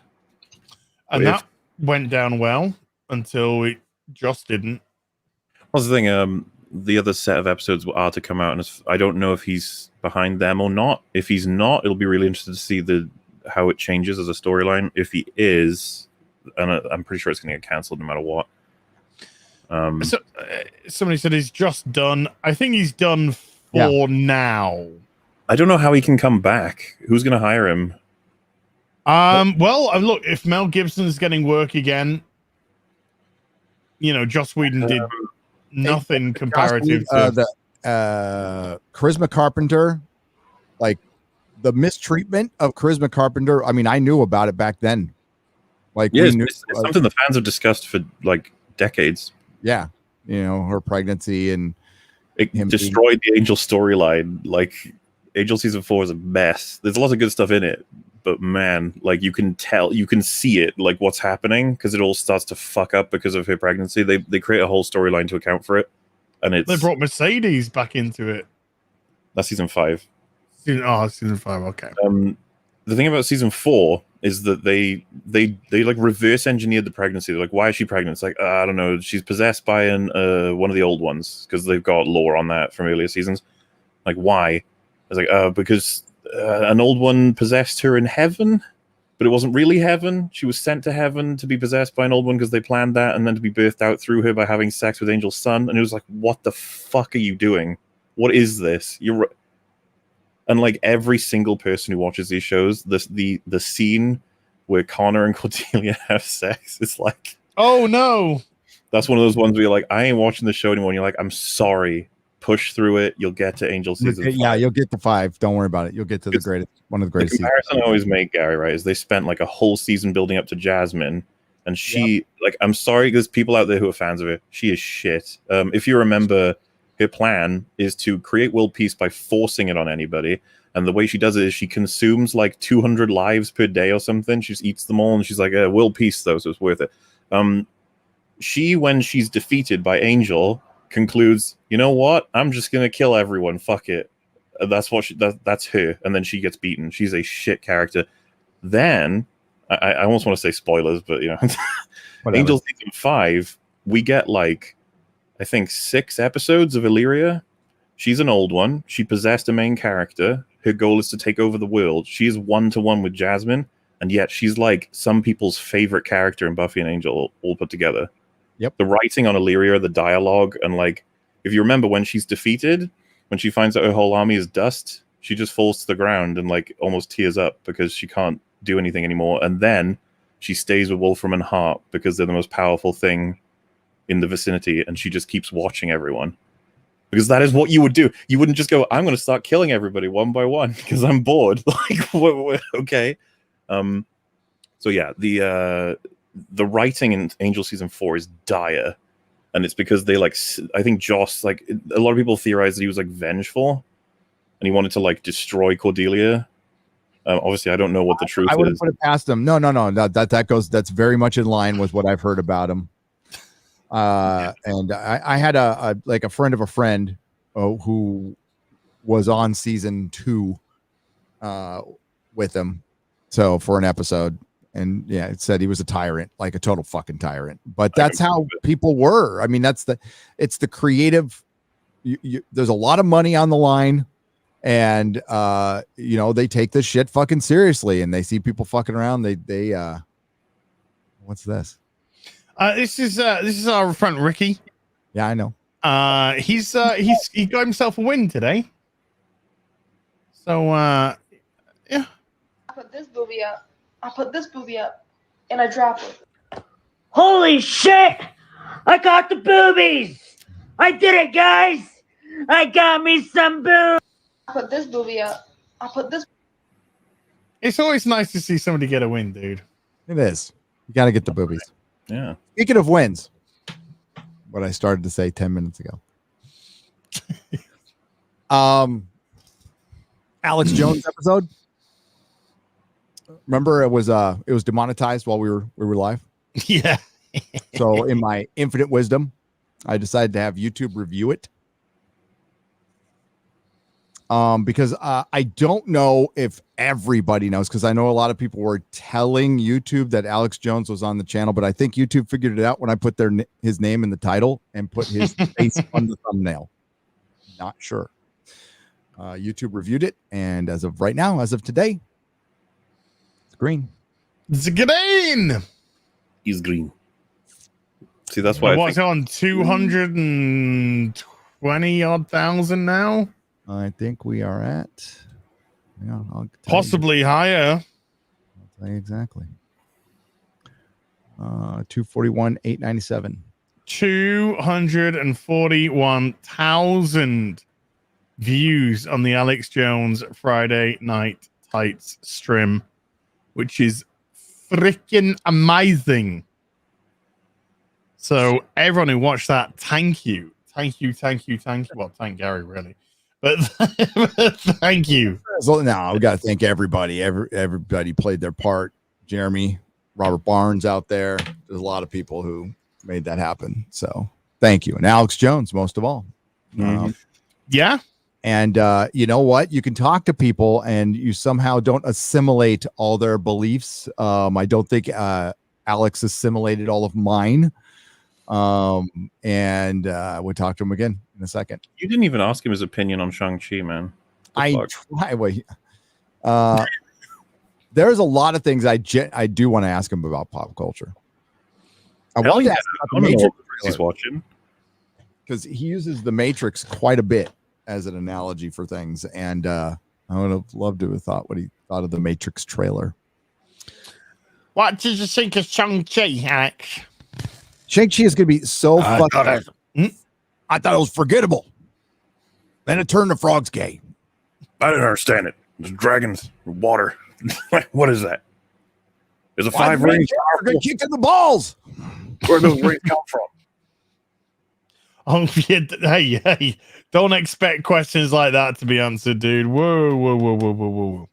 They space rings. Marvel aren't prepared to do that kind of stuff. World building? No. You haven't seen it, Mauler, have you? I actually have. You have. Let's have to put it this way. I have seen the film. I did not go to the theater to see the film. Look, you're driving the members insane. Please, no more Shang-Chi. Please. Gary, when you said that Death Dealer got a shitty death, I did not think. I feel like you under-exaggerated, honestly. I didn't believe it. Like, you have this scene. It's the closest you get to the kind of combat I was actually hoping would be in Shang-Chi, but we didn't get it. With Death Dealer, you get while they're fighting, the knives are flipping up into the air and being grabbed by each one to try and take it. It's like, that shit is like, that was cool. The longer the takes, the more complicated the choreography, the more I will clap for you, because that's the kind of shit you should be doing. And I was like, oh yeah, it's going to be cool. And then they have this moment where, you know, fuck, I don't remember their names. So Michelle Yeoh is like, I'm going to stop Dad. And then Dad like looks over to see Death Dealer, and you're like, oh shit, Death Dealer and Michelle Yeoh are going to have, and that's perfect because they can get, Michelle Yeoh's already experienced in this, and you can put whoever you want behind that mask for choreography. So we're going to get our great fight. No fight. And then the demons are released, and then Death Dealer's just killed randomly. It's like, yeah. Oh. But okay. It was a funsy, onesie, jokesy, wokesy. Or a fucking gag. And it's like, dude, that was like the one like real thing in this. That for one, it looked like a Shang-Chi villain. Looked like a proper villain. The guy looked like he could fucking fight, or whoever's in that. Yeah, whoever's in that costume could fight. Like you can tell. And so I was in a call with Fringy, right? And he was saying that loads of people are praising the movie for the fight scenes. And I was like, Fringy, have you seen Crouching Tiger, Hidden Dragon? He was like, no, I have not. And I was like, all right, we're going to watch the scene that everyone always shares around, the two women, one of them with the awesome sword, one of them blasting through all kinds of different weapons. And I was like, we're going to watch that. Because, and we did, and he was thoroughly impressed, as everybody is when they see that scene. People have forgotten what it was to do the top tier of any of these crafts. They're just settling for what they see because it's like, this is good, I think. They don't even know what to compare it to anymore. Like, if you watch a Shang-Chi fight in the film, it's kind of like, yeah. While someone else is like going nuts, they're like, no, this is amazing. And you're like, no, this is amazing. And then you show them the clip from like good things, and they can be like, whoa, like this is how much you can do. It's like, yes. Show them fucking Jackie Chan. Show them all the famous films from. Show them The Raid. Yeah. Or show them the no more stock photos for this guy. All of this bullshit over just this average fucking movie, and it's. I mean, well, I'll go as far as saying it was bad. I think the writing is fucking nonsense. It's like Black Widow again, where the third act is the one that people noticed being bad. Like, I don't want to, you guys, we can go into as much as you want to, but just stuff like, we can't let him get to the gate. Let's all not be at the gate. Mauler, you and I have been friends for a year and a half. Just wanted to say that. Isn't it even a year and a half? I don't know if it's been a year and a half or not. I've known you so much longer than that. I know Aquafina walks up to Shang-Chi and says, we've been friends for 10 years. We've been. That's what I do when I see my friends. I go, hey, we've been friends for 11 years now. And Dude, that kind of dialogue kills me. I think I even made notes about it. I was like, how is there this much dialogue that's so shit all in a row? Like, exploratory dialogue delivered in a really boring, bland way. Like, you used to be wild. What happened? I grew up. What's that supposed to mean? God. It's like, Sean, you're a valet driver with an honors degree from Berkeley. It's like, yes. Exposition dialogue. There needs to be some kind of fucking skit. Yep. Also, I love when he was like, I'm going to go find my sister. And then she's like, you can explain all this to me on the plane. And he goes, wait, Katie. And then she goes, you can explain on the plane, Sean. It's like, no. Like, your best friends, not lovers or married, you know? You'd be like, all right, see when you get back. Yeah. And Katie, you don't even look like you could run, much less like fight or anything else. Dude, she was so stapled onto that film.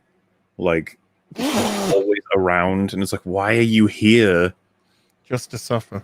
Marvel's fucking Katie, man. Marvel's Katie. Fucking Katie. And like fucking Wong brings her in at the end and goes, you guys are about to enter in a different world. I'm like, Marvel's Katie. She got one shot off. And she's a ballet. That's another thing I wanted to mention to you. I was pissed off as fuck that they did it the wrong way. You have boss archer man who's old, and he's like, I don't trust this new girl. No, fuck you. You have to be, blah, blah, blah. It's like, okay, good. And then he's like, okay, fine. I will give her a lesson because fuck it. We need all the people we can get. Somehow, let's just ignore the fact that she learns how to be an archer in like 5 seconds. Yep. And then he's like, he's shooting with her. And then the whole battlefield's getting fucked up because of all these creepy demons and stuff. And he's with her, and they both realize, fuck, we got to knock out that dragon to help the guy because that's like what everything matters. He's like, come on, let's go. And then you have this moment, and in my head, I was talking to Fring about this. I was like, oh, I'm already seeing it now. So what'll happen is he'll go to shoot because he's the expert, and then one of those things will attack him, and it'll fuck up his arm. So she'll have to take the shot, and she'll miss, and then he'll give her what she needs to know. He'll tell her how to position it, and she'll finally land it.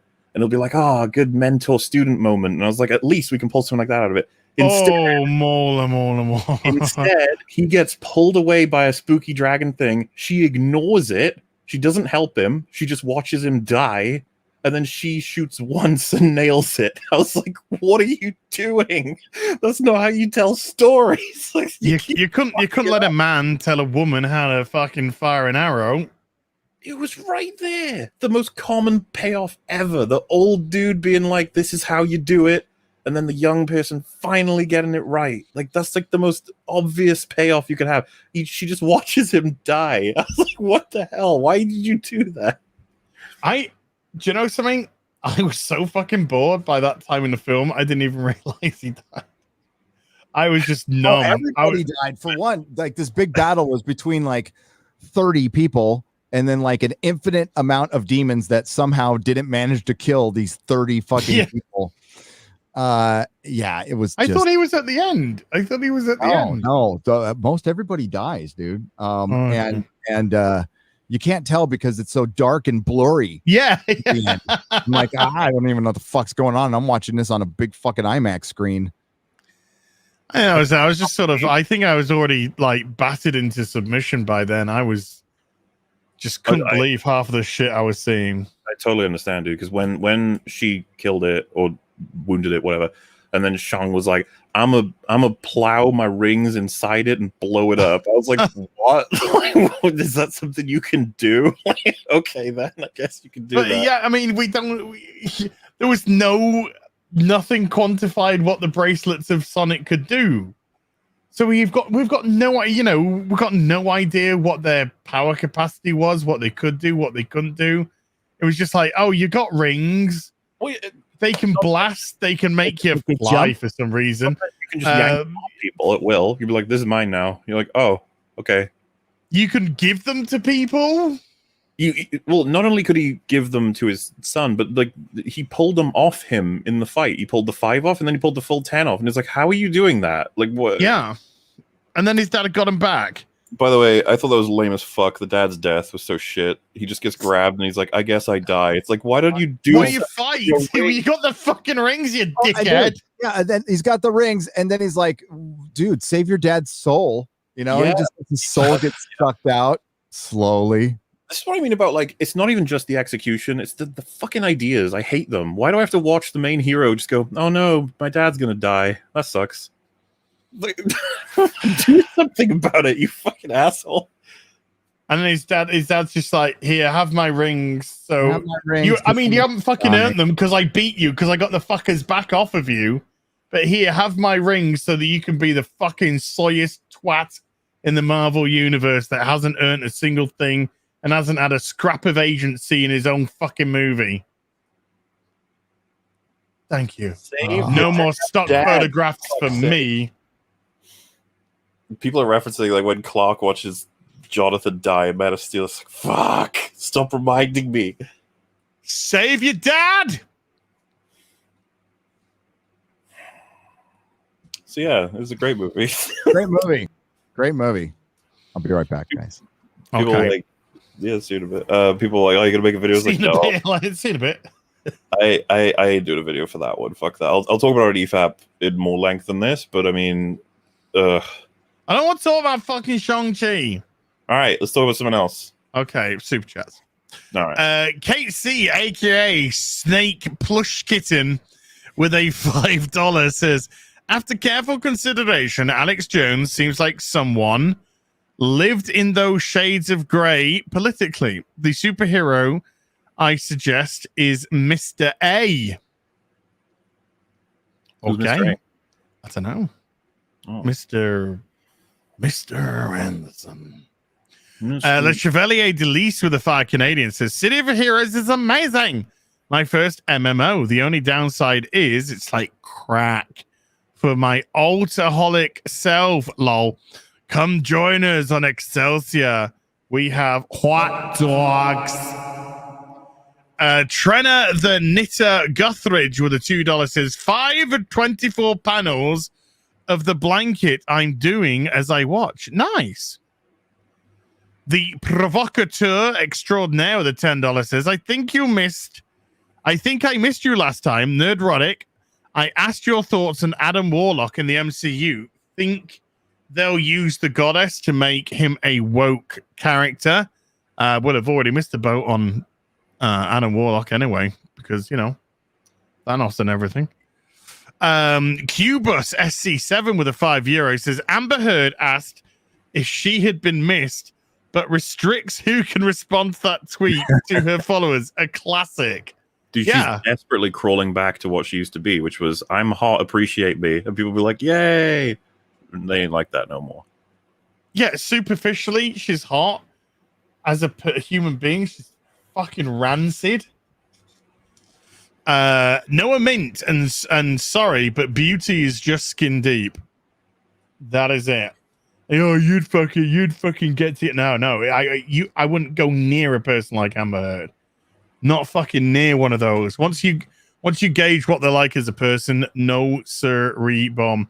Mr. A is a Steve Ditko character. There you go. That's why we needed Mr. Marvel, who's I don't know, probably having a poo. Noah Mint with a $10 says, hashtag toys. Some of the cool stuff I got at Lexington Comic Con. Had an amazing time, posting a bit late, went to my first con in over a year and got some cool. Posted it on my Instagram under Noah Mint. Nice. Hansika, I watched a Toy Con video today because I just wanted to use some cool toys. Hansika Bad Huge with a 10 Australian says, hey, guys, first stream as love your rants. Quite done with the MCU. Having said that, I suggest you try the 4th What If. You might be surprised. Darker episode or else rant. But screw the 2nd episode. Yeah, I've heard the Doctor Strange one's good. I've heard the zombie one's good.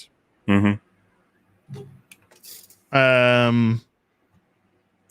I still haven't had the interest to actually go watch them.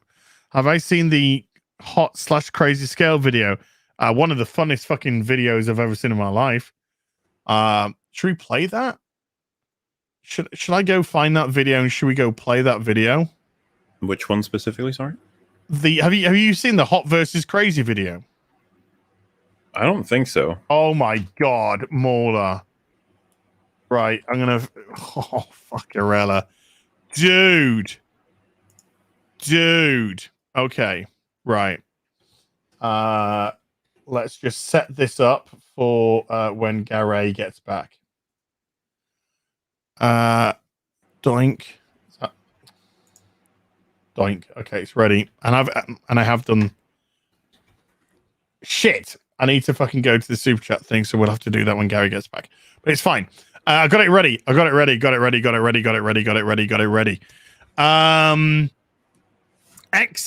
with a $2 says, have you seen Twitter IGN best movie / game bracket? No, you lost me at IGN, I'm afraid.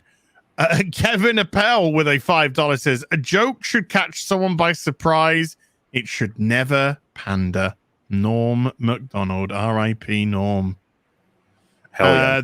The Provocateur Extraordinaire with a $10. No, Norm. Pour some out for him. Damn, he was so witty. God bless Turd Ferguson. Wow, I'm damn. His style so brilliant. I had no idea. Fuck me in the ass. No way. Not Norm. Oh. Prodigy Music with a $10 says, George! He's got a beautiful soul. He's got a beautiful soul. Long Ripper 69 with a $5 says, I had tickets to see Norm last March and the show got cancelled right as the coup took hold. Never got to see him. His comic wit will be missed. Hail BBC. Oh, God bless you, Norm. Loads of love for fucking Norm, man. Mm-hmm. Mr. Aitken with a £5. Killing the protagonist in 30 minutes. Super easy. Barely an inconvenience. What a pitch meeting that is. I love pitch meeting. I think he's great. He did it. He diced with going a little bit woke, and I was like, no. But he seems to have decided to bring it back. Thank you, Ryan. Nerdy Girl Creates with a $2 says, hey guys, love your content. Thank you. X-Ray Girls B-Day for $5 says, guys, the movie Karen is on Bet tonight. I expect a full review by Az soon. I've already seen it.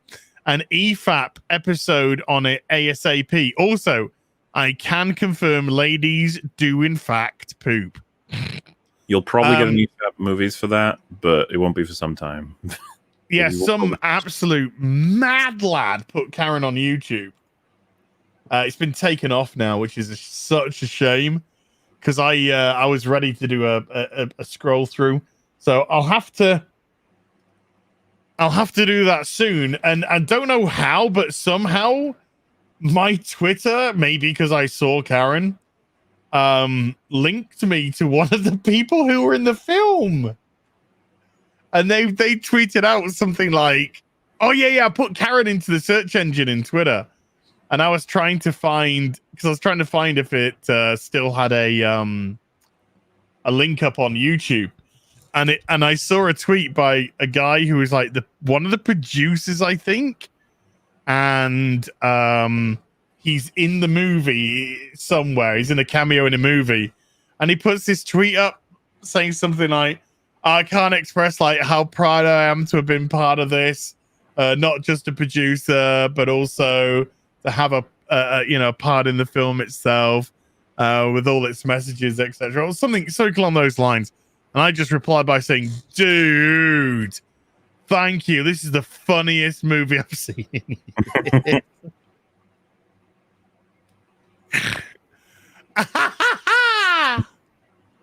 Oh my God. The provocateur extraordinaire again with a $5 says Amy Schumer survives. Uh-oh, this is going dark. But Norm passes. Happy RIP day, Norm. I hope you like crap. It's been mentioned before, and it's a bit dark, but like it does suck that we lose so many legends at early ages. It's just like, what the fuck? Like, because again, we literally talked about it on a past Real BBC about so many people getting taken well before their time, and like Norm, dude, he had loads of years of great content left. He's a fucking nobody like him. That's the big fuck up here, because we talked about it before, but like Total Biscuit, he's a YouTuber that, like, no offense, but like no one else can do what he was doing, and so it's like this huge gap, and it just people will be like, oh, AB Schumer. It's like, I mean, yeah, fucking what's AB Schumer done? I'm not saying I want her dead, okay? Totally. It just sucks to think about. We don't want to lose someone like Norm Mcdonald, but there we are. I know, it's a pain in the fucking ass, man. By the way, Hawkeye straw poll, 835 people so far voted. 540 of you, 65%, no, not interested in Hawkeye based off the trailer. 252 of you, that's 30%, say meh based off the trailer. 42 of you, that's 5%, said yes, I am interested based off of the trailer. So, the reception has been good. If you look at the actual,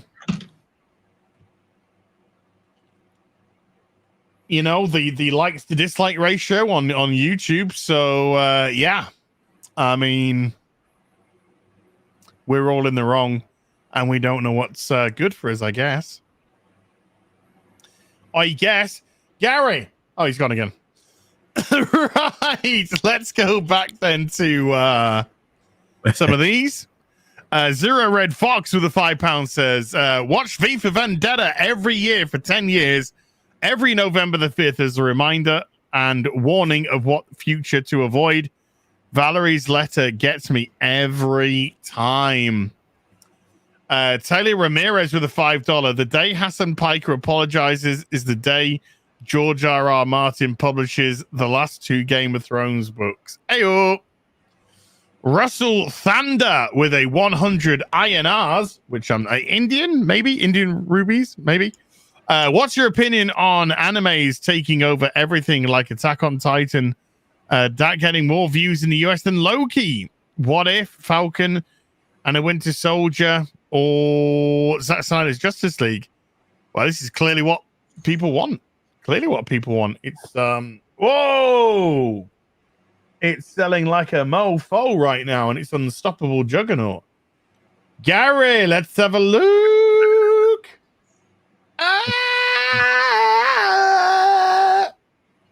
Yeah, so I'm gonna do this Witcher thing. I'm gonna come.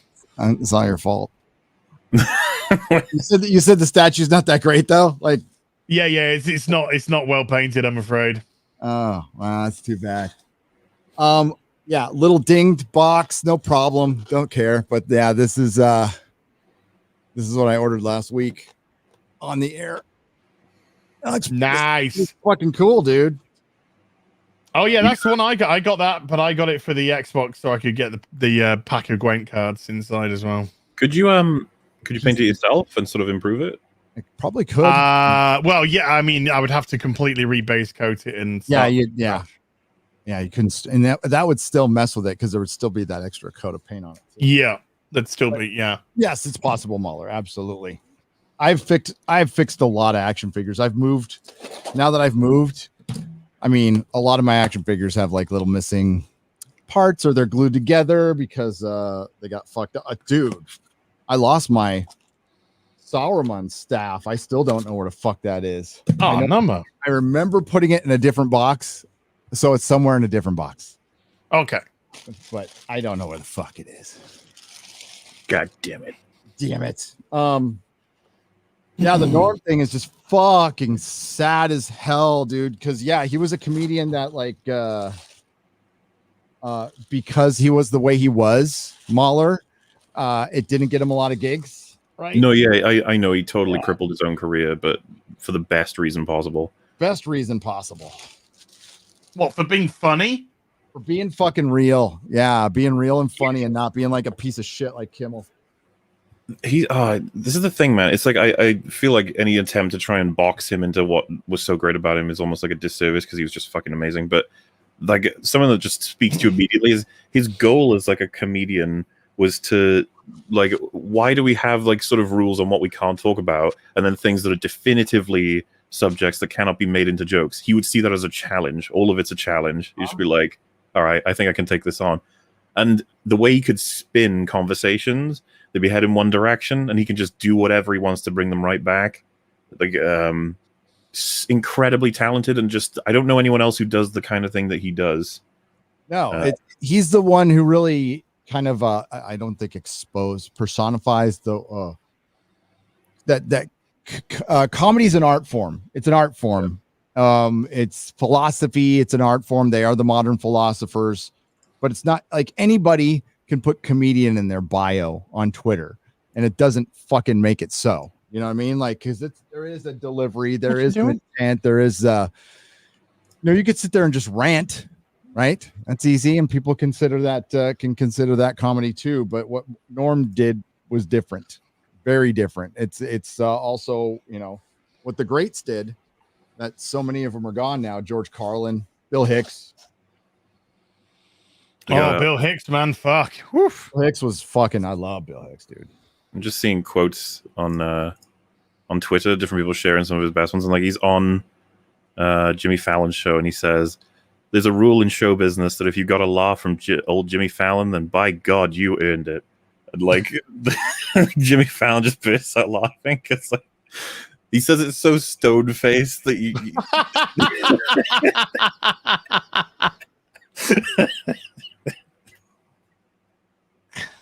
some of the jokes that's comedy genius right there.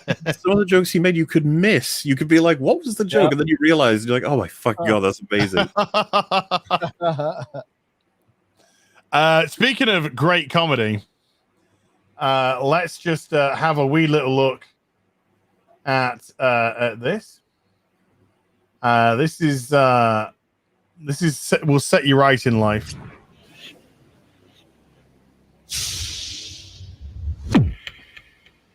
Tactical response. Hey everybody, James Yeager here with Tactical Response, and I got the terrorist mouthpiece with me. This is go introduce yourself. I'm Dana McClendon. I am the consigliere to the Camden Mafia and the terrorist mouthpiece. What are we going to talk about? What are you going to talk about today? Today's lesson it's a little off the beaten path of tactical response, but it's still something that you can use every day. This is the hot, crazy matrix. It's what you need to know about how to deal with women and how to analyze the situation that you may be in or want to be in. Okay, let's take a look at that right now. Okay, so this is the universal hot, crazy matrix. It's everything a young man needs to know about women. I've developed this on my own over 46 years of living on the earth. So this is how it works. He's 46. Mm-hmm. You have your crazy axis. How old do you think he was? And your hot axis. 56. Hot is, as usual, measured from 0 to 10. We're all familiar with that. As usual. Crazy Probably is smarter. measured from 4 to 10 because, of course, there's no such thing as a woman who's not at least a 4 crazy.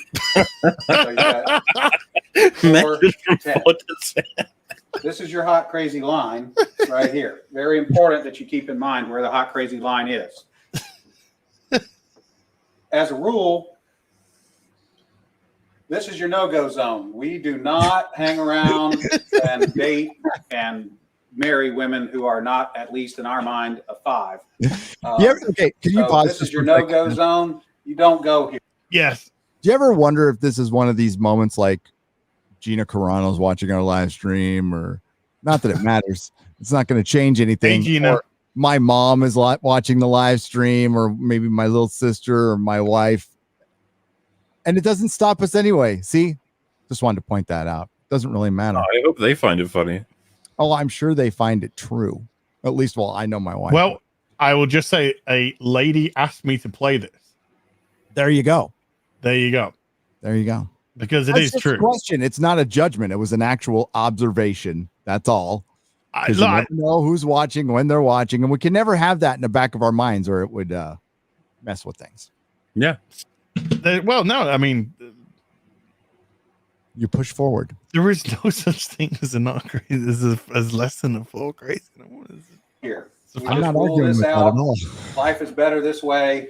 That's the way it is. All right. And you know what? There above are a some people 5 out there right and now to who about could an attest to that, 8. but they're trapped. Oh yeah, they're just trapped. Trapped is the opposite. Is the yeah. That's Sleeping the way. with one eye open. And below the crazy line, this is your fun zone. You can hang out here and meet these girls and spend time with them. That's your fun zone. But keep in mind, when you're in the fun zone, you want to move out of the fun zone to a more permanent location. Okay. So that's the fun zone above a 5, hot, below an 8, hot, and below the crazy line. This means these are most of the time not crazy. Okay. Above the danger zone, above the crazy line, we have the danger zone. This is your redheads, your strippers, anyone named Tiffany, actresses. This is hairdressers. This is where your car gets keyed. You get a bunny in the pot. Your tires get slashed, and you wind up in jail. Now we have some of the chart filled in. We got a couple more pieces to put in, but at this point, understand something. This is not a static environment. This is a situation where you have got to use this matrix over time to develop some reliable data. It's like a dope chart, okay? You ought, because at any moment in time, any woman that you have previously located on this chart can vanish from that location and appear anywhere else on the chart. So what you have to do is over time, collect some data. And once you have a cluster of data points, you can begin to consider that reliable. Now, moving on, you have this zone here. This is below the crazy line, above an 8 hot, but still, you know, about a 7 crazy. This is your date zone. You can stay in the date zone indefinitely. These are women that you introduce to your friends and your family. They're good looking and they're reasonably not crazy most of the time.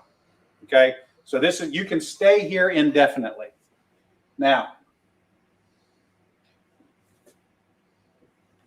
above an 8 hot and between about a 7 and a 5 crazy, this is your wife zone. Okay, when you meet this girl, you should consider a long-term relationship. This zone is not scaled to size. This is a representation and not an actual. This is not a pie chart showing you how many of these people are out there. This is simply a representation of what you're after.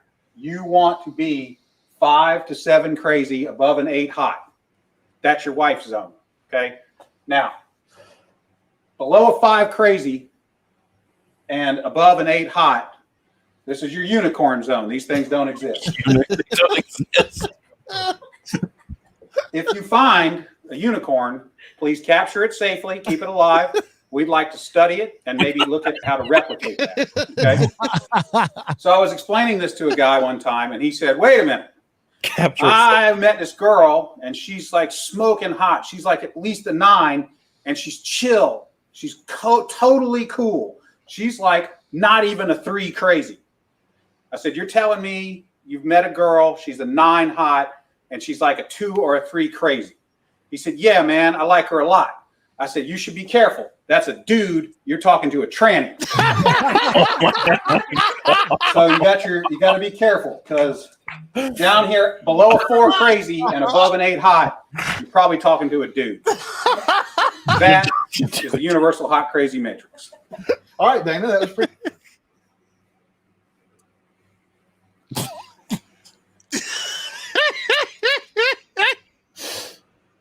You got to collect that data. That's really important all the time. And no, the wife zone is like that big. That's what he's talking about. The wife zone is like this fucking big out there in the world. And for the dudes, the husband zones for the women is the same size. Okay, I'm not saying it isn't. So, but yeah, there's a lot of data. There's a lot of exceptions. Hairdressers can be fucking crazy. Hairdressers are fucking nuts. Are you kidding? They're rock stars with scissors. That's what they are on as many drugs. You need to remember that. There's always exceptions. That's all. I love the smoking hot, not crazy. They don't exist, but capture them if you find them. So we can study them and see if we can replicate. There was a couple of I would say that, I mean, listen, objective. I'm saying this objectively as somebody who is out of the game. Not in the game, not playing around, not looking for dates. I'm a happily married man, so I'm like looking for my friends, right? That's, I guess that would be the best way. Not a comedian. There are a couple of comedians that I've seen over the last couple of months that would probably be okay, but you never know, and they're already taken anyway, so it doesn't matter. You know, like when Carrie Smith announced that she was getting married, it devastated my chat. It devastated my chat. But they got over it. They understood. They respect her as a person, and that's a good thing. Yeah. And the other ladies out there who are creating content, don't ever say you have a boyfriend. Don't ever. Even if you do, just don't. Just don't bring it up. It doesn't need to be brought up in the conversation. Trust me. Trust me on this one. Yes. Yes. But yeah, guys. I was talking to a cab driver in New York on the way back, and he's single. And he was just telling me these fucking sad stories. I'm like, man, I'm glad I'm married. It would be fucked up to be single right now. You'd have to sign papers and triplicate. And what did I talk about? Not that you guys watch all my live streams. All you should. They're kind of entertaining sometimes, but I don't know. But yesterday at the beginning, I want to congratulate Lauren Chen for being Mama Chen. Breakfast. She's pregnant. Oh, she is going to be a mama, and I really need people with common sense to like, you know, you want to have your good boundaries and everything, but you got to walk through some fears because we need you people to fornicate like a lot and make a lot of babies because we need some common sense babies out there. So you might skip second base, still go through the processes, drop all the bullshit, all the PC bullshit, go back to doing it the way we used to do it, kind of feel it out a little bit, you know, take some chances. Yeah, we need lots of people making common sense babies. If you're not common sense, put on a rubber. Yeah, if I'm not worried about SJWs, you know, having sex and making babies because that's not happening. So that's the one good thing out there. But yeah, we need people like Lauren Chen. I'm thrilled. Absolutely little Lauren thrilled. Chen's, little Lauren Chen's. That's good. Congratulations to her, by the way. That's fucking awesome. Yes. Her life's gonna change so much for the better. It's the thing about having a kid, and I don't know if you'll ever have kids, guys. It's up to you. It's not for everybody. Trust me. Kids could turn out to be like me, which is a fucking nightmare. Okay, a nightmare. You see me now, but I was a kid. I was a fucking terror. I was a terror. I was terrible. But when the kids came into my life, it put something. It's like something, a gear clicked into place. It's like for purpose. For me anyway. So that was and it's pretty cool. It's pretty fucking cool. It's still completely frightening too. Like, oh shit. And you always worry about your kids. Like every second of every day, there's always like this little worry meter going on in the back of your head. Even though if mom's taking care of it or not, you're always concerned about your kids. That never goes away. But you learn to live with it. And it's kind of fucking cool to have purpose. Hell yeah. Myself, you know. But again, it's not for everybody. I'm not sitting there going, everybody has to have kids, because some people are just like, nope, not in this world. And I have no argument for that. Other than, you know, we need more people with common sense. I feel like we're outnumbered. Oh, I feel that. But as far as the unicorn, I agree with his assessment at the end. I do. I just think everybody's a little crazy, and like I'm crazy. Az is fucking nuts. I am the pinnacle of sanity. Yeah. Where do I land on the crazy scale? Show us your juggernaut. Mauler, I think you're pretty sane, dude. Damn. I think you're a pretty sane dude. I think you're pretty measured. That's not an insult at all. Did you say doll? Yeah. I said you juggernaut. Yeah, I thought you said juggernaut doll. I wouldn't care. I don't give a shit if people call it dolls.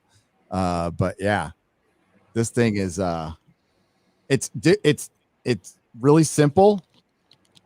So like the hands are easy to fucking, everything's just kind of big on it. I like it. Ladies. He's got a big grip there for big grip. Oh, juggernaut jacking off or whatever. I'm the juggernaut, bitch. I'm the juggernaut, bitch. Don't you know who I am? It's like you're being killed. Yes, you're Elliot Page, the stunning and brave transgender. The real question is, did playing the Juggernaut kill Vinnie Jones's career? Did it kill Vinnie Jones's career? No, being an actor did that. I like him as an actor. I think he's fun. I like Vinnie Jones quite a bit, but I don't know if he had a big long career. No, probably not. It was just funny. That's like the last big thing I think he did. Like he started doing smaller things, and then he turned up in one of the superhero TV shows, though, right? I think Arrow. Yeah. It was one prisoner in that, I believe, where he played like a Ray Winston Russian mafia. Okay. I'm land in Russia, you know, I'm white, man. What are you talking about? I can't remember which way his fucking his head thing went now. I have to go look at a picture. It's 50 and oops. Yeah. There was someone saying Snatch is fantastic. You guys both seen that, haven't you? Yes, it is. Lockstock's good as well. Recently showed Rags and Frankie that film for the first time. I didn't know they hadn't seen it. They liked it a lot, as they should. These young guys, man, who don't see anything. It's I kind of like. No, Gary, it's ridiculous because that's like my thing is movies. I've seen an unhealthy amount of them, and so a lot of the friends I have, I'm like, have you seen this? Like, no. And in some ways, it's a good thing. No, it's fucking great. Being able to watch Snatch with two people who I'm good friends with who haven't seen it before is pretty fun. Like do you remember the part where they tell him where the diamond is to Vinnie Jones and his name is Avi, the American guy who's with him, and they're like, Boris has got it, and then he goes, Boris the bullet dodger. He goes, why do they call him? The American guy goes, why do they call him the bullet dodger? Vinnie Jones just looks at him and goes, because he dodges bullets, Avi. I want to recreate. Like, I would have a ton of movie suggestions for you guys, but I don't know, like if Time Bandits and shit like that. Like you haven't seen Time Bandits, really? Some people haven't. Okay, Excalibur. Really? You think I haven't seen Excalibur? I'm offended. Okay, I don't know. No, I'm There's a lot of people in my chat who haven't. You will come. You'll hit something I haven't seen for sure. Where did you get the Juggernaut from? Just eBay. eBay. That thrill of the hunt only goes so fucking far, and then I'm like, eBay or shady Chinese company who I've never bought things from that I'm going to give my credit card number to. I'm going to go to eBay. Oh, don't do that. Yeah, I did that. I got my money back from all three from eBay. Oh, when they decided to abuse the eBay, dispatch system. Yeah. You totally got to be careful. And I accidentally, God damn it, shared your PC. No, I wanted to show you this. Okay. I want to recreate this cover, the one on the left, because these are two of my favorite all-time Spider-Man comics. Where Spider-Man beats a fucking juggernaut, dude. It's fucking awesome. But that one on the left, oh, that's such a good book. Nothing can stop the juggernaut except for fucking Spidey. I remember first finding out about the Juggernaut, and I was like, what's his power? It's like basically when he starts running, he can't be stopped. It's just like, that's really cool. Yeah, he's really fucking strong. And he's got that momentum thing going. Yeah. Someone in chat just referencing it. I don't know if you guys remember, the dog eats the diamond, and Abby's like, Tony, open up the dog. He's, what do you mean open him up? And he's just like, look at the dog. He's like, it's not a fucking tin of baked beans. What do you mean open him up? Everyone should rewatch Snatch if you haven't. It's fucking great. Sorry, somebody's calling me from. I know. Somebody's calling me from Orlando, Florida, and it doesn't have a name, so I'm not going to pick it up. Okay. It could be a YouTuber, but I'm not sure. One who just lost his Twitter. Did he? Uncle 3PO. Oh, okay, that one. Okay. It might be him. I don't know. I thought you talked about Jeremy because he looked like he was trying to do it again. Jeremy, absolutely he was. But Jeremy, just fucking say all men must die. Go and do it. If you really want to get booted, that should do it. But remember, there was a little bit of the false flag going on over the weekend from those.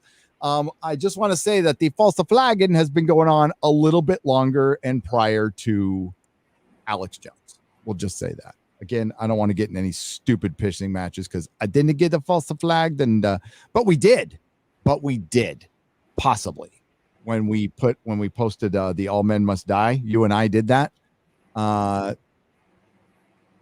could have been brought to Twitter's attention. There is some scuttlebutt that was not just Twitter doing that. They were assisted. They had an assist. Like, look at this. I don't know when snitching became okay. Something you'd be proud of. It became world, It became okay when you realize you're a little bitch. That's when it became okay. Neat. It's not neat. I grew up in a world where if you did that, you were dead. And I mean, not just in prison. This was in the figurative sense. In a metaphor. No, you were dead. And that's in the real world too. Like if you it's just something you didn't do, you know. And also, my dad taught me, like, don't be a fucking tattletale.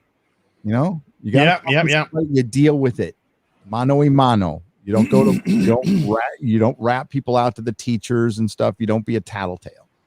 Oh, totally, dude. We're in the age of soy. We're in the soy age. We've gone through the ice age and the stone age and all that. Now in the soy age, where everyone gets a participation trophy.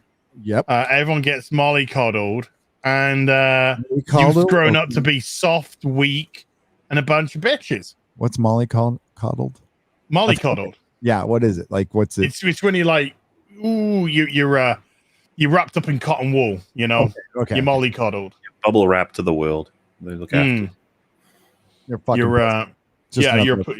You get turned into a boosie. No, that's where we are. That's where we are. You're right, and we're in clown world, so it's totally fucking okay because I disagree with this person, and I was trying. I'm like last night. I'm like, all right, I want to try to once again try to get into the mind of somebody bitch made. Let's try to get into that mindset just for a second. I'm gonna go and count somebody else's money or complain about the Tim Pool or something like that, who's built this giant empire. Or even Alex, who's built this giant empire, who like just sells his own stuff that you don't have to buy, by the way, but he sells his own stuff. He sells his own ads, and he's doing pretty fucking good despite people trying to shut him up everywhere. They just make him bigger and bigger and bigger. And then I was like, well, I mean, if I ever come across content that I wanted to flag, that I wanted to remove from the world, I'm sure it's out there. I'm sure if there was some Fredo stuff, which I have honestly never come across on YouTube, but I'm sure it's out there. And yes, that would be a case. Horrific violence towards like animals or something like it. Yes. Yeah. Okay. Yes, I would report that to YouTube in a fucking hot second, to people or animals. But those are extremes. Absolutely. Like those are no-brainer extremes. As a human being, you should be doing that. But outside of that, like a political idea, like I wouldn't. Well, if you guys want to, I just posted that in the private chat, right? If you boot that up, don't worry about the video. Just do a comment section. Have a look at that comment section. Not to distract everybody, but you could, up to you if you want to talk about it. I'm just saying, there's a common theme in the comment section for that. Well, I want to smash through some supers because we're nearly up to 5 hours, and it's getting to 11 o'clock, and I'm very tired. Yeah. Oh, yeah. I see the common theme in the comments. Yeah, there's a very common theme in the comments. Yes.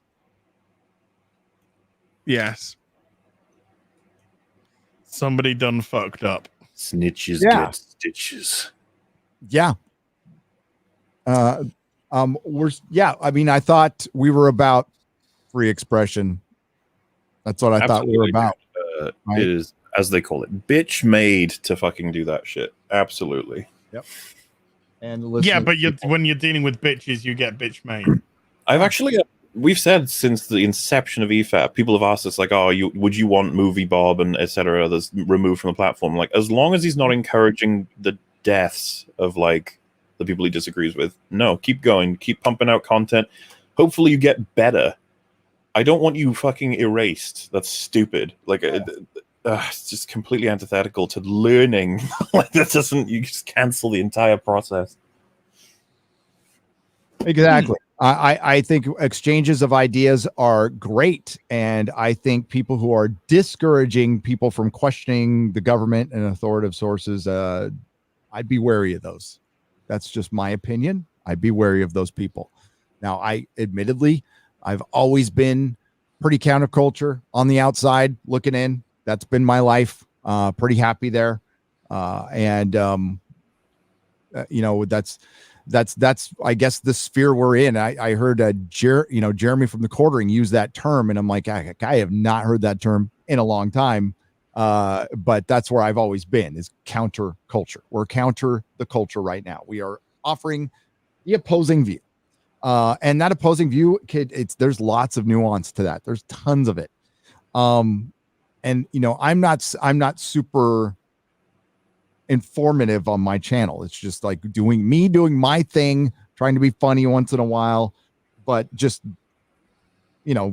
talking about whatever the fuck I want to talk about when I want to talk about, and it's usually based on audience interest, what they're interested in hearing. And that's a balance that I have to figure out every day. You guys communicate to me every single day, and if I get like more than 10 emails on one subject, it's certainly going to get brought up. I know it's probably not the most scientific method, but it seems to work. But no, I wouldn't want this one person who I have never talked to. I guess they've DM'd me. It's just or maybe there was a passing conversation on Twitter. I can't remember. Wants me and everybody on that show gone. And they're saying it's for one reason, but it's really, we know what it's about. We know it's about envy. It's about their channel. That's what it always is about. Every time there's an attack on another channel, just go look at the analytics, and that will answer your question. It's folks, I don't think it's about the fuck. I don't think they give a fuck what I say or do. They haven't for years up until the term "follow the money" is a term for a reason.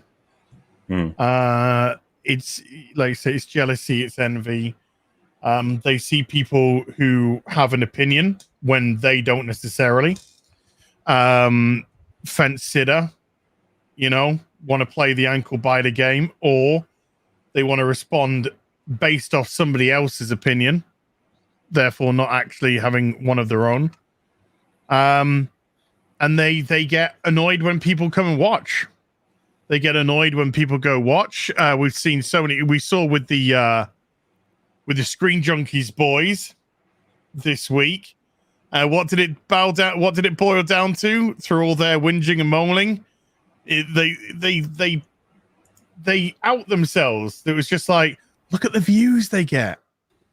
Look at the views they get, and it boils down to that. It's that's what they want. They want to have the audience. They want to have that number of people come. Friday Night Tights, I mean, obviously, the viewership on this Friday that just went was a one-off based off such a huge guest. But without the Alex, we're still getting like every week over 7,000, sometimes pushing over 8,000 as a consistency, which is great for a show that 12 months ago was on 3,000. There's great growth there.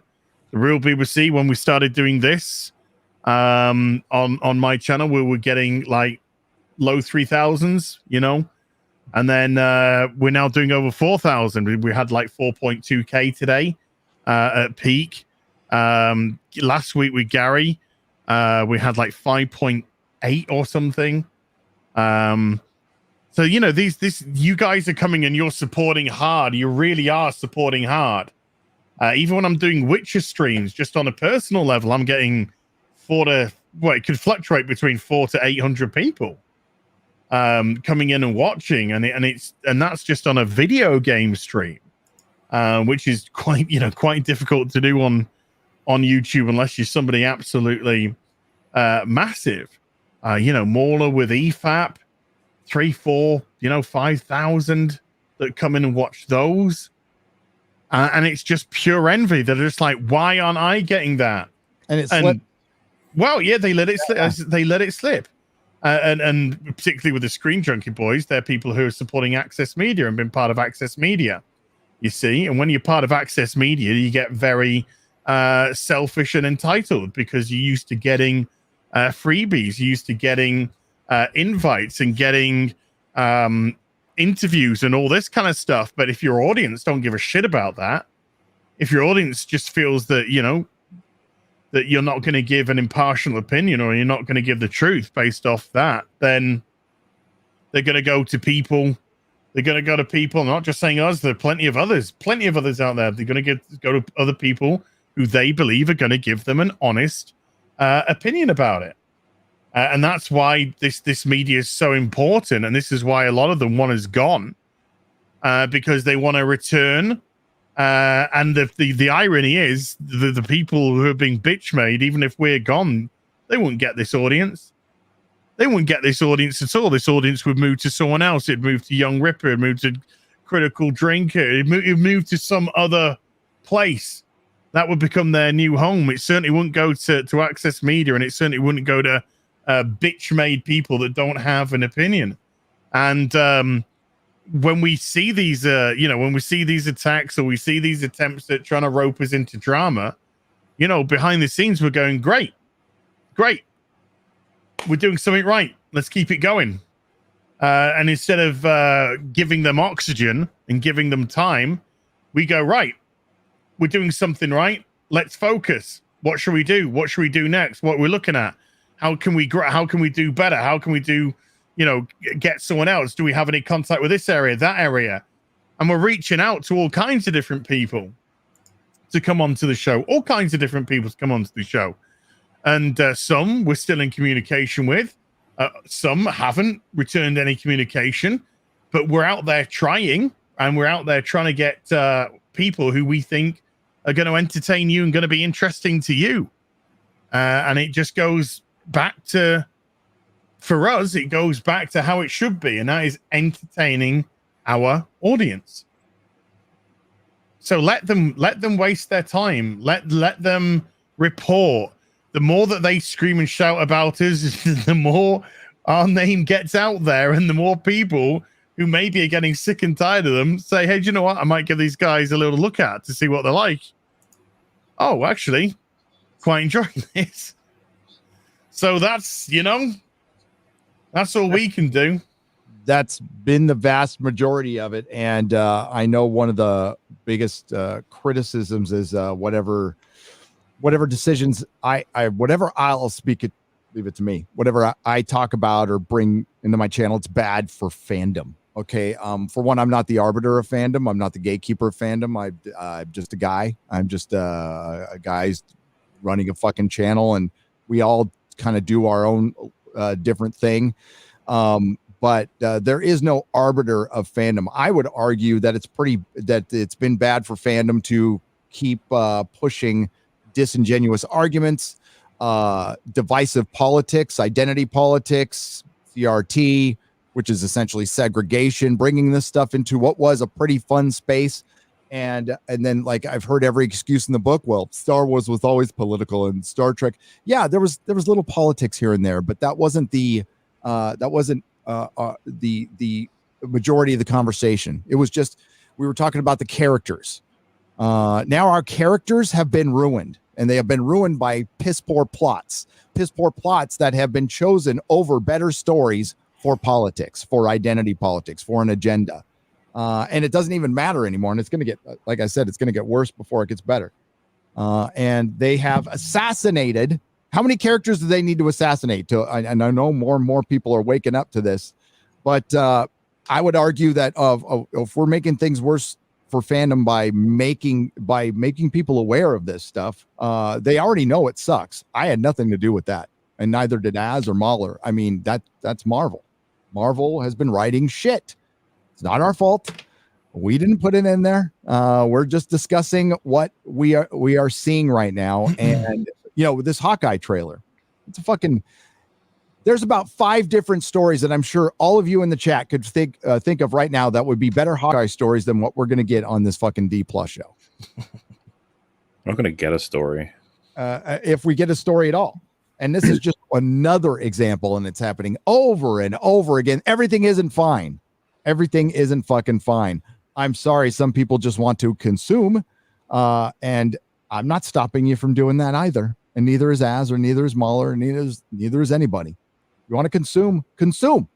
Don't be worried about us. But I would say it's worse for fandom to shill and lie, and to lie to your fans. And that's where they're pissed, because they know they're fucking caught with their fucking pants down, even with the Shang-Chi movie and these fuckers going out calling it fucking absolute triumph. Be honest. Just go, it's a 6 out of 10. I liked it. It's a 7 out of 10. Is that the wrong movie already? That I believe. That I would believe. But they're like, oh, it's got Asians in it. We need to overpraise a little bit so I look like a better person on social media. You're a racist. Yep. You know the part where he was like drowning and then the dragon blew oxygen into him and then he rode it to fight the evil demon dragon? Wasn't he already dead at that point? Yeah, I challenge anybody who said that was a triumph for film to pause at that moment and explain to me what was happening. Mm-hmm. They'd be like, I don't know. he's underwater, he's dying. Well, don't you get it? Like the dragon spirit, which lives in the lake next to them, which is right by the door to the spirit people as well. Why, blue light life begins. I mean, come on, man. Why you hate Asians? Exactly. Why are you so racist? Because I can't think of a better argument than that. Why fun hate Asians? This is like stop the Asian hate. It's a small town in Never Land that's got a dragon in the lake. You're right, and then a demon soul sucking behind a door, right next to it. Right next to it. Hey, it's a hellmouth, okay? And everybody gets their power from the penis dragon in the lake. That's a girl, by the way. They made it a point to say she. It was she, yes. It was most definitely a she because only women can provide power in life. And only men can destroy and take down things. So, yeah. Certainly is that case in Marvel. I have heard Triumph. I have heard it's like this. It's like that. I have heard people compare it to fucking Big Trouble in Little China. You're high. Wow. You are fucking mental. I have been on a lot of drugs, and if I did them all at once, I would never think this movie was Big Trouble in Little China. Man, it's okay. You know what? I'm not racist. I just have one question. Why not use a helicopter to get to this place? I don't know. It's in a dimension. Okay. Drive a Subaru. Yeah, you can only get through from the Subaru forest. I think it was a Subaru. Land the helicopter at the same place. I wasn't. I think I wasn't paying attention. I thought it was an Audi. Maybe. I don't know. I can't remember. Yeah, but it's like you gotta drive in the car forest. But what if they just turned up on foot? That faceless dog. I mean, I don't fuck it. I don't want to talk fucking Shang-Chi. Fucking dumb as fuck. It was stupid. The whole thing was fucking dumb. As well, I just love the idea that it's like this whole time, with his 10 rings, he's been pushing politics to the way that he wants. He's been controlling things behind the scenes. And you're like, oh wait, wasn't Dreykov doing that? Wait, wasn't Hydra doing that? Wait, wasn't Kang doing that? There are all these people in a big boardroom like, I want to control the earth for today. It's like, no, I want to control it today. Yakuza doing the in the hand. Did you watch Pitch Meeting? And Kingpin? Yes, I did. And where it's just like, how many organizations are there trying to run the world right now? Oh, loads. It's so fucking stupid. Did they ever run across, like, do they carve out pieces maybe, or do they have a little meeting or convention that Alex Jones is on the outside of? But don't they always want to take over the world? So they've all got the common gun. Every new writer wants to write a whole new world, and they don't give a fuck about what the actual world is. They're just like, no, this is mine now, lol. Isn't it cool? Mine now, lol. World. You're like, oh, but what about all this other stuff? They're like, I don't give a fuck. And you're like, I know. My world, lol. I know. There's an organization called 10 Rings. They literally have pot-belly goblins that suck your soul out. Dude, Alex Jones would love this movie because it would confirm a lot of things. Like, you see, there's a big stone wall that keeps all the demons back. Yep. They're trying to tear it down. With 10 rings. 10 rings of power. The 10 rings of undeterminable power that just does what we want them to do at any given moment. Yep. That was pretty funny in Pitch. Did something at any given moment. What else do they do? Stuff. Things. Oh my God, look at them fight. No, it's a blue versus a red. It's a blue color versus a red color, and we don't even know who's getting hurt or if they're getting hurt because we don't have a fucking clue about the fucking power of the fucking rings. But even when Shang-Chi, who's just a fucking man, gets twatted by the rings and flies 50,000 yards into the wall behind, he's like, I'm okay. I mean, isn't it weird? So what else powers is there? I don't want to talk fucking Shang-Chi. I don't know. I'm starting to believe that very large portions of the internet. I know I'm going out on a limb by saying this, by the way. This is like probably the risky. first time you've ever heard this. Is risky. I'm starting to think most of the people haven't seen the movie and don't see the movie. I think they just talk about the movie. I think they want to be part of it. Because I watched The Suicide Squad and I watched this movie. The Suicide Squad is 1,000 times better. Because of the characters. There's characters that are engaging. There are no engaging characters in Shang-Chi and the Legend of the Ten Rings. There's nobody who's slightly likable. Awkwafina is just doing Awkwafina. So I guess if you the sister was even in it, like his sister, because like she's she's such a lame character. It's like when I was super young, I taught myself how to be better than you, and then I made my own underground fight club when I was 16. It's like, fuck, no, you didn't. You didn't. That's not a thing that happened. Shut up. No, she's that awesome. She's that awesome. But it was the casting wasn't very good. The script wasn't very good. It didn't go. This felt slapped together. There was Tony Leung is a good actor. I know he's a good actor. But you can't work with this shit. He was easily the best actor in the film. I'm sorry, like I'm not, because it sounds like it was obvious that I'm saying this, but seriously, like Simu Liu, I didn't get much out of him at all. No, a charisma black hole. Never mind a vacuum. He was a charisma black hole. He fucking sucked in any charisma and just fucking crushed it. I'm doing super chats. Fuck Shang-Chi. Oh. We're not. What do you want to say, Gary? Last thing I was gonna say. Nope. What are you gonna say, Mauler? Big spooky goblin dragon started eating the soul of the friendly. Oh, fuck yourself. Shut up. All right. No, I go on. Carry on. When that happened, I legitimately was just like, it could do that? Okay. You just starts eating his soul. I was like, okay, then, yeah, fine. The dragons were fighting each other, but it just eats its soul. Like, sure, I don't know. It was very kind though, not to eat it immediately like everyone else. Yeah, and allow his father time to talk to his son. Oh yeah, that too. Yeah, I'll suck your soul out in a little bit. You talk to your dad. Yeah, you keep chatting. You keep chatting, and he's gonna give you the rings which you couldn't beat off him in a fight because you're fucking shit. And then you go ride the dragon, which attacks the big soul-eating monster, which Awkwafina fucking takes out for you, because you're just a fucking useless bitch in your own movie, and you're so stupid you don't even fucking know it in reality. John Papasergio with a $5 says, Norm Macdonald has passed away, R.I.P. Now we can get back to being sad. Well, I think Shang-Chi did that, to be honest with you. Put my... Oh, God. I did it. Put my cock in her. Something wrong.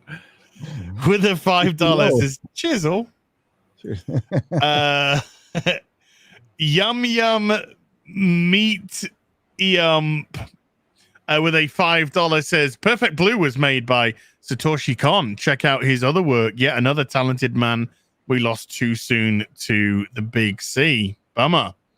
Yeah. Joe Slant with a $2 says, hey Mew Balls, what was it like meeting Shu? Yeah, it was cool. I was on a stream yesterday, Adam and Sitch's stream, and funnily enough, oh my god, it's just another full day of just I was in their chat, and they were bringing up literally arguing the fundamentals of how we construct morality systems. So not the kind of thing you guys are probably typically just discussing. But like jumped on, had the back and forth. Saga of a Card was there, and then I jump out because I told Fringy that I would hang out with him. And then later on, I was like, oh, I guess I could join them back. And then Shu on Head was there. And it's funny because I've been aware of her for like a decade, it feels like. And it was just randomly like, oh, hey, very, very friendly girl. She gets a lot of shit online. And she pushes back pretty hard. One of the things I thought was really neat about her was a lot of the people that sort of burn her regularly on Twitter were like, you know, if you don't want to be called a right winger, stop hanging out with right wingers. And then she just replied like, fuck off. Just fuck off. She said, first of all, Adam, Sitch, and Mauler, as far as she's aware, aren't right wing. But even if they were, fuck off. Just fuck off. And it's just like, it's satisfying to see. I want more of that on the internet, you know? Like this whole you're not allowed to be friends with certain people thing is really fucking boring. Well, I mean, I don't know what I am because, like I said, I've been told that I'm a lefty SJW white supremacist Nazi. So I'm not quite sure what that makes me in people's eyes. But all I'm going to say is, if this is the alt-right, if this is the wrong side of history, based off the other people, I don't want to be on the right side.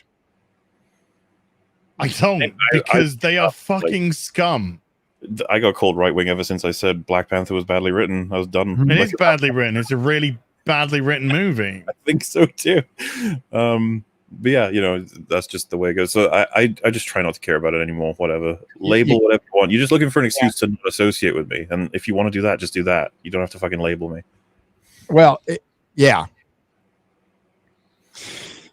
Yeah, it's coming from other content creators. There's I don't care. So what? So what? So what? You you're a right winger. You what am I meant to do? Oh no, please, left, take me back. Take me back. I'm begging you, please. What? So I need to go back to your side? You're a fucking cunt. Why would I want to go to your side? You're a bitch-made piece of lying filth that fucking has to ride the coattails of other people because you have nothing to offer anyone. You want me to go on that side? No, I'm cool here. I'm cool here, thanks. I like Gary. I like me Mauler. I like me Jeremy. I like me Drinker. I like me Ryan. I like me Odin. I like me comics. I like me Lauren. I like me Kerry. I like me Chrissy. Hell yeah. I like me Mandy. I like me Nina's. I'll stay here. It's mind blowing to me because like she got in trouble for having spoken to me, and I was just like, "How the fuck?" I'm not even like. And she said to me, "It's like you're not even. Do you even do content that relates to politics?" I was like, "No." Yeah, what I do. I said, "Do." What I do is that I spend like 10 hours talking exclusively about nerdy shit. Like, hey, the lightsaber shouldn't be that hot, or the spaceship shouldn't be able to go that far. And then right at the end, I'll be like, hey, freedom of speech is important, by the way. Anyway, see you guys. It's like, oh, Nazi. Yeah. I knew it. Nazi right there. Got him. I did not see that coming. And yeah, if you look on the threads that related to her having spoken to me, they were just like, oh, the Mauler guy, he's like hyper right wing. I don't know if you guys saw me quote tweet it, but he's hyper right wing. He didn't like the way that Black Panther was written. If you saw me quote tweet it, someone said like he took a 10-minute video from Jenny, and all she said is she didn't enjoy a film, and he did like a 7-hour live stream ranting about it. And I was just like, how many fucking times is this going to be said before people are like, that's just not true? Stop. But they don't watch the stuff. Yeah. They don't watch it. They don't watch it. They just either read the title or they watch 30 seconds of it, and then they'll formulate a non-opinion based off that. And then you get something fucking retarded like I think Shang-Chi's box office is going to be really low because I don't think there's an interest in the film. You're right wing. That's so ridiculous. Do you know how fucking retarded that is? It's spoiler alert, pretty fucking retarded. Well, and someone said, like, didn't Mauler say he's on the left? Like, so the thing for me is that I don't want to be on anyone's teams anymore. I just want to be. I don't care. I just want to have friends and then people who I avoid because they're assholes. That's totally fine with me. Yeah. They're my categories. I don't care. I don't care if you want to label me left, right, fucking centrist, back and forth. I don't fucking care. I'm not going to be on skins. I'm not going to be on shirts. I don't care. I'm just going to hang out with who I want to hang out with. I'm going to do streams with who I want to do streams with. And if they fall on the left, right, the upside down, or the backwards, I don't fucking care. There's more to somebody than just a political opinion. And when you base or reduce everything down to a political opinion, you're fucking boring me. Or where you put your junk. Or where you put your junk. Yep. Or where you fucking lay your hat. Wherever it may be, whatever it is, you are boring. If you base everything off a specific, minuscule part of what makes you as a whole, you are boring. And I would rather hang out with interesting people. I don't care if that interesting person is on your good side or your bad side or your neutral side. I don't care. I make my decisions based off how I feel about that person, about how I get on with them, how I mesh with them, whether we got chemistry together, whether I think that we can have good conversations together, whether we agree or disagree, which, as Jeremy quite rightly said on Friday Night Tights, shouldn't ever have to be said as a disclaimer. Yep. That's what I'm going to make my decisions off. So yeah, it was a fun stream, and because there's some people who don't like Shu for her politics, and I'm just like, again, guys, like, it was fun to hang out with her. I'm going to disagree with her on plenty of stuff. She probably disagrees with me on plenty of stuff. And I got major respect for her to be able to say back to people being like, you hang out with the wrong people, that she can just say fuck off. It's just like, yes, more of that, please. Yeah, more. Yeah, I know a little bit about her, but yeah, I completely agree. It's just how you deal with life, everyone. It's who you interact with in life. If somebody is just behaving badly or constantly, everybody can make a mistake. And if you're humble and you apologize, I mean, this is normal, obvious life shit. Yes. But if there's behavior, a certain repeated behavior that you find antithetical to your life or moving forward, you're not going to be around that person. You know, I was that person for a long time. My friends abandoned like they should have, because I was crazy. I was crazy, toxic, nut fucking drug addict. Yeah, there's a lot of adults not acting like it, who are content creators, and that's part of the game here. I understand that, and it doesn't mean just because, as Carrie said, just because we use the same language doesn't mean we're all going to be buddies, or we have to be buddies. There's nothing about there's a lot of context to a lot of stuff that a lot of people aren't seeing.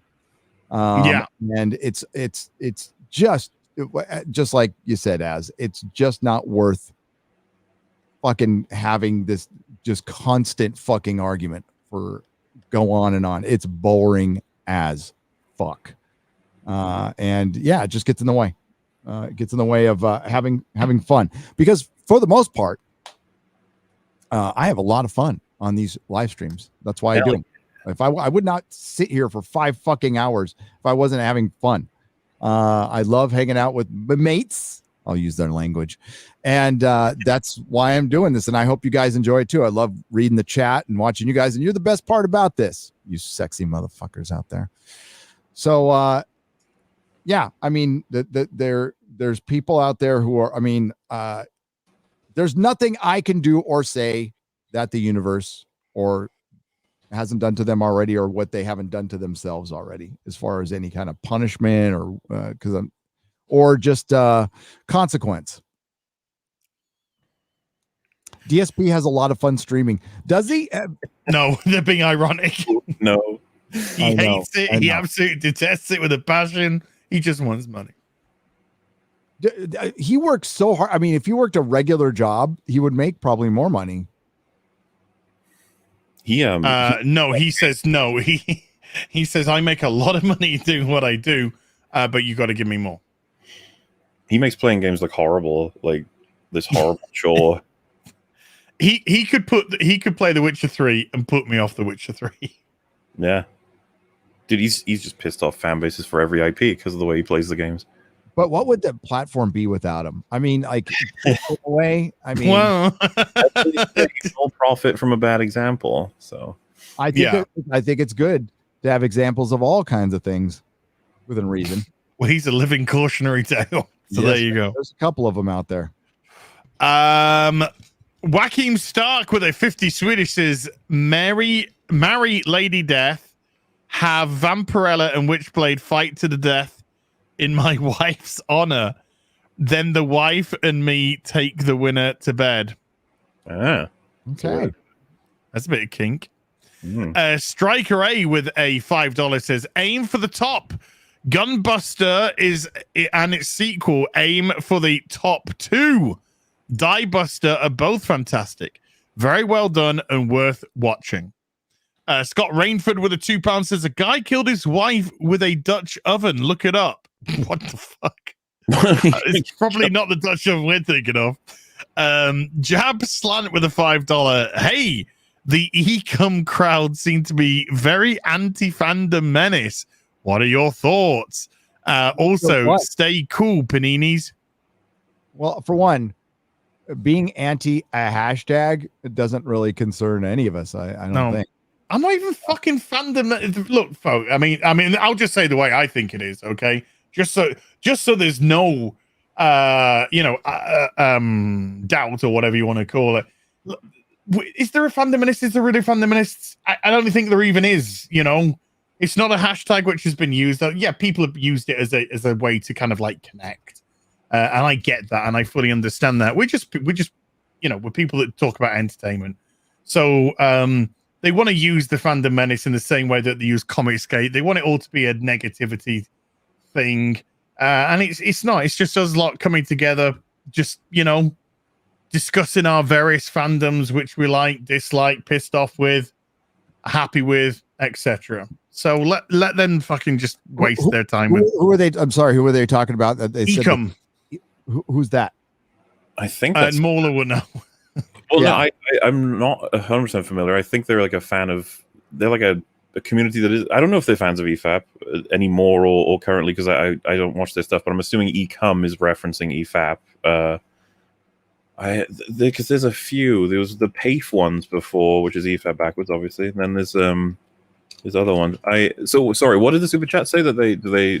It just says they seem to be anti-fandom menace, was it? They seem to be very anti-fandom menace. What are your thoughts? I don't think there's particularly any Depends thought. on the I mean, like, I totally agree with that, and I've always said, sorry, Mauler, real quick. I've always said this on my channel, and I'll always say, if you want to use the hashtag, that's cool. It's just a hashtag. That's all it's ever been. You can't quit it. You can't join it. You can type it out. If you type it out, that's cool. I've typed it out in the past, usually when I did a Star Wars video. It's a way for people to identify each other or hang out. It used to be a loose collection of individuals united in the principle of respecting the fan and respecting our modern mythology. Things break up. I'm not saying it's dead. It might get used again. It really centers around Star Wars, which honestly, I did some Star Wars videos, but I do a lot more Doctor Who, Star Trek, Marvel kind of stuff. That's where my thing is now. So I think it's always been more of a Star Wars thing. But if you still want to use it, that's cool. But I've always said, if it ever became an organization where it has some kind of rules and leadership and it starts attaching people, it's a way to make channels responsible for things they haven't done too. It could be used as a negative, and that's why we always need to be careful and not make it an organization. I think for the longest time it wasn't. I don't think it is now. It's good. If it ever became one, I'd be out, but I can't be out because I never was in. It's just a hashtag. That's all it is. And now they want to use it as a negative label, and fuck them. It's the same thing as being called a white supremacist now or an alt-right. I mean, they're going to try to make everything negative. They're even trying to flip our language around. They're, I saw one guy, calling us NPCs, which is okay. Right. It's like they've got nothing. It's like counter the argument. Tell us why you like Shang-Chi. Tell us why you think it's a absolute triumph. It's always a Shakespearean story. Calling. Yeah, it's always straight to the name calling, and that's all it's ever been. And it's been going on for a long time. It's not going to go away anytime soon. So, and as far as EFAP, as fans, I love them. Well, I was just going to say, if what it means is that they disagree with a lot of stuff that comes out of circles that are surrounding or we're a part of or are a part of the Phantom Menace, like that's totally fair and fine. Do whatever you want. But if it was to be interpreted as they're anti-you guys, like if that's the point the super chat was making, it's like it's not a great position to be in, just being anti a person rather than anti their whatever positions they may have. And I hope that that's what it is actually, that they just disagree with you guys on a lot of different things. I disagree with you guys on a lot of different stuff. You disagree with me on a lot of different stuff. Yep. If that's as far as it's going, that's totally fine. I would rather we don't try and stoke wars or anything instead of just being like, hey, yeah, I mean, if they disagree, they disagree. It's totally chill. I'm sorry, Shang-Chi was shit. Yeah, it was. It was. I had a lot of people show support, for everybody, on Friday Night Tights for having Alex on, and it's been mostly positive. People were like, "Hey, that was cool. That was fun." I haven't had anybody DM me and saying I had a problem with you. I've had some emails, but they were actually like really respectful and nice. Like, hey, I don't like Alex. Here's why. I skipped the episode, but it wasn't like fuck you, I'm unsubbing. It was just they just told us they felt like they need to, and I wanted to make sure they were heard. I respond. I say, hey, thanks for reaching out. That was fucking cool. That's cool. That's adult. So Chad said we had them on UFAB once. At least Marcus. I remember Marcus. We debated him. He felt that the Amazing Spider-Man 2 was good. We did not. There was a debate for it. So I think he's one of the sort of main dudes, and it's just like, yeah, I'm on good terms with him, and Zodiac I recognize as a name as well. I'm on good terms with all of them as far as I know. This is the problem. I don't know enough about the ecom community to say more than that. I'm not going to not like a human being because we disagree on a movie.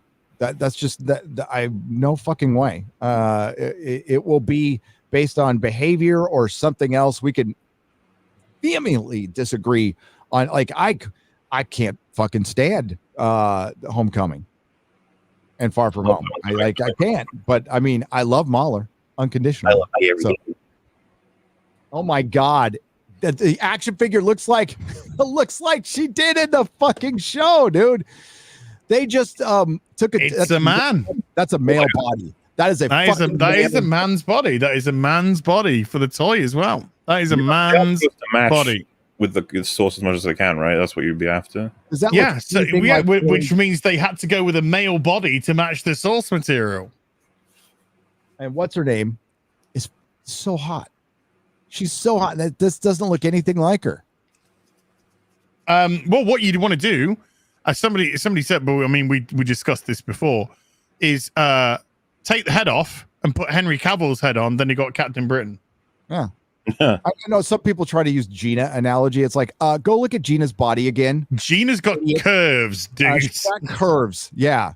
She's got curves. She's got a very Gina, don't kill me for this. She's got No, those are good curves. Oh, damn, did you see the cover? She was on that. They're good. Oh, wait, she's in the black dress. She's on. Was it? I forgot what the magazine was. I want to say it was Elle, but it couldn't have been Elle.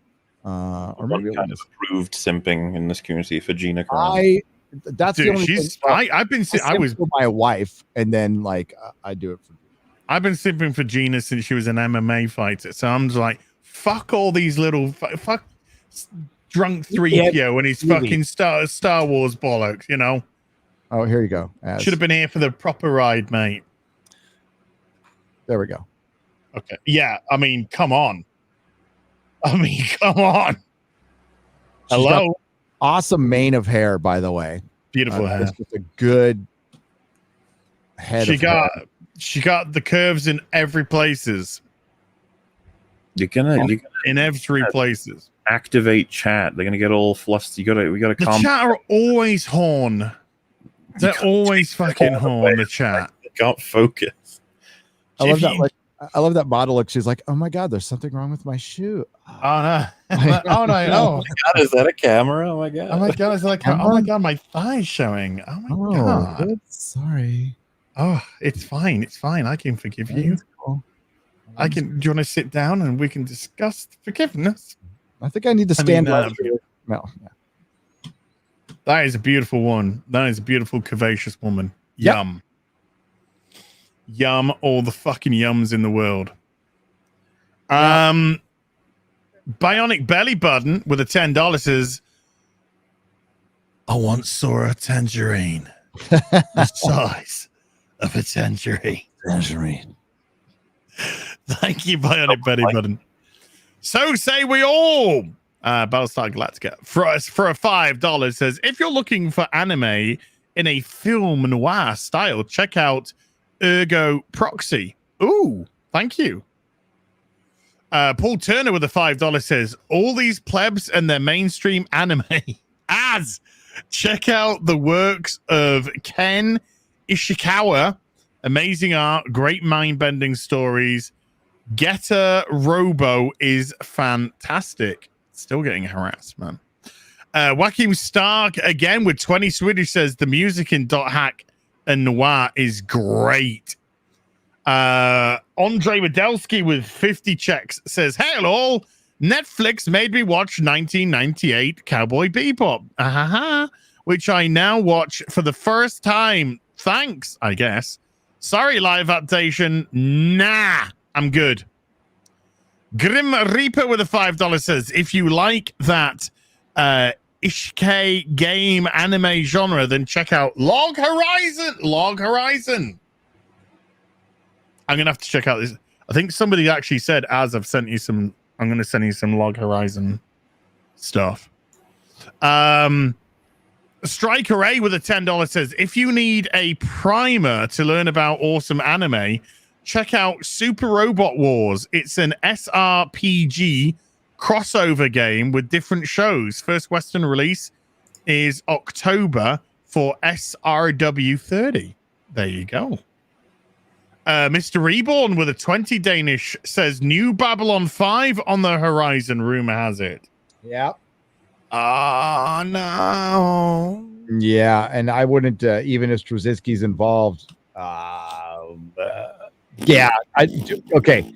I don't think this is. I think we should just make this a blanket statement. You don't want anything you loved made right now. Nope. You just don't. Period. That's it. Zam Zoltan with a 50 arses says, dude, if you played the dot hack at GU, you need to play Last Recode on stream or PS4. It is the real ending of the game, which explains some things. Gothic Crusader with a 5 Canadian says, the anime genre of respawning in another world is called isekai. As a gamer, you should check No Game, No Life in that genre. I'm getting so many fucking recommendations for this. This is amazing. Thank you. Road Rager with a $2 says RIP. Norm Mcdonald, hashtag fuck cancer. Amen, dude. The Woke Breaker for $2 says, ever play Xenogears? I played Xeno Saga, which I don't think is even related to Xenogears. Can you share this when you're done with that? Sorry. Sure. Sorry, dude. I didn't realize you had that. Ba. This is Jimmy Palmiotti. Yeah. I've met the guy a couple times. Really nice guy. I think he should have been the EIC at fucking at DC at one time. But he's the one. He's not married, but his partner is Amanda Connor, isn't it? I think they've been together for like forever. Yeah. And I think if he wasn't like mixed in with all the politics and shit like that, I think he goes along to get along. Let's just say that. Yeah. Jimmy always blocking idiots, and then he's asking the comic companies to do better. Do better. I don't know what's going on, but I don't know. Is he being ironic? Is he trying to be sarcastic, or is he being legit? I don't know. But I heard DC were going to go through another culling. They're going to go through another culling. And so if he's responding, because he was doing Harley Quinn with with Amanda. There's this shithead, fucking Rich Johnson. Oh, he's a bellend, Bellendus Maximus, as the I know what Romans used to say. Belendis Yeah, Maximus. they definitely used to say that, yeah. Belendis Maximus, yeah. Not to mention biggest dickus. He's got smallest caucus as Rich Johnson. I think he's got plenty of pictures of Stephanie Cook naked, though, which his wife wouldn't like. I mean, that's just a rumor. I'm sure it's not true. The Woke Breaker. Oh, no, I had that one. Macho Madness with $5 says, if memory serves me, Hulu or Crunchyroll lost the rights to stream the first season of Log Horizon. For some reason, it starts at season 2, I think. Oh, great. It was Master Chief, Mr. Marksmanship 117, I think, who said he's going to send me some of that Log Horizon stuff. Lack of Attack with the $5 says, the guy who said anime is bad in general is like saying film is bad in general.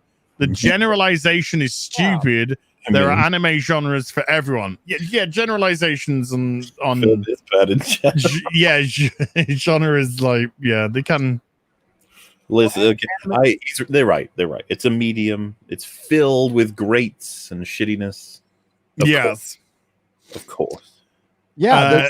Yeah. I don't want to go down the route. You're doing super chats, but there's a reason I didn't like anime put me off because I was shown a lot of the not the best. We'll just say that. We show an anime or hentai or yeah. It'd be like if I showed an anime or a manga fan like modern fucking America comics going, yeah, like dude, you totally need to get this, Kate Bishop comic. Okay. Yeah. Literature Devil with a $2 says, I recommend Itchy the Killer. Now then, I've had some dealings with Itchy the Killer. When I was into Tartan Cinema Extreme when they did the movie adaptation of it. Vapor Knight 888 with a $10 says, watch Re-Zero. I got a Re-Zero 1 in 6 figure, mate. It's about a normal guy gets transported to a fantasy world and finds out that when he dies, he restarts to the day before, sometimes a couple of days past, but it's super good. Yeah, I'm looking into ReZero because I grabbed a character. Like I said, I grabbed a 1 in 6 character from it. Andrew Clark with a 5. There's a company called 30 too. Yes, there is that make great some of the great Transform toys that I get. Oh, I've got another one downstairs. Oh, yeah, it's for tomorrow's. Never mind. Andrew Clark with a $5 says, Lucifer season 6, episode 7. 32 minutes, 22 seconds in. Classic Adam. Wokeness is hard. I've got to be better at it, and I will. Oh, man. I'm going there. Hang on. Season 6, episode 7, 32 minutes, 22 seconds in. This fucking autoplay shit. Oh,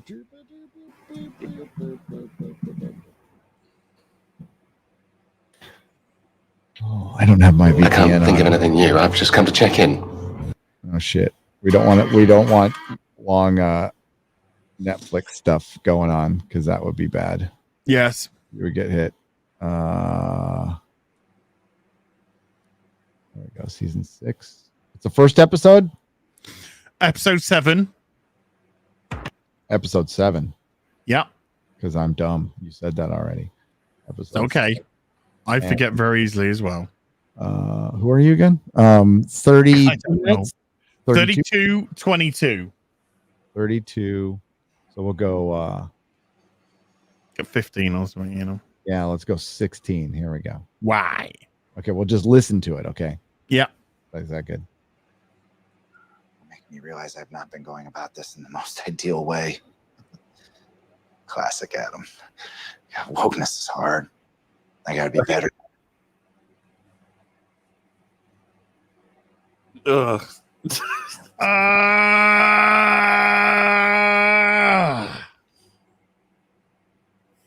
Like if you haven't eaten anything for like a whole week, you'll still vomit up food from it.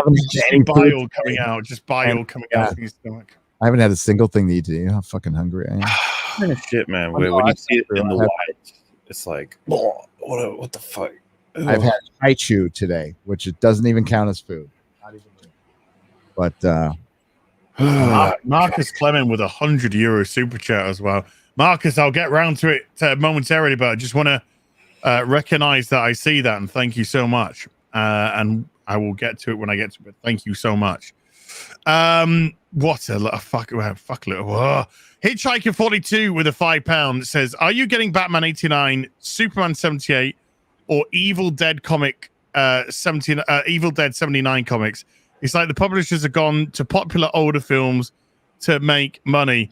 I haven't heard good things about Batman 89.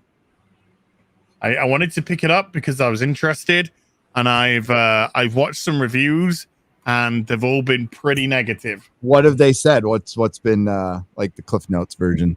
Cliff Notes version just not good, just not well written. It feels like it's a cast off of a film idea which hasn't been realized or even cohesively put together.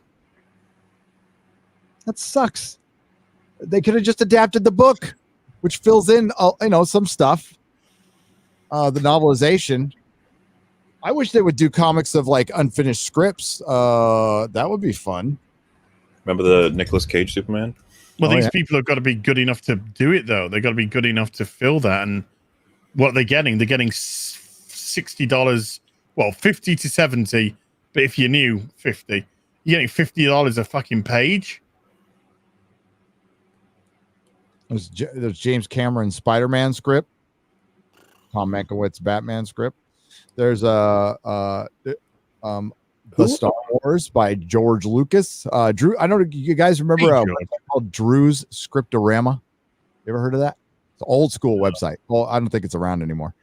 I mean, that website goes as far back as like rotten.com and like fucking AOL days. So you used to be able to print out scripts, right? It would take forever. But I had a stack. I would just fucking go through printer cartridges like crazy. And the James Cameron Spider-Man script is a piece of shit. It is fucking terrible. Wait, maybe you can answer this then. Wasn't he intending for Arnold Schwarzenegger to play someone in that movie? Yes. Who was he? Arnold to play Doc Ock. Really? But it was going to be they changed the names of the characters. The rumor was they wanted Arnold to play Doc Ock, but it wasn't from that script because they took like I haven't read the script in like 20 years. They took two characters and renamed them. I think it was Electro. And yeah, I think James Cameron's the kind of guy, like, he'll write out a script and it's probably just his fucking outline, and he tools and retools shit as it goes on while he's actually making his piece of art, because the guy is fucking one of the greatest directors ever lived. So, but yeah, there's a reason that script didn't get sniffed. But if you could find, I'm sure there's websites around that you can find the script easily. Yeah, it's now J.J. Abrams' Superman Flyby is worse, much worse. Well, it's okay because he's getting another bite of that cherry, and this time he's going black. Nina criticize that, losers. Nina said they liked Arnold as Mr. Freeze. How do you guys feel about that? Good, funny. I mean, good for a soundboard. It's good for a soundboard. I hated that movie. Yeah, I love that movie. I fucking hate it. That movie's it's a war crime. Hey, chat, thumbs up or down for Batman and Robin? I want to see nipples on the bat suit. Are you fucking kidding me? I still would have totally. Oh, by the way, and Alicia Silverstone, when she turns around for the ass shot, not even her. It's an ass double. Damn. No, I know. I'm one of those dorks who wants Batman taken seriously, and the whole fucking point when they brought the Burton, everything if you guys remember, every fucking interview they like, we want to distance ourselves from the 66 Batman, like, because that's what everybody thought Batman. Well, that's what Hollywood thought. Everybody thought what Batman was, and that's just not the case. By the way, I love 66 Batman. It's fucking wonderful as camp. And Schumacher, I guess, tried to do the same thing. It's just it's Batman on ice. That's what I mean. They literally just adapt that to an on ice show. By the way, chat is pretty split. There was way more thumbs up than I thought there would be. Oh, I mean, there's nostalgia factor. Back credit card. Don't leave the home. Don't leave the cave without it. Go fuck off. You're telling me that you're going to go and watch Batman and Robin tonight, and you're going to go watch it like 6 or 7 times in the next year or so. Come on, dude. I watch it every Christmas. I tell you what, though, they release Batman and Robin 1-in-6 scale toys. I'm buying every fucking one of them. I'll buy Batman. I'll buy Nightwing Robin. I'll buy Mr. Freeze. I'll buy Poison Ivy. I'd get Robin from Batman Forever because that's a good costume. It's great. I wish they would do a regular Val Kilmer and not that stupid sonar suit. I won't buy that. I am. Dude, right there. And I've also got the 1-in-6 Batmobile on pre-order from Jazz Inc. as well. Oh, dude, the 66 ones. Yeah. I got the 66. I got the Batman Forever. But that Batman, this is Batman Returns Batman. That is fucking dope. That oh yeah. Oh, I love that costume. Damn, it's fucking love that costume. Someone said Mauler lost mad credibility. I never said the film was good. I'll never. You said he loved it. I guess. The film was good. I ain't ever gonna claim that. But what I will say is that Mr. Freeze, like it's all there. The character, I mean, he's nice to meet you. He's motivated by trying to save his wife, and he even at the end of the story gives away the cure for Alfred because he remembers that it's more important to help people than it is to kill everybody to save your wife, sort of stuff. Watch Sub-Zero, the animated Mr. Freeze. I'm not saying he's the best. When I heard that they were going to get George Clooney to play Batman and Uma Thurman to play fucking Poison Ivy, I'm like, dude, I'm down. This sounds awesome. This sounds fucking great. Clooney was white hot because of ER. Yep. And so when he got cast, I was like, awesome. Then he cut his hair, and then he broke his ankle playing basketball. So he was limited in doing lots of different stuff, and he was terrible. I mean, he admits. I tell you what, the thing that I love about Batman and Robin is Joel Schumacher was so upset that he thought he had like ruined Batman for people, and George Clooney absolutely owned it as being a terrible Batman. That's why, dude, there's so much about it that I love. I love those. They're like fun facts to me. It's such a funny event that happened, that whole movie. And you got your Nolan trilogy still. You're all right. You can have that. Play with it. Look, I would rather watch Batman and Robin than any of this fucking trash from Marvel. What about you, Gary? Oh, recent trash? Yeah. I'd watch the MCU Phase 4 shit. I'd watch Batman and Robin for a laugh. I'm none of this Phase 4 shit I am ever turning on again for any well, I have to review Falcon and Winter Soldier, so I gotta watch fucking hell. Because I skipped the dinosaurs. The Ice Age. Dude, I can watch that on repeat. It's so fucking funny. Yeah. Give them to them and tell them to call their doctor in the morning. When I walked out of Batman Forever, I was convinced I saw a great movie. I did. I was just like, I am curious about that. I've always put those movies together in my head in terms of they're the same experience for me. I laugh while watching them, and I'm not sure that it's like you know what I'm saying. But like they're both really absurd takes on Batman, from what I can tell. Because like the Burton Batmans. They're no different. You're right. They're. I mean, they're super gay. They're just really super gay movies. I mean, that's because Joel Schumacher wanted to live out a sexual fantasy for himself. What sucks is this is the guy who directed fucking. When I heard he was directing over Burton, I was happy. I was like, this is the guy who did Lost Boys. Lost Boys. Fucking Lost Boys. Like, this is gonna kick ass because I think part of it he would have been told to do, right? Because after Batman Returns, they were like, whoa, we've gone too dark. We need to go back to happy times. Well, what I believe, I mean, yeah, man. I believe what he was told was to make it more appealing for kids, because the toy sales for the Batman and Return stuff was really low because the film was so fucking dark, and they wanted to sell toys, so they were kind of like, we need to sell some toys with this one. What they should have. Well, you know what they sold? A fucking fuck ton of toys with Batman the Animated Series. Yeah, and they're doing it now again because they're releasing them in beautiful. Oh, the re-releases, they're too expensive for fucking. I've got the old ones. I'm good with the old ones, but you're right. It's shit. They had it right there. I wanted them to take Batman seriously. So before Burton was hired, I was praying it would be like John McTiernan directing fucking, that like somebody, just a straight up action director, and Alec Baldwin was rumored. And I'm like, fuck, at the time he wasn't an obnoxious fuck who like abused his daughter. And I was like, yeah, the guy from Beetlejuice. And then it turned out to be the other guy from Beetlejuice. And we're like, fuck. Wasn't sure about that one, but I was open to it. Then when Jack Nicholson came on, I was fucking stoked. But I mean, Batman Returns, I loved it. I fucking loved it. I love that film. I absolutely adore that film. I think Danny DeVito does not get the credit he deserves. Penguin. He played a fucking great Penguin. Praise him for that one. That is a great cast. I think Michelle Pfeiffer's Catwoman is fucking great as well. Yep. Yeah, I love that scene. I mean, the scene with the dancing and just both of them, they're kind of falling apart. Well, she's totally falling apart. She's so good. Yeah, she's so good. And then even at at the end when he's like, come on, leave Max, come away with me. I would love to live with you in your big castle.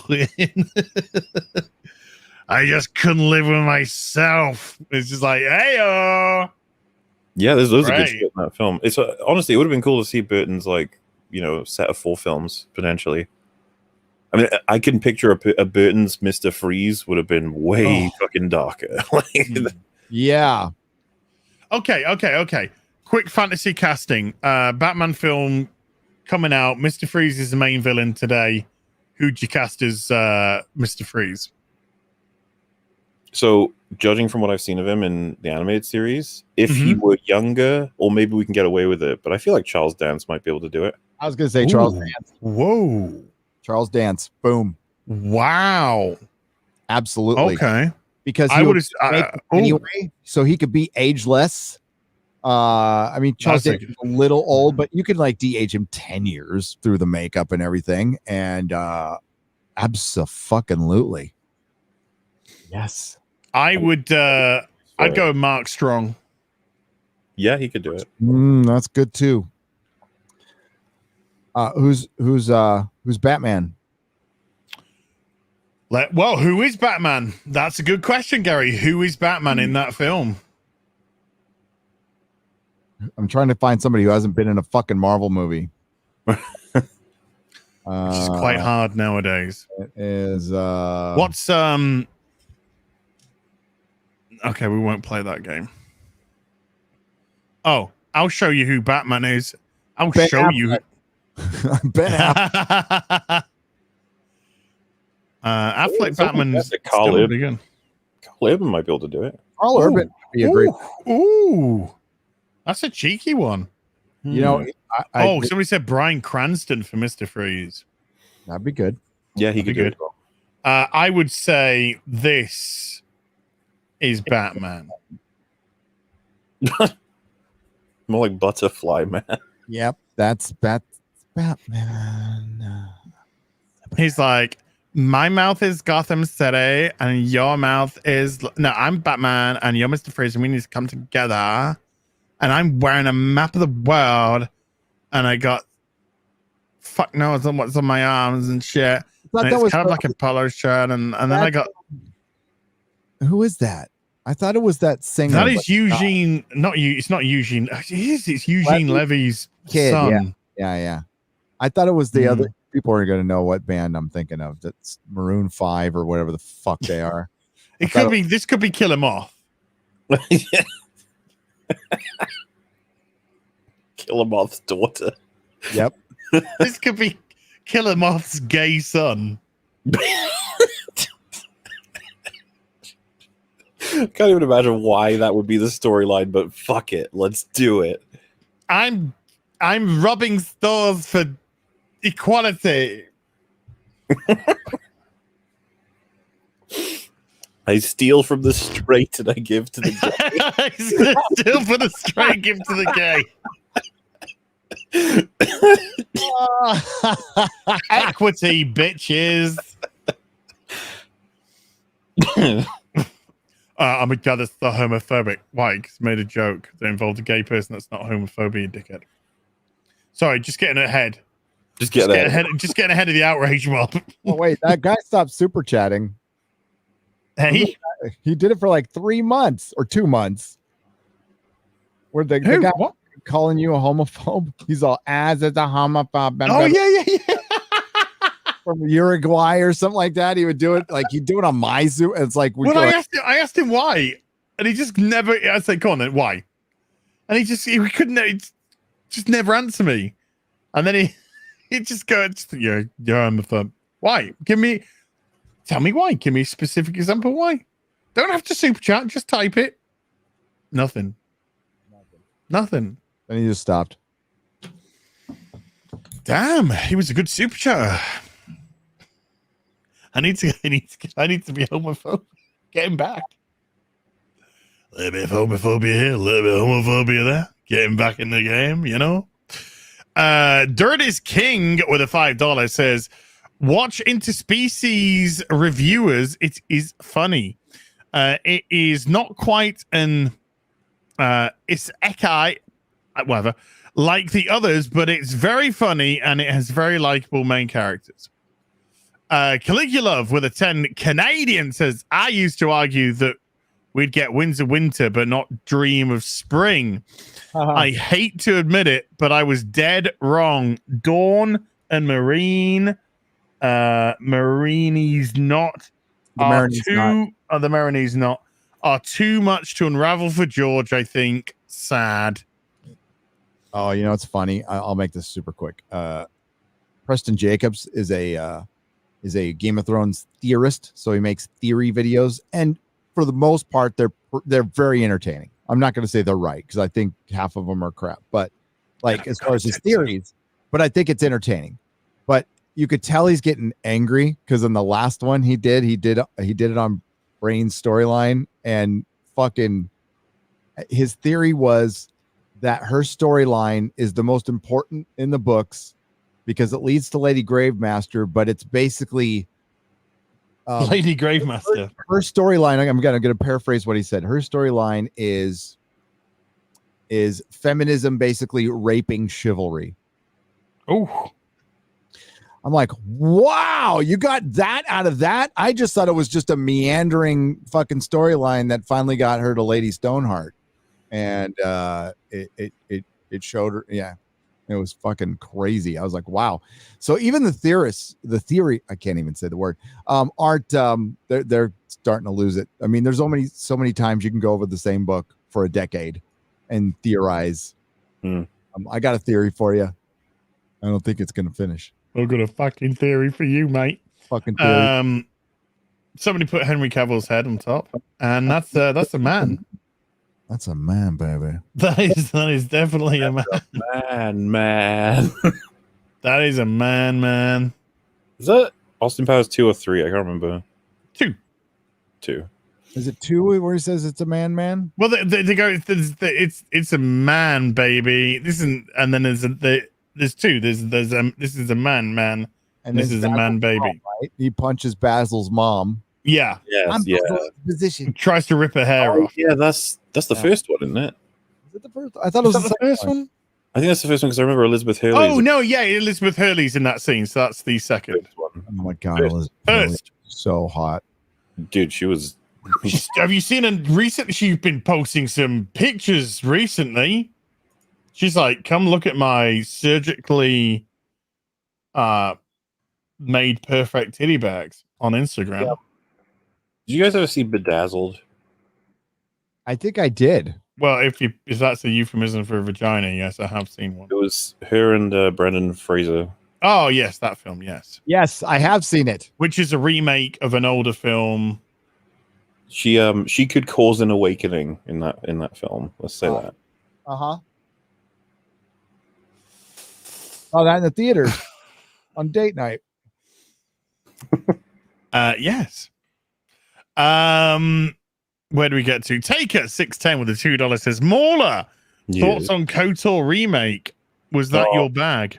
So I went through the exact same arc everyone else did. I heard about it and I was like, ooh, I now have a choice. I can play the original and then play the new one and then see how well they did the transfer in terms of the graphics and maybe updating the mechanics. Or I could just play the remake because they're keeping everything the same from what I gather.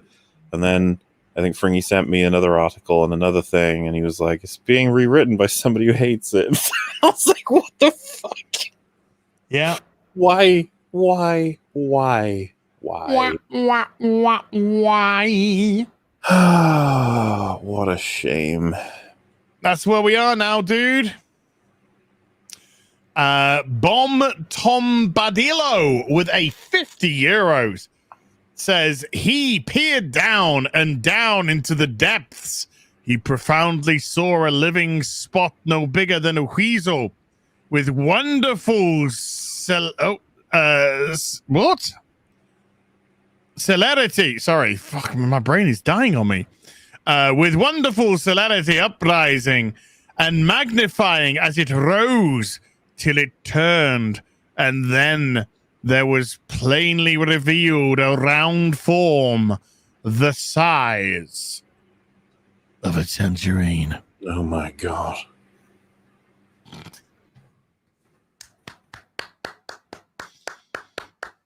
That was beautifully constructed. Beautifully constructed, sir. Mikey Gustler with a $5 says, Clark does not care about people in Man of Steel. You'd know that if you'd watched the movie. Wait, what was that? He said Clark does not care about people in Man of Steel. They're saying he doesn't care about him. He doesn't care about people in Man of Steel. I mean, because I was going to say, like, we were shocked when we rewatched Man of Steel. Let's put it that way. When I started paying full attention to it, I don't know, man. I think it's there's a shocking portrayal of Clark Kent. Not to mention just hard to swallow as ladies hero content. Because as I'm level with you here, when he decides, fuck it, I'm going to destroy Zod's ship and thus kill every little embryo of all the little Kryptonians. Yeah. While shouting Krypton had its chance. Yeah. Now that is genocide. It's and you have Zod being like, no. It's like, what the hell is happening? Well, let's be real. It's not like we all haven't committed genocide. Yeah, that's fair. Black Widow did a genocide. She did a vaginacide. David Hart with a $10 says you should check out Overlord as well. It's the same story type where the MC gets transported to a video game where he's level 100, but he takes up the role of a villain and is taking over the world.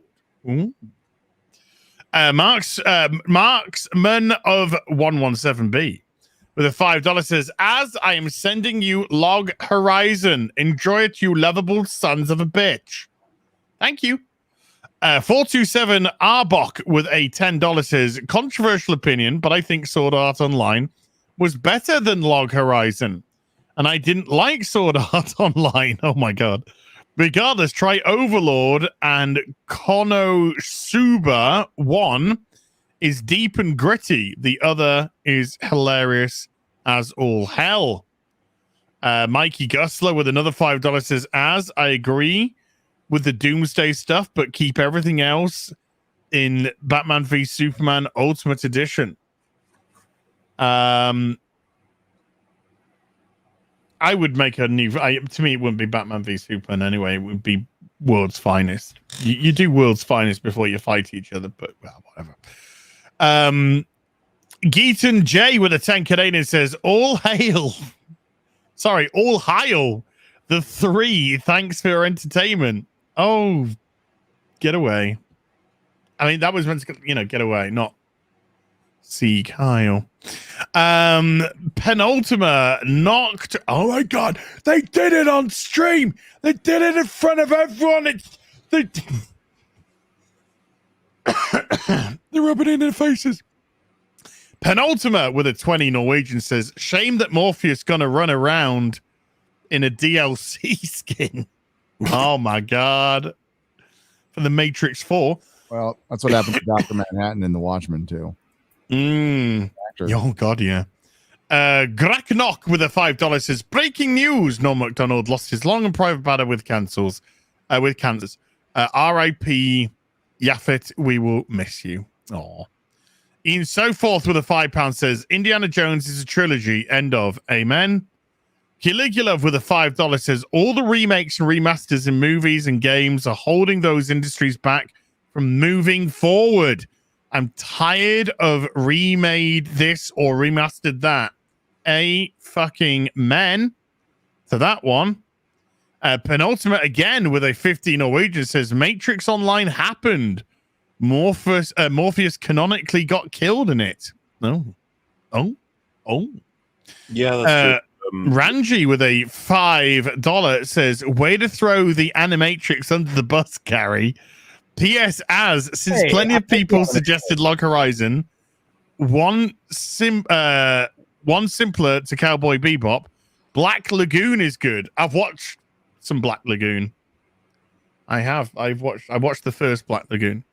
Mikey Gustler again with a $5 says, both Jay Bauman and Razorfist claim that Alien 3 is a very good movie and is much better than Aliens, which they think is okay at best. Well, that's their opinion. I don't agree with it. That's their opinion. Okay at best, my ass. Yeah. Robin Svekpa, I'm sorry if I killed that, with 50 Norwegian says, thanks for all the good laughs and content over these past years. Love you, bud. Cheers. Also, thoughts on Nier Automata? Have yet to play it. Got it. Have yet to play it. Lack of Attack with a $5. You guys should give Terminator Resistance a go if you want a satisfying end to the franchise. Ralph Mack with a 5 Australian. With a 5 AUDs. Whatever they are. Thank you, Gary. You see, I believe Juice runs the world and lied about the war.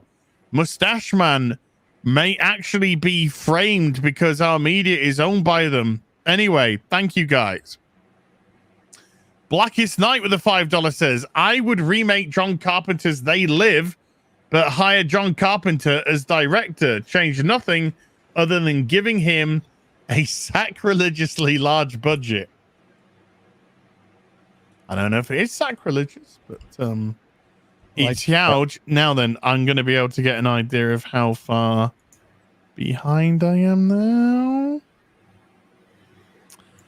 And oh my lord, you guys. Okay, there is still a fucking shit ton of supers to do. I cannot believe it. This is crazy. Right, I've got to where we are. There is a ton left to do. Guys, it's 6 hours. You've been here for 6 hours. I can't, if you need to get off and do stuff, I can't ask you to stay any longer. If you want to sleep, work, poop, eat, flick the bean. But giving you a nice doorway if you want it. I'm gonna stay until my food gets here. Okay. I'll keep on keeping on. I'm gonna keep going. Wow. Okay. I'll try and get through as quickly as I can, but as respectfully as I can. Mikey Gustler with a $5. Are you guys gonna talk about Karen the movie on Friday Night Tights or something? I'd love to talk about Karen the movie. It's one of the funniest fucking things I've watched in my life. Friday Night Tights, don't know, but maybe on a stream. Did I watch it?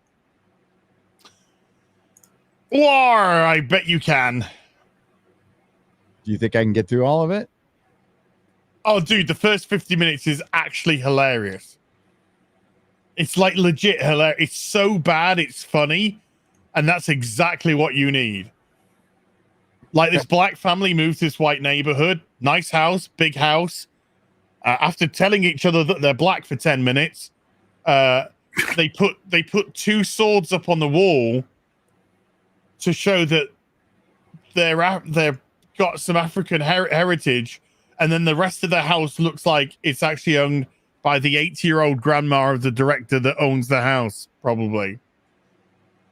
But they have to have this tiny little segment to be like, oh no, we're respecting the culture, but actually this house is just borrowed from an old woman for the weekend, and it doesn't match anything that a young couple would have in any way. It's so funny. The Spawn Camp with a $10 says, I have the hardcover for Long Halloween if you like. Also, for a video game based isekai, I recommend Hack Sign. No game, no life.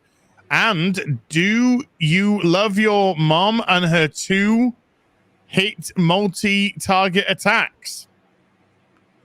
Okay.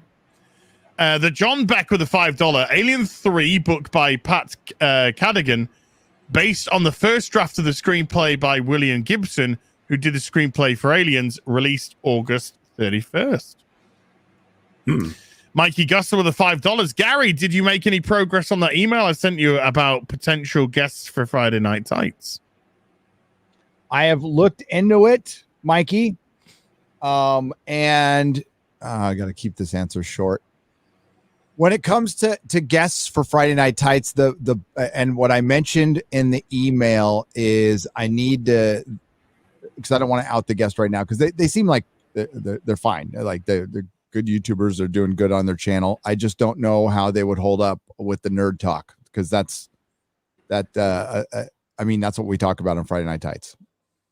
Except on a rare occasion, it is all about getting in the weeds with the nerd stuff. And I would hope that a guest can hold up as well as possible through that stuff, because there's always going to be a Marvel something coming out that we're going to be talking about.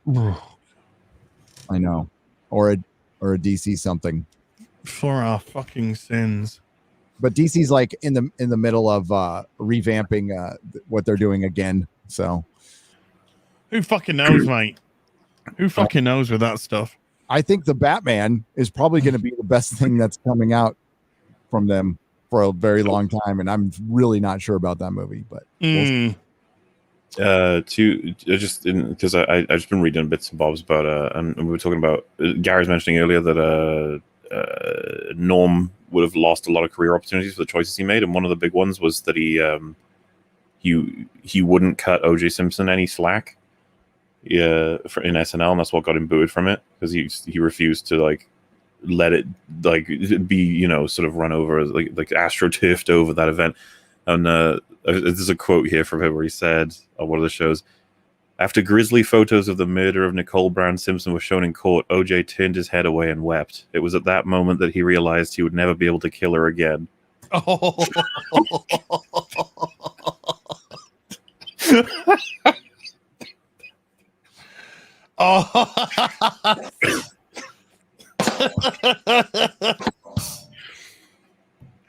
Oh man. Nobody did like he did. No. Volkert Cornelis with 11 euros says, I'm watching Sunshine, the 2007 sci-fi film. I went to the cinema to watch that. Right now on Dutch TV, diverse cast, but not in a forced way. No wokeness, preaching, political allegories. I long for these days. I want to go back there. Yeah, I mean, was it you, Mauler? I don't know who I was speaking to. About what, sorry? I think it might be, if I wasn't speaking to you, forgive me.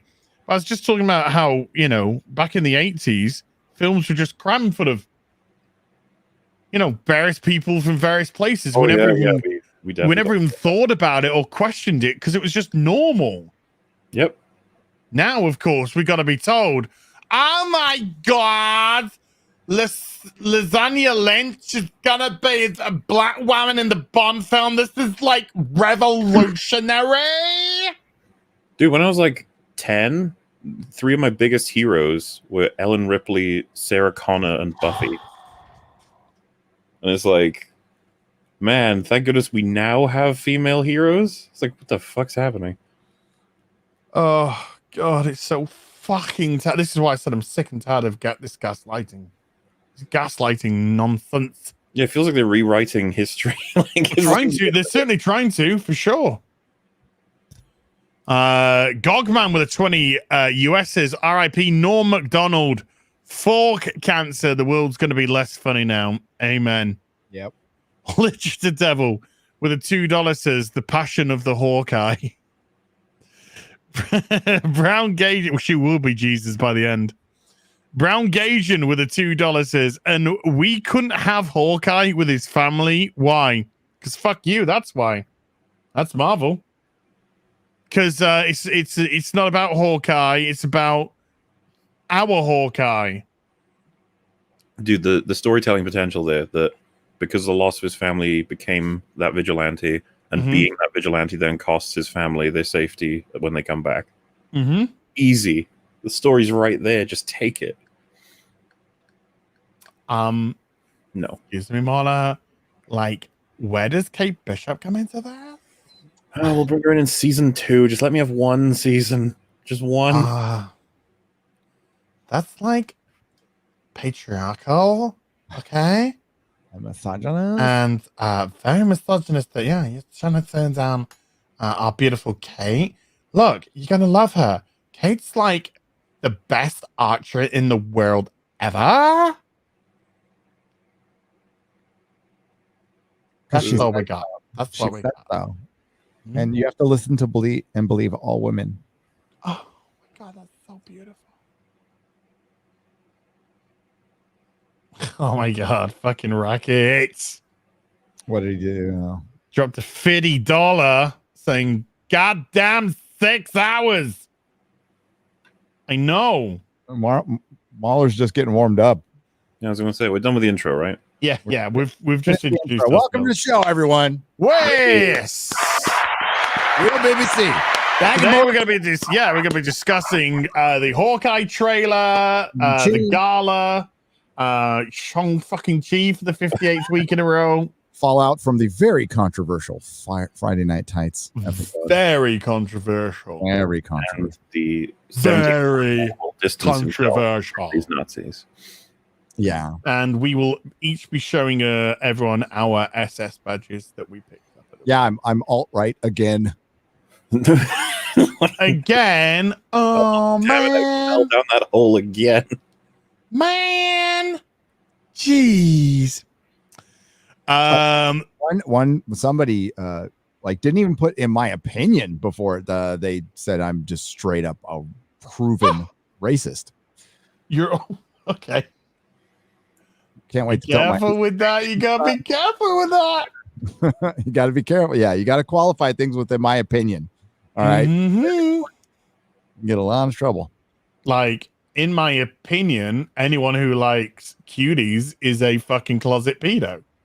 In my opinion. In my opinion, I would agree that anyone who vehemently defends cuties is a closet pedo, in my opinion. The Spawn Camp with a $2 says Green Arrow will always be better than Hawkeye. Sparky T Peg with a $5 says, can we make it illegal for Marvel to try making jokes? Until then, I have zero faith in anything they shit out on the screens. It's sucks. Like, there's something so good fucked Marvel up so bad. Like, Guardians of the Galaxy like ruined it. Marvel. But Guardians of the Galaxy was funny. It was great. It was great. But it's also like how Buffy kind of ruined comics. I love Buffy. I love when Joss Whedon writes his dialogue for himself, but so many people tried to copy him and bring it into like Spider-Man and fucking X-Men, and it's terrible there. It's fine in Buffy. It sucks everywhere else. Everybody, I don't know why Rackets is mentioning this Vimto person. I love Vimto. It must be pure coincidence. Pure coincidence, I'm sure. Vosh? Sorry, I got the V's confused. Vosh for Vendetta.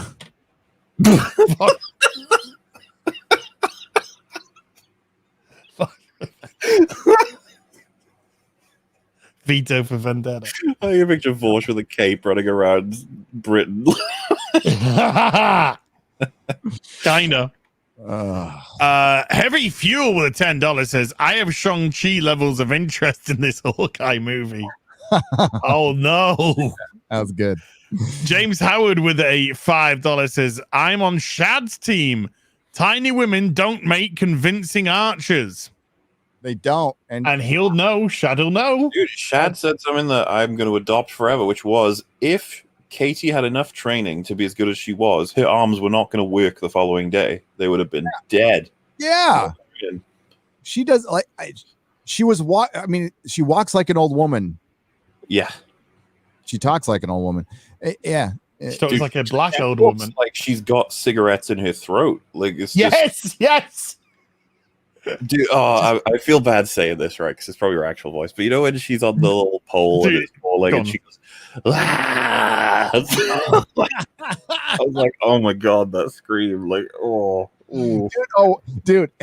And when she got rescued by the sister, I had it in my notes, going to get rescued by sister, and then boom, it happened. I was like, I wish I could have caught that on. Yeah, he couldn't even fucking save his best mate. No, he couldn't do anything. He couldn't do anything, and he didn't do anything. And you're right. Stop roping me into this Shang-Chi discussion because it's just so fucking shit. Do you know the the place is under attack and Shang-Chi's like, all right, I'm about to fight some bad guys. And I remember because it would have been like, yes, let's do a fight scene. And then he like looks at Katie and I look at Katie like, why are you here? Like, just go away. You go back to your office. Tell me you're gonna fat fucking arrange another fight club. We're gonna talk about it. I don't know how long it'll last. It won't be like the Black Widow one because we don't have the movie. But like if we did, you know, they get saved from our scorn a little bit. We'll just have a chat with a bunch of people about it. When the 45 days is up, is it going on Disney Plus and Blu-ray and all that? So like immediately. Okay. It's going on streaming services, they said, after 45 days. So I hope it.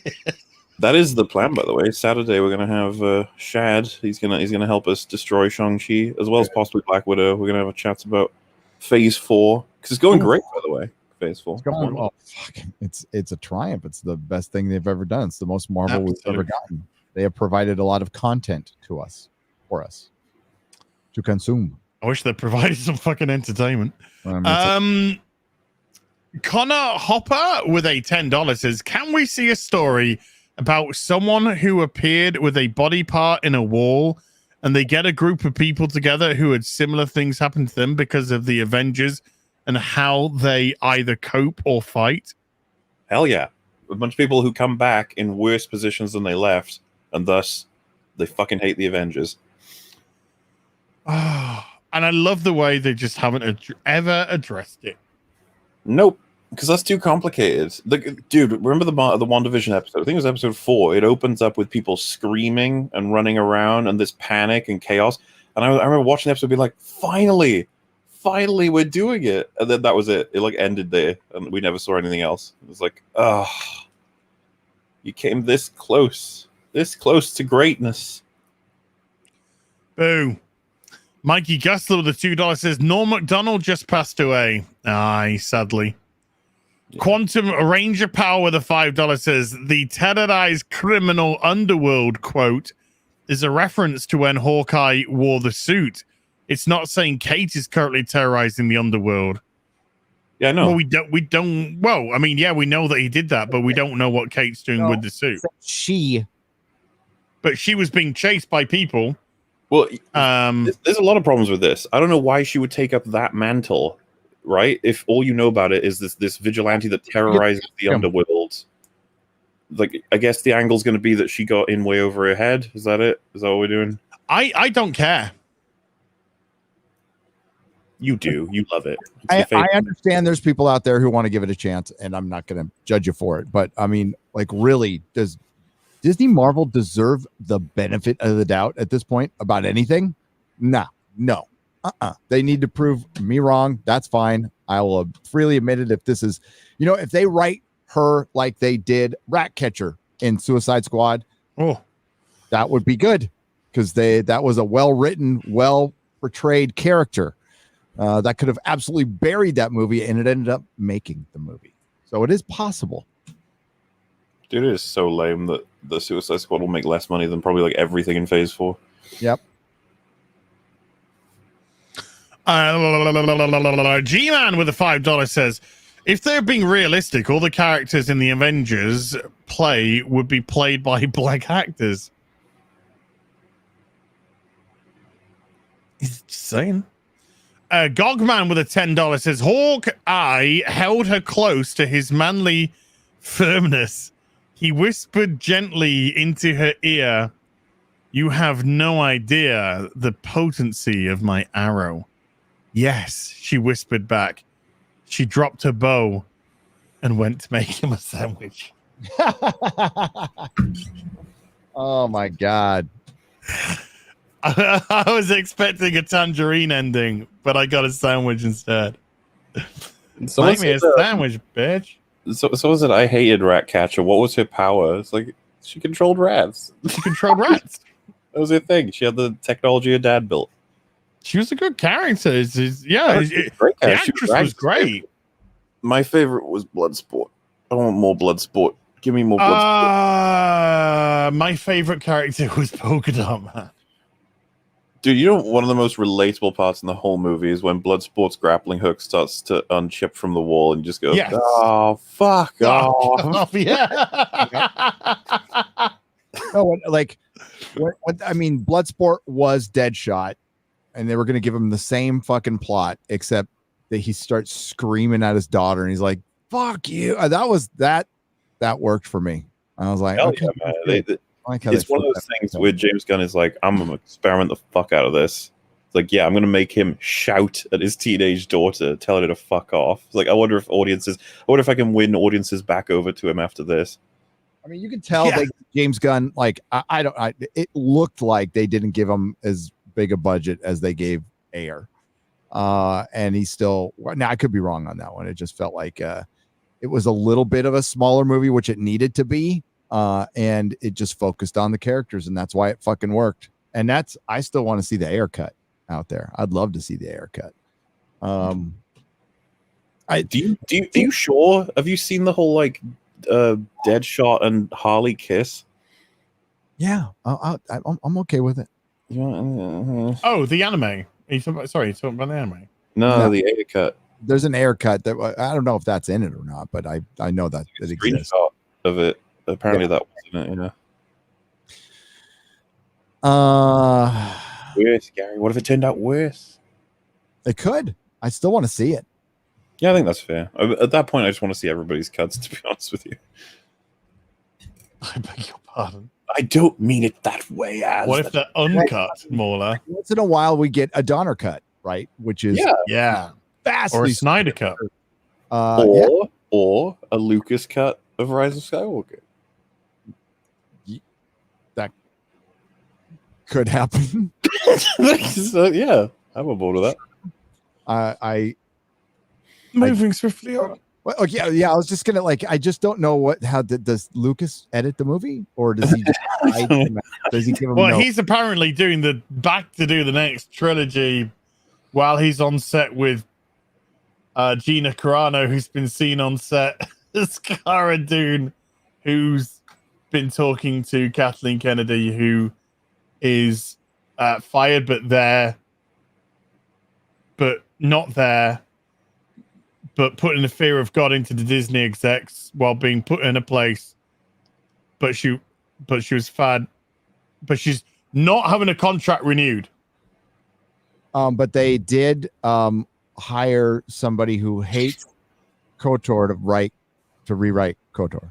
Yes. Kodor. Knights of the Old Republic. That made every fan happy. Yeah. Yeah. Mr. Tax or M Tax Shark with a $5 says, I'm not a doctor, but I'm pretty sure if you die, the cancer dies at the same time. That's not a loss. That's a draw. Norm Mcdonald. Yeah. Solander with a 5 New Zealand says, hey, Az, could you remind Gary to play my Gina short film on Friday Night Tights this week? If you want to see it, I sent you an email with the link on the 26th of July. Yeah, we're gonna try to I popped, I don't know if that was you on Twitter where I said when you reminded Ryan to play it that we'll try to remember this Friday to play it. I can't make any promises. If X-Ray Girl brings it up later, because like what happens is we get into the flow of the show, right? And you guys know, well, Mauler knows, but like once I get into the flow of the live stream, I'm like kind of locked in. So sometimes I don't see everything. That's why I got a producer to there in chat clawing at his messages like, Gary. No, fucking ass. I'm sorry. I apologize to Mauler. Cliff3188 with a $5 says, are they ever going to reveal what happened in Budapest with Tasha and Clint? Keeps getting referenced. If this is the aftermath, it's a hollow story. Up. Budapest is just, it's from Buffy.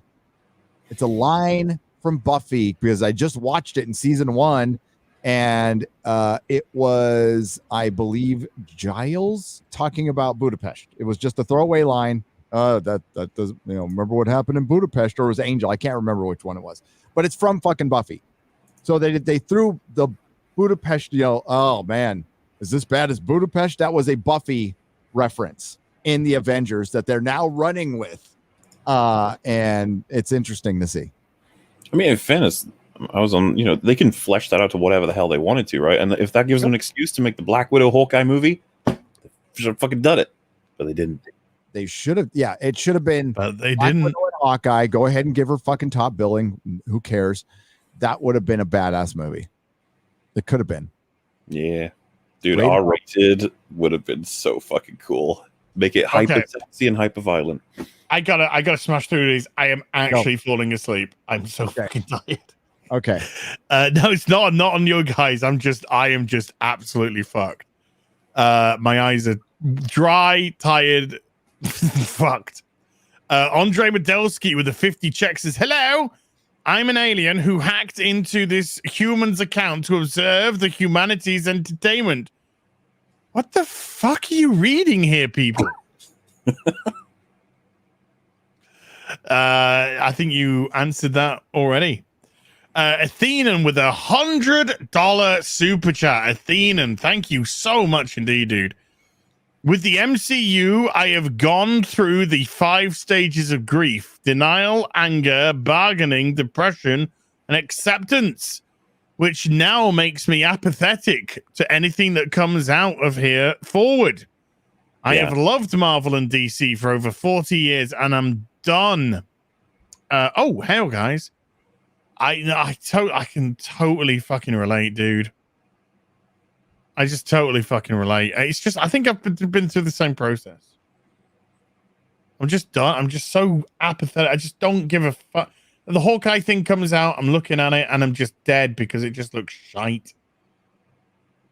Yeah, I'm certainly...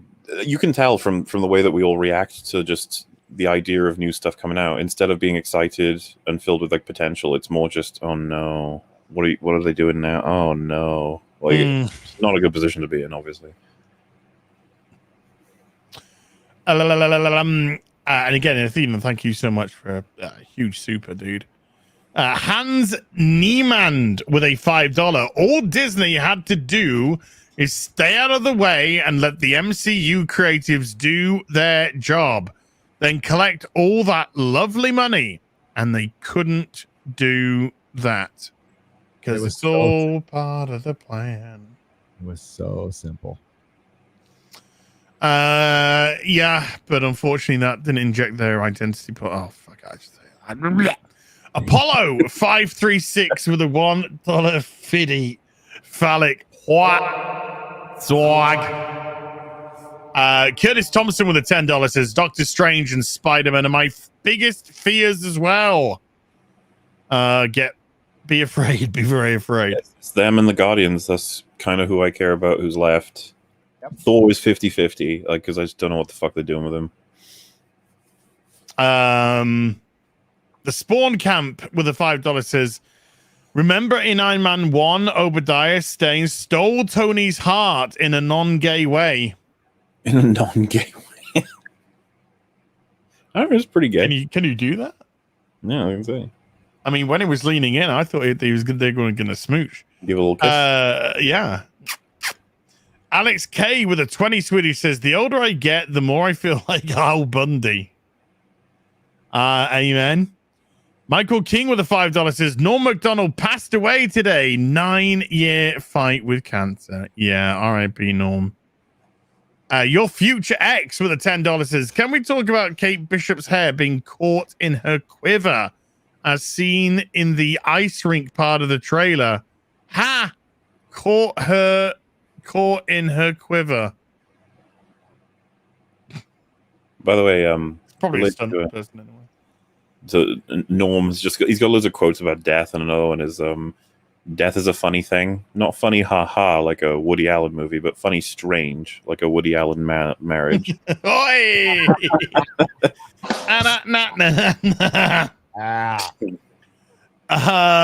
Daniel Lawrence with a $5 says, would you guys play Thirsty Sword Lesbians when it comes out? Have you talked to Evil Hat? We know you're the thirstiest sword lesbian. I don't think I qualify to play their game because they have a qualifier to play their games. You know, you have to be acceptant of this, believe this, and most of it's just bollocks. So I think I'll pass. What did they say? They said, if you're a bigot or if you don't believe in these things, then we don't want or need your money. This is a company that's been begging for money for 2 years now. Jonathan Bryant with a 5 Canadian. Lurker coming out to say, Hail, love you guys. Hail, I think is the correct. Okay, whatever. Fuck it, we're white supreme, we've been called worse. Andrew Matthews with a £5 says, guys, watch Gladys Better Takes Over the World on Remix Matrix YouTube for a great laugh. Not right now, but thank you, Andrew. Mila with a $2 says, my favorite trio, thanks for making my day better. Thank you. No. Kyle McCory with a $5 says, haven't kept up with current comics. Is Deadpool still doing that weird father-daughter drama storyline? No idea. Don't collect current day comics. Certainly wouldn't touch a Marvel comic if you fucking paid me. I take it you probably wouldn't know, Gary, because you're not buying modern comics. No, I wouldn't know, and I wouldn't buy. I was never that big of a Deadpool fan in the comics. I actually like the movies better than I like the fucking comics. There you go. There you go. Ina Berg with a 750 icicles. Hey guys, where should I buy comics? And got any Deathstroke comic suggestions? Judas Contract from Teen Titans. Yeah. There you go. Boom. Got him. Where can you buy comics? If you don't have a local comic store, eBay, literally secondary sales is the best way to accumulate, or look for auctions in your area. Look for auctions and see if there are any comic lots in those auctions. That can sometimes be very profitable. X80124 with a $2 says, thoughts on upcoming Venom movie? Probably just going to be nonsense. Hope it's going to be nonsense fun. Gonna be shit, but fun. Yeah. You're gonna watch a bunch of goopy creatures slashing at each other, and then really.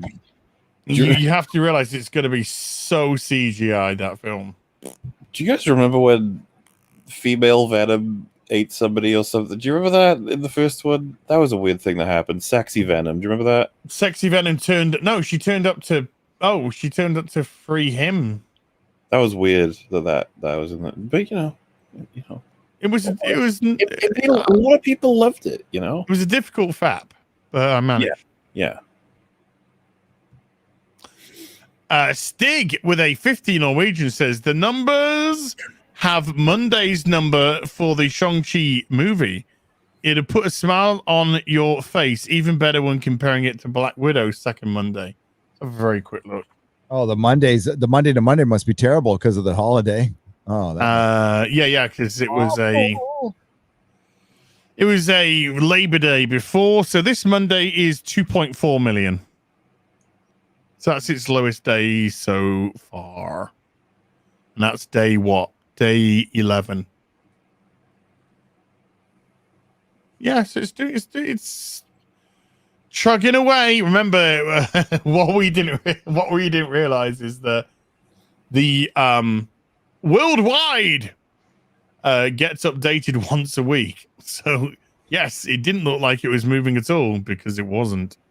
Because they didn't update it till at the end of the week when they stuck a nice 50 mil chunk on top. The Spawn Camp with a $2 says you should look up Muscle Girl Bar in Japan. Oh. Jonathan Bryant with a 10 Canadian says, Gary, I feel your Game of Thrones pain. I cured it with Abercrombie. Thanks for all everyone does in the Friday Night Tights sphere. I'm here and always watching. As I know you're British, I live in Canada too. Cheers. He lives in Canada too. British Columbia, is it? Canada? Jeez, these cheeky people, man. Tyler with a $5 says the trailer would have intrigued me if it wasn't already if I wasn't already inoculated by the MCU in general. Daredevil season 1 brought me a lot of goodwill, and that's already spent. Oh, just wait for it to be spent. Yeah, well, he's run out. BC British Columbia equals bring cash. Whoa! They won't mind your enjoyment of Kingpin and Charlie Cox's Daredevil. They're gonna grab it. Rivet. Shove it into everything else. Apollo 536 with a $20 says, I keep thinking about South Park's episode where Lucas and Spielberg have fun with the Indiana Jones and a stormtrooper. Well, they were slightly off. Replace Lucas and Spielberg with Kathleen Kennedy and Feige and include Spider-Man. Jared Craven, with a $5 says, yeah, Hollywood actors only work out upper body to build up their frame. So, yes, the man skips leg day. Well, we've seen a video which might seem the worst. Ty Sloan with a $2 says, is Japanese and Chinese the same thing? No! White Knight Leo with a $5 says, inside every man are two wolves. Both are straight, trans, gay, centrist, far-right, leftist longmen. Both voted for Jeb. Hi, Gary. Hi. Jeb for president. Jobs McGee with a £5 says, late to the party, but wanted to say, love the last Friday Night Tights with Alex Jones. He was brilliant. Hail Az, hail Gary, hail Mauler, and hail to the chat. Hail. Hail, sir. Walter the Einstein Frog with a $5 says, Star Trek Troopers director never read the book or the script and thought he was making a different movie. My proud code Joe. I fucked that up. With a 5 New Zealand super sticker of a pair dropping the mic. There you go. Crazy Cat Guy with a $1 fiddy phallic. What? Swag. And Crazy Cat Guy with a $5 good job super sticker. Thank you. Rev444 with a $5 says, more recently, I actually enjoyed The Hunt. I'm not sure if it was intended to appeal to right-wingers. Oh, that's the that's the one we were talking about today. Yeah, we've got an EFAT movies on it recorded, so they'll see that eventually. But we, as a panel of very diverse political perspectives, we're baffled by that film. We don't know what the fuck they were trying to do. They take shots at everybody, but they don't seem to want to make that much of a point. I'm not sure. We had a big chat about it. I thought it was a mess of a film, but there's a great idea in there, I think. And I think a lot of people would enjoy the fuck out of it, probably, yeah. Because it doesn't seem to take a side, so that's something. Yeah, definitely need more of that. Archdemon 444 with a $5 says Rorschach had moral clarity, unlike the other characters. Yeah, I mean, yeah. Sensei Sharkbait with a $5. Jackie Earl Haley was the human target 2, 2010 to 2011. Brian Barlow with a $5 says R.I.P. Norm Macdonald, one of the true kings of non-PC satire and an all-round great guy. Amen. Yep. Motilicious with a $5 says, hail, as it's not a bald spot, it's a solar panel for a love machine. Nice to see a representation for the follically challenged like myself. Thank you, dude. Native Boricua, maybe, with a $20 says, Az and Gary, don't worry if you can't say Boricua. It's done on purpose. It's just a different way of saying Puerto Rican. I'm here to give you guys the full representation and diversity bonus they can't cancel if you speak Spanish. There we go. We got it. We got an out, guys. We got an out. Rev444 with a $5 says Norm Macdonald was the comedy version of Rorschach. He told the truth when nobody wanted to hear it. Oh, amen, man. I tried to make it funny. That's like yeah, shit about it. That's the thing. You take, yeah. I mean, oh, I'm so pissed. John Doe with a $5 says, been rereading the Harry Dresden series.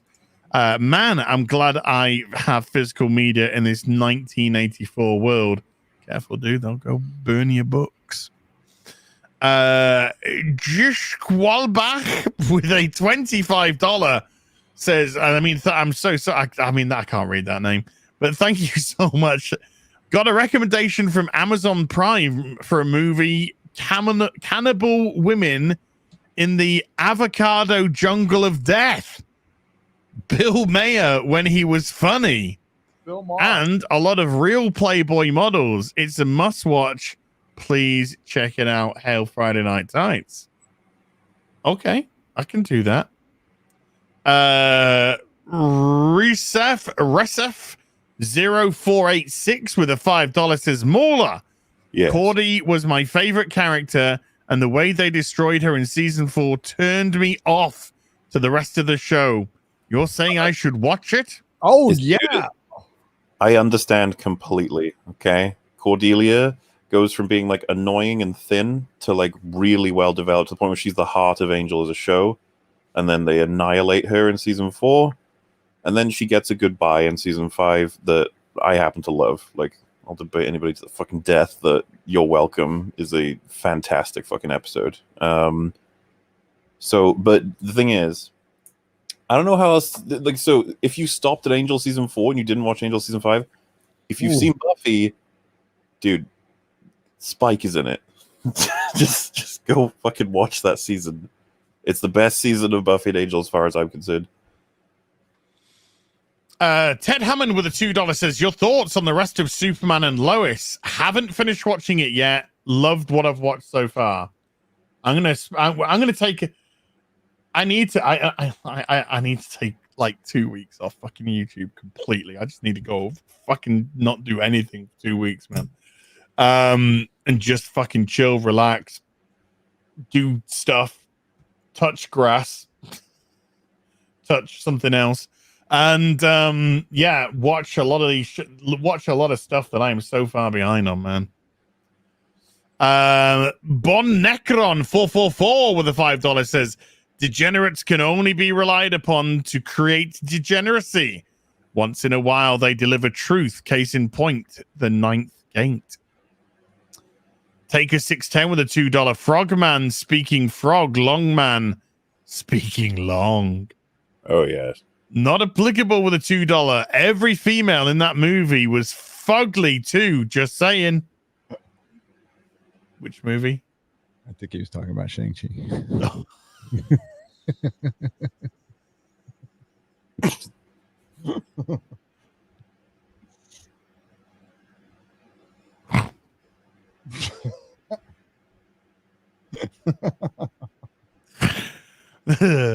Never have I wanted to fap less to anybody in my life than in Shang-Chi.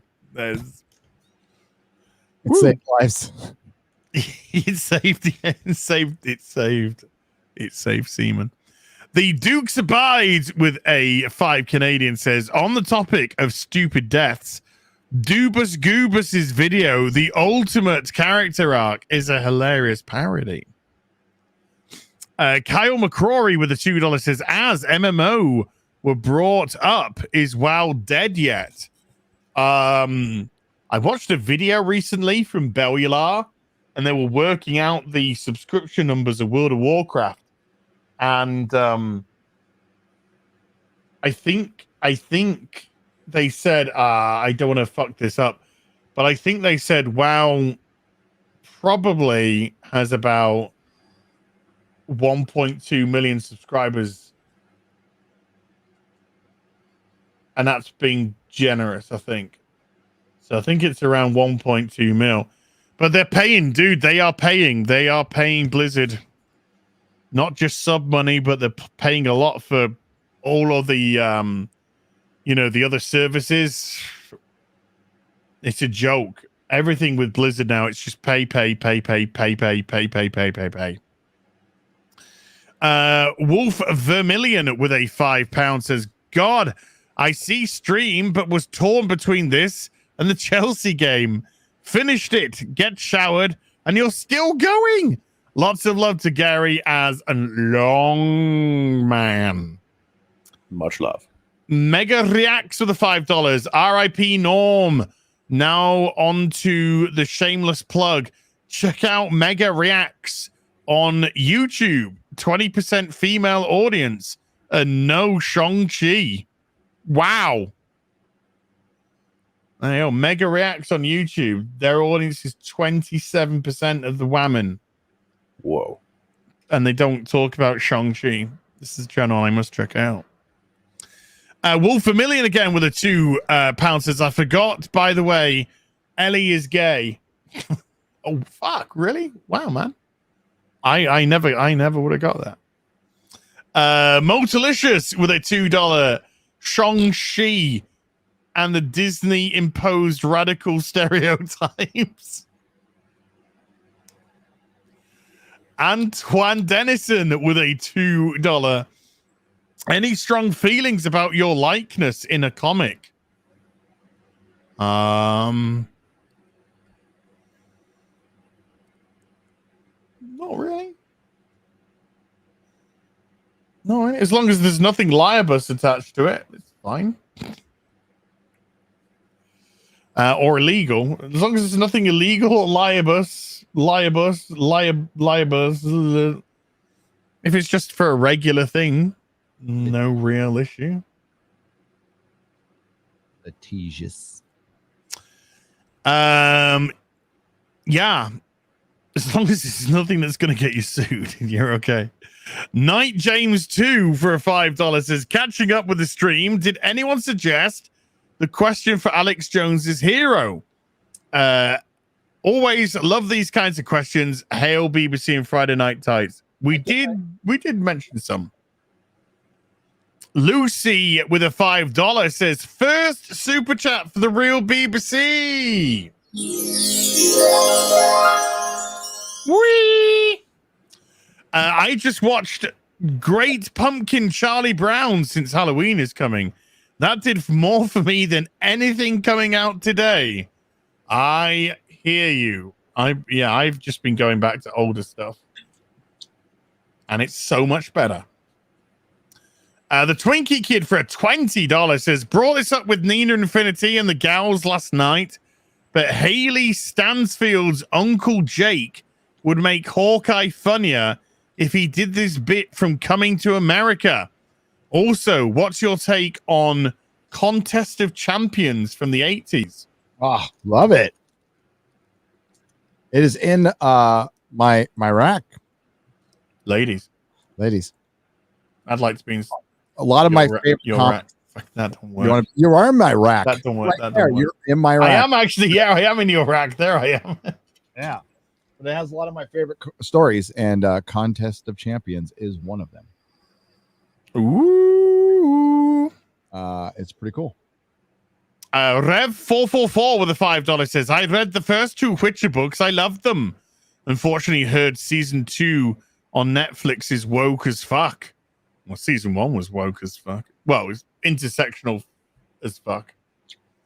And season 2 looks like it's going to be just the same. More of the same. Vanilla Gorilla with a £5 says, hail, gents, Mauler. Have you seen Astartes yet? No, not yet. Okay. Should do. It's good. Not that long as well. Sarkirins, Difarin, maybe, with a 5 Canadian says, I'm MTF. He's out of line, but he's right. Okay. I think that's about the video, the hot crazy thing. Oh, yeah. Referencing Falcon and Winter Soldier, remember? He's out of line, but he's right. He's out of line, but he's right. Yeah. It's the best thing to come out of that show, probably. Well, Zemo was the best thing to come out of that show for sure. Not applicable with a $2 says he can't masturbate till it'll gain too much momentum. All right. I know what that refers to. Legalize Adulthood with a $15 says Feels versus Gravy Face. This stream is an absolute triumph. Thank you, Legalize Adulthood. I like that. Feels versus Gravy Face. Wolf Vermilion with a £5 says, guys, did you ever see Darjeeling's Limited? 5th, you have siblings. If you have siblings, I think it's meant to be. You really should. For me, as someone with 2 brothers and different parents, this movie landed. Darjeeling Limited. Might give it a check it out for some interesting stuff. Chris Topher with a $2 says, why should they be happy? Throws rocks at BBC Cast. Oh my God. Whoa, dude. Rogue Thought with a $5. It comes down to freedom versus control. Amen. These referring to the ankle biters. The Fixer with a £2 says, when's your next Witcher stream? Maybe tomorrow. In about an hour. Yeah. In about an hour. No, I'm too tired tonight. I really am due for bed. But maybe tomorrow, if not tomorrow, Thursday. And I'll do it like I did the last time I did it on a Thursday, which is I'll stream a length. Then I'll stop, get something to eat, and then jump onto Drinker's open bar. So there'll be a lot of my face, I'm afraid, on Thursday. Oops. The Framinator with a $10 says, greetings, gentlemen. Been watching old Kurosawa films. I highly recommend Kage Musha if you haven't seen it. It's fantastic. Also, you should all read Aliens Genocide by Dark Horse. Amazing comic line. Yeah, that's when Dark Horse used to be really good. They used to do some really good licensed stuff. T Down Under with a 5 Australian says, do you think there is a real chance all these characters and race and sexuality changes back in the last 5 to 10 years? Quality stream, gentlemen. I gotta read that again. Do you think there is a real chance all these characters are race and sexuality changed back in 5? Oh, you mean they switched them back to how they used to be? Well, I'm pretty sure that in 5 to 10 years, Marvel and DC won't exist as they do today. So, let's just say the licenses get rented out, best way, licensed out. They might be picked up by people who decide to either reset certain elements or to just be like, fuck this, you know. It's never going to get mentioned because it never fucking happened. But at the moment, it's just one big destructive path. All they're interested in is this. This is it. They need that. They need that pop from the press, which does absolutely fucking nothing for sales. Null Void with a $1 phallic.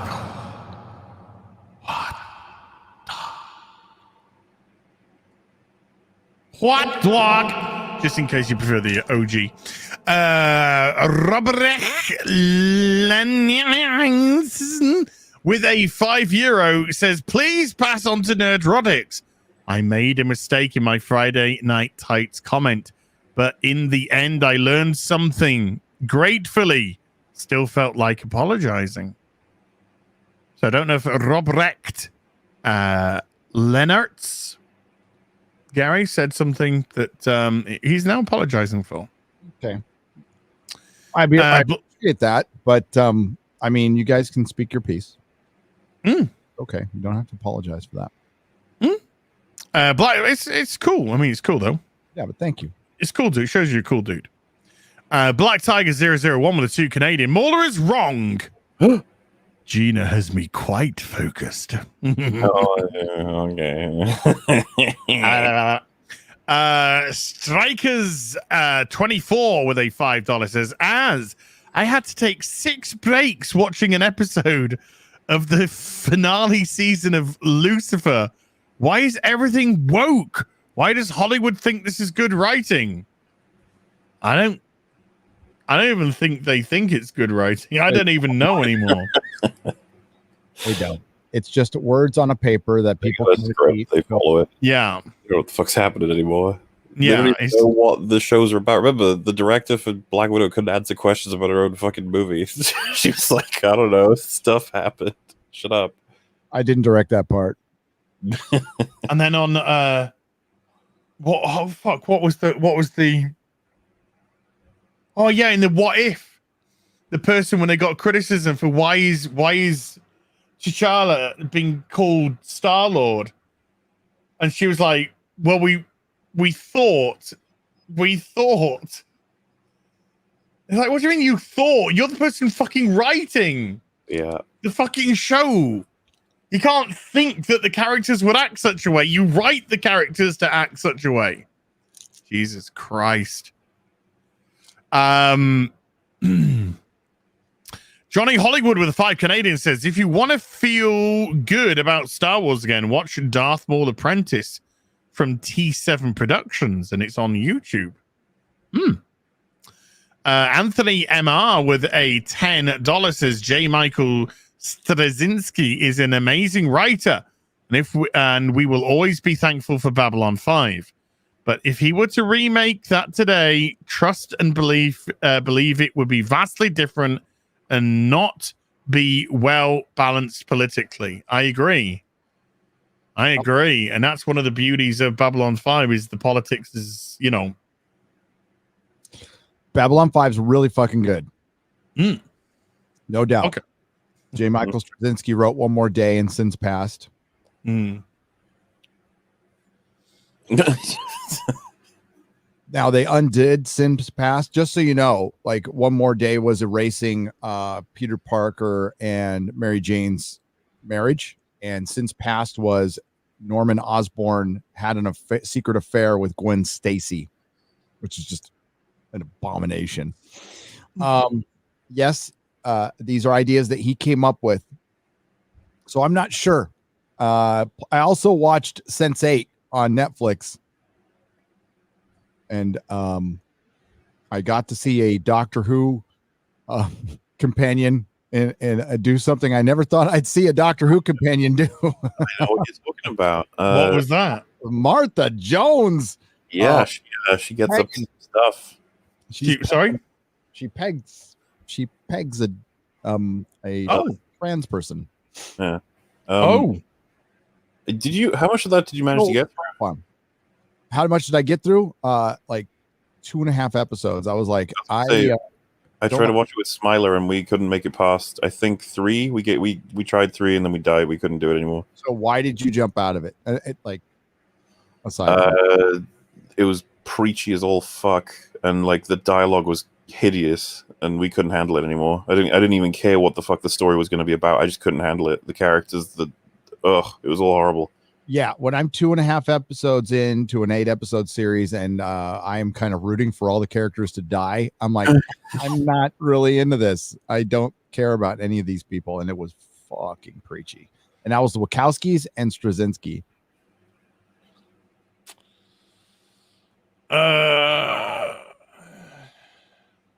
But Martha Jones does peg somebody. Yes.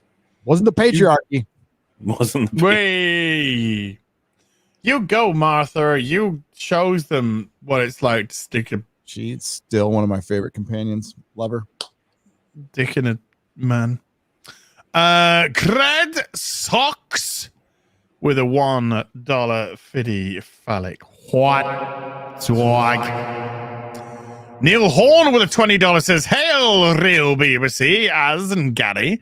I'm a huge Conan fan and would like to start collecting the comics. Are there time periods of publishers I should concentrate on? How should I collect a grade and value the comics he's looking at?" That is a good question. I would go with Marvel, even though like Conan #1 it's expensive, but it's not like out of this world. It's not Amazing Fantasy 15. You could save up your ducats and get it if you want to actually collect the comic books. It's possible.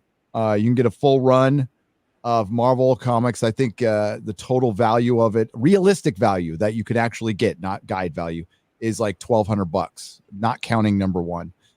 Then for another $1,000, $2,000, you can get all the magazines, which are better. They're black and white, but there's no comics code. You can see titties and violence and all. Roy Thomas, it's his legendary fucking run. It's so good. And then like Dark Horse did some good stuff too. Derek Robertson wrote a one-shot Conan comic that's pretty good. And I just heard that the Conan IP has been sold today. Wow. To some company named Funcom. Oh, Jesus Christ. I've never heard of them. Are they bad or? Oh, God. What? Funcom are the company that has been making the Conan games. Yeah. They made the Conan online MMORPG, and they made Conan Exiles, which is a survival game, which has got some really good ideas that the company completely fucked up. And then when the game launched properly, they destroyed a bunch of servers, which they said were going to be open for people because they wanted to just, instead of introducing new servers or getting new servers, they just wanted to get the flow of people who were purchasing on ASAP while destroying everybody's experience of the fucking game. And I just said they can just go fuck themselves after that. So yeah, Funcom, no Funcom. But who knows? They might license out the comic to be written by somebody that's quite interesting, so you never know. But I ain't playing any Funcom games ever again. No, sir. No, sir. But Marvel's Conan run good. Doesn't sound like things are gonna. I think there's gonna be a Conan series on Netflix, so it'll be Conan and his mom and his sisters leading him around, doing all the stuff for him. Marcus Kalemen with a €100 super chat. Hell, y'all! Last Friday Night Tights, clippity clap. George! It's gotta be another soul. Last Friday Night Tights was epic. Kudos to your courage to do it. Alex Jones is a crazy son of a bitch, but correct too often to be dismissed as crazy. As enjoy your rants. Gary, appreciate your honesty and authenticity. And Mauler, your Star Wars deconstruction was dope. Just steer on. Let the haters hate. Marcus, thank you so much indeed, dude. A fucking men, sir. Amen. SJ Almighty with a 1, and thank you for a huge super chat. That's a huge super chat, by the way. €100. That's huge. SJ Almighty with a £1.50 diamond geezer super sticker. Drothek with a 5 Australian says, lads, greeting from the Australian dictatorship as our Siege Studios painting your Death Guard minis. Very keen to see them when they're done. I still haven't had a notification saying they're started yet. I imagine they're pretty backed up. I don't know what the waiting time is. I don't really want to chase them, you know, but I haven't heard back. But I filled everything's filled in. Everything's filled in. They know what they're doing, the color scheme, how it's going to be based, all that kind of stuff. So I just got to wait, dude. I just got to wait, but I'm very, very excited myself. Freddie Jokers with a 20 Norwegian says, shout out to Norm Mcdonald, R.I.P. in heaven, man. Oh, no, amen, dude. Naked Fame with a $2 says, Kevin Conroy is the best Batman. I'm not wrong. I don't know. I kind of like Kevin Porter quite a lot. Kevin Porter is the guy who plays Batman, by the way, on the Bat in the Sun. Super, what do they call them? You know, the fights that they do, and also in the mini Batman movies that they make. He's pretty fucking awesome. He's pretty fucking awesome. Called Kevin as well. There's something in Kevin's and Batman. Wolf Vermillion with a £2 says, Mads Mikkelsen as old man Batman. I mean, good. I don't think okay. He's not going to be able to pull off the accent too well. No. He's very Dutch. He's very Danish. Very Danish. Night King 01 with a $5 says, I think Batman Mask of the Phantasm is the closest in spirit to the comics. Also, the scene with Bruce at his parents' gravestones is one of the best. Dude, you are touching me in my touchy spots with that one. I love Mask of the Phantasm. I think it's fucking amazing. And that graveside scene is wonderful because there's like some real raw honesty with Bruce. And he's kind of fighting against his obligation. Well, what he thinks is his obligation, of course, to be Batman. I'll hire more cops. I don't have to be Batman anymore. I found somebody. I'll hire more cops. The pain where he says like the pain doesn't, it doesn't feel as bad because and it's just like, oh man, this guy's just so conflicted in what to do. And then Andrea comes up and she's like, well, maybe they sent me. And it's just like,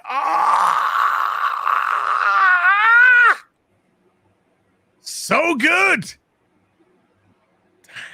Damn. That is some good shit. You are so right. That is some fucking top quality shit right there. Sluggy Slurms with a $10 says, "Hey guys, long time lurker, first time super chat." Oh,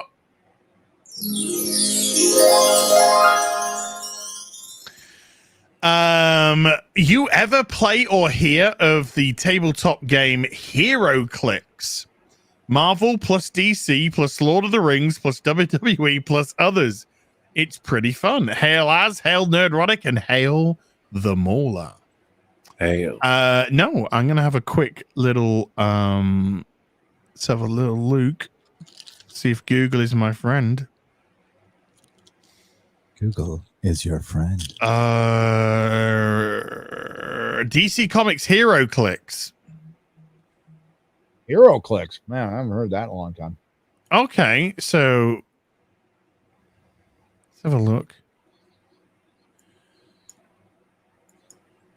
I'm gonna look into this. I'm gonna look into that, Sluggy. I'm gonna look into that. Legit, I'm actually a little bit interested in what I briefly saw. TJ Paris with a $5 says, "When you make time for anime, check out a show called Big O. It's a futuristic noir." Got me already. But imagine Bruce Wayne has a giant mech instead of being Batman. Well, he's been there already.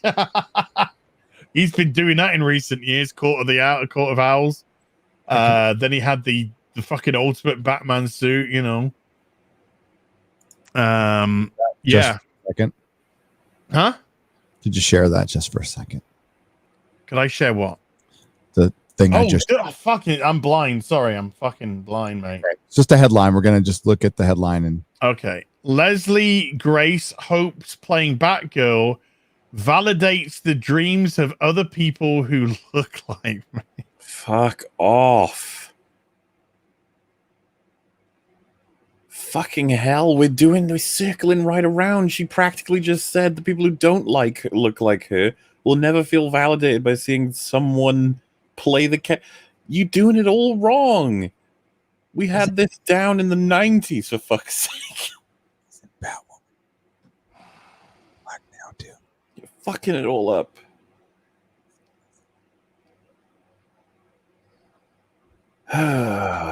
Guys, who's watching the stream, if you haven't seen my James Bond video, you might as well just apply it to what she just said. It's the same. Okay. Thing. You can actually probably apply that video for the next 9 things you're gonna see.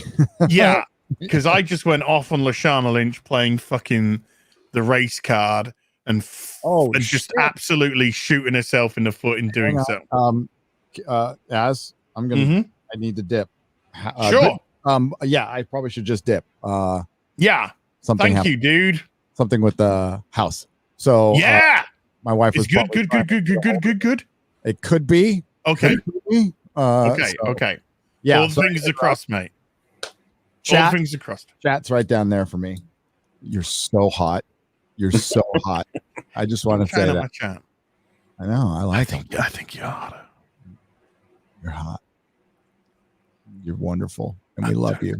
Let's go down. You know, that was at the comedy this weekend. There was like this big thing about like going down on women. Like some guys don't. And like, did I tell you the Proud Boys were there? Okay. We're at the comedy. Yeah. Oh, like you didn't know, Gary.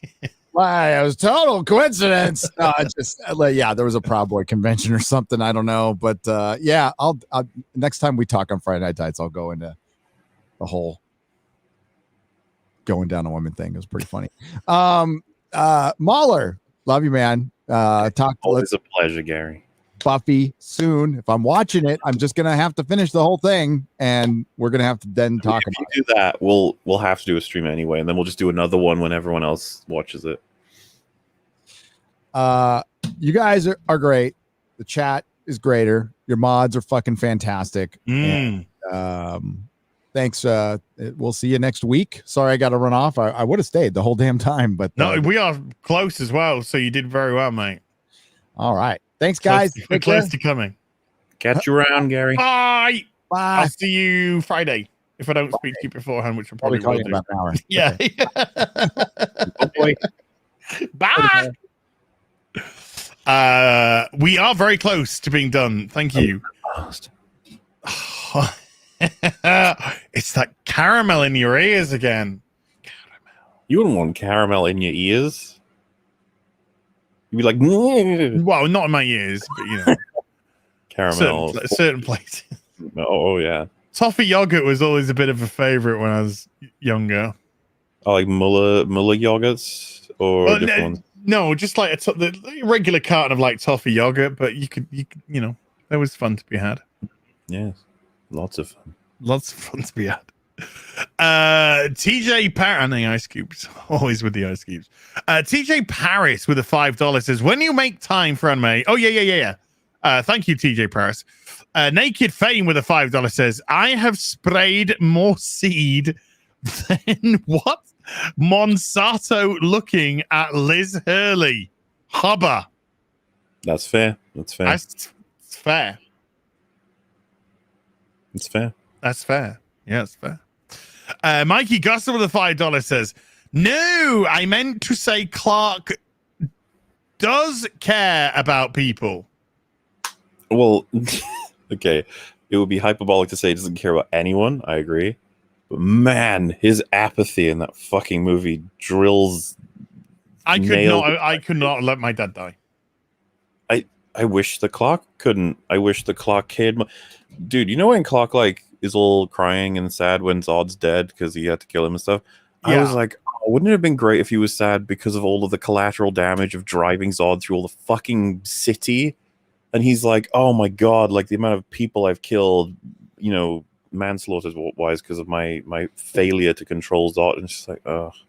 But he doesn't even give a fuck. He's just like, he's sad that he killed Zod. I am not a fan of the Snyder Superman. There, I said it. I know none of you knew this before. I know that, and it's brand new information. But I know. No, there is a lot of mess with Snyder. There's no denying that. There is no denying that. But my god, the Snyder Cut was fucking great. Sure. Which you don't think so, but that's okay. Jake Wilson with a $5 says, hello, chaps. Have any of you seen What We Do in the Shadows? I've seen the film, which was great. And I know there's a TV series, and I haven't seen that. Moles? Sorry, what property? Have you seen What We Do in the Shadows? I get confused by that one because I've seen a movie. Is there only the one movie and then a TV show? Yeah, they did one movie and then they did a TV show of the same name. Yeah, I've seen the movie. It's very funny. It's Taika's. It's a very funny dude. He gives me some hope for Love and Thunder, but I mean, it's also a lot of risk there too because it'll depend on what he decides to do. You know.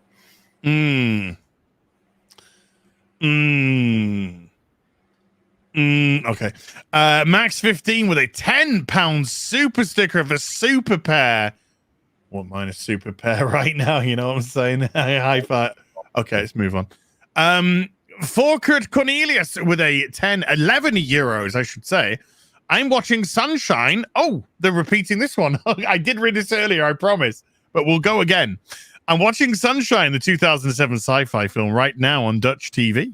A diverse cast, but not in a forced way. No wokeness preaching, no political allegories. I long for those days. I want to go back there. Yeah, I read this out earlier, and we did discuss this. I was speaking to Mauler, I think, today on Discord, and we're just saying that all film, you know, when I was watching films in the 80s, 90s, you know, very diverse cast, but you weren't even looking at it because that wasn't the point ever. It wasn't there was never an issue there wasn't identity issues, so you weren't even looking at it. But if you look at it like you take a film like Commando, I did Commando on Critical Drinkers show.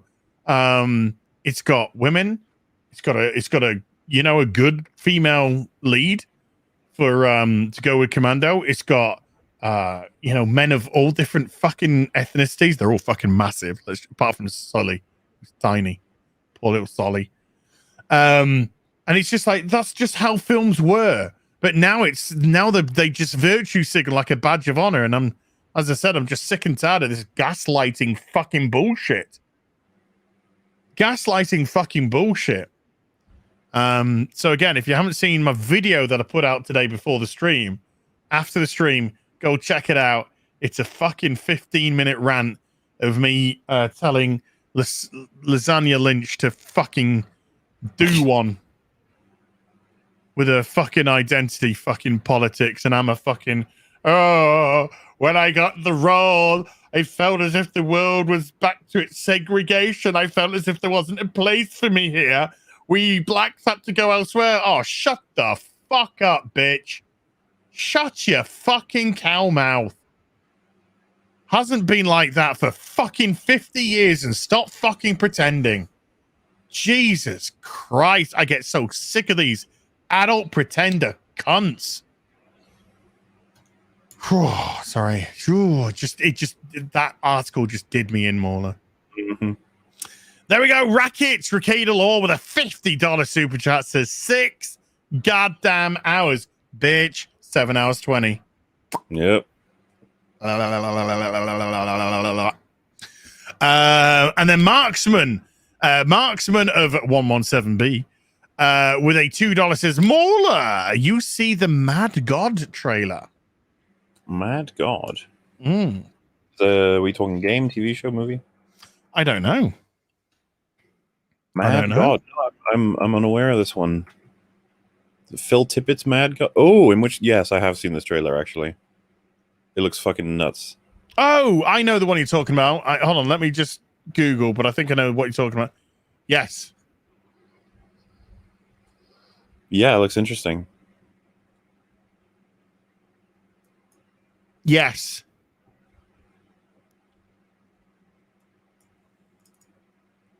It looks a bit cray. Mm-hmm. Looks a bit cray. Jab Slant with a $5 says, just wanted to clarify, Ecom were just making fun of y'all on Twitter for the entire Simu Liu debacle. I don't think it's hatred, and I don't want drama. Dude, I don't care. I don't care. I'll say what I said on the stream with you guys. I don't even get it. You guys gave your perspective on a prediction on a thing, and nobody criticized you for that. He did, and then you made a joke out of it, and then everyone was like, "No, you guys are absolutely serious. You're saying you're offended and upset and crying because he said lol." I'm just sitting there like, how much more obvious do you have to make the joke? I don't understand. Like, I'm very lost. But if they thought Gary was being serious, legitimate. I mean, if they legitimately thought Gary's being serious, I can't help you.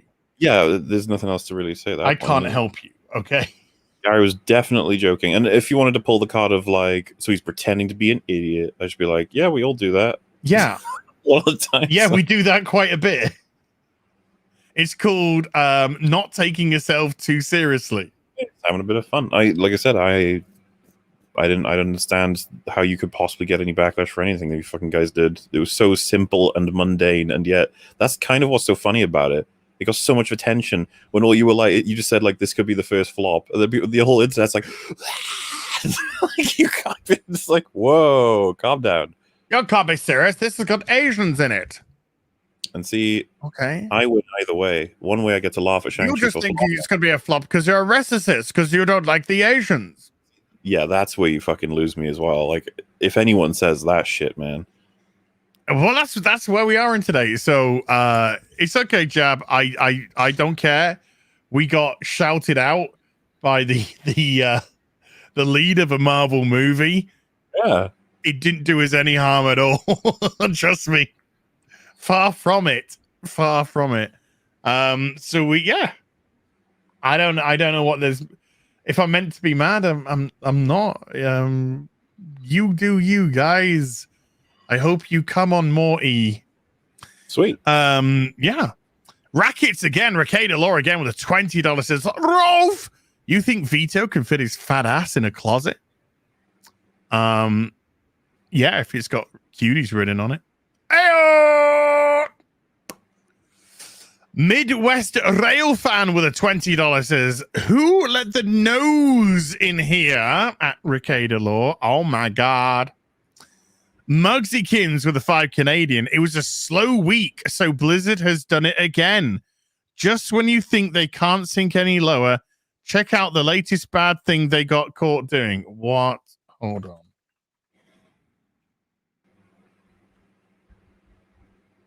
So look, Blizzard Entertainment. 2 days ago, 9 hours ago, 5 hours ago. I don't see anything. I don't see anything. I don't see anything. You're gonna have to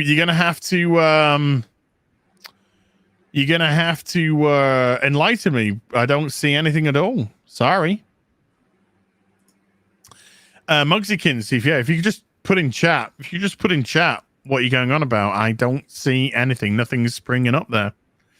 Daniel Burnett with a $5 says, I heard that you three were all racists and misogynists. Here's some money. Yay! We'll put it towards the cause, dude, of being racist and misogynist. Put it towards the war. The war for the war chest. 860 saying God with a $5 says, hey, Ayaz, miss your signature white chalkboard. You should pick it back up. The Equalizer, plenty of content. It's getting a second season. Come on, Az.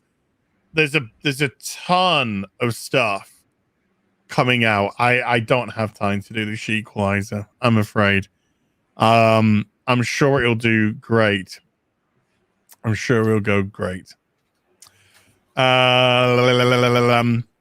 Welland Todd with a £5 super chat. No talent after Batwoman gone. What you talk about now? Hey, Batwoman's still here. I got a whole other season.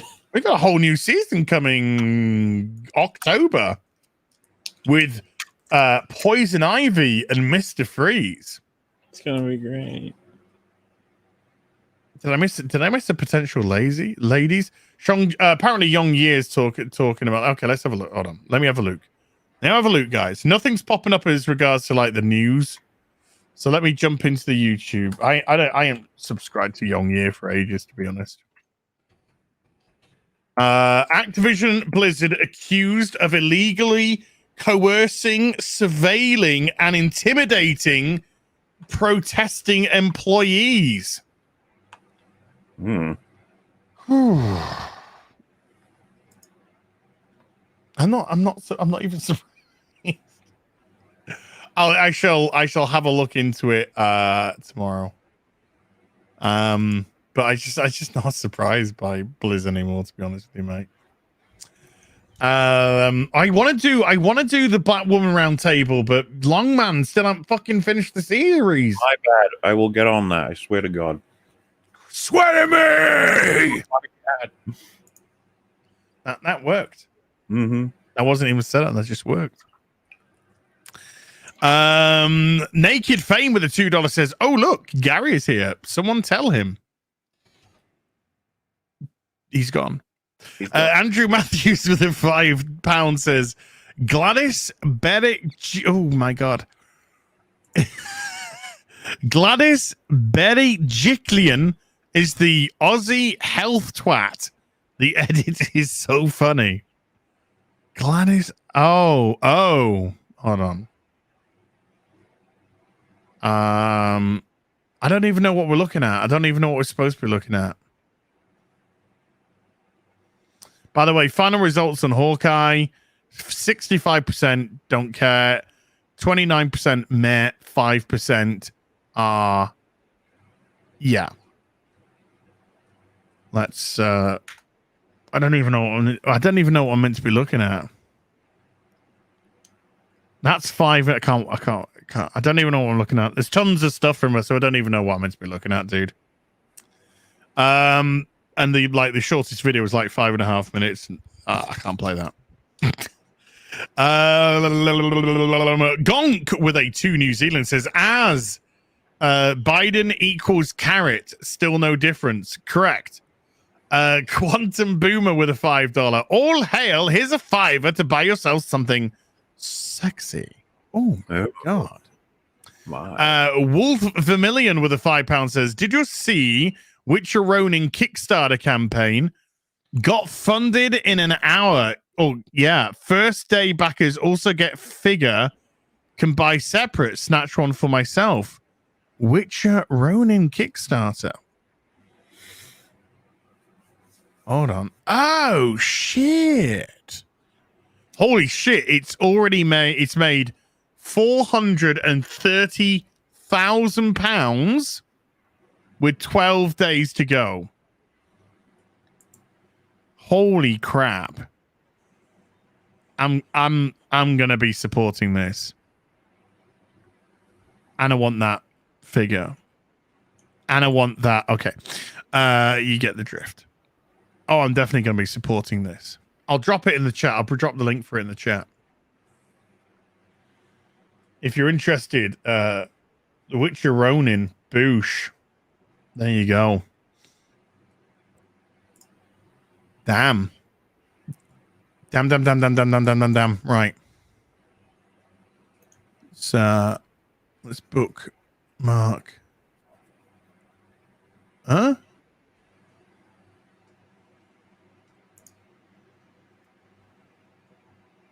Oh, whatever.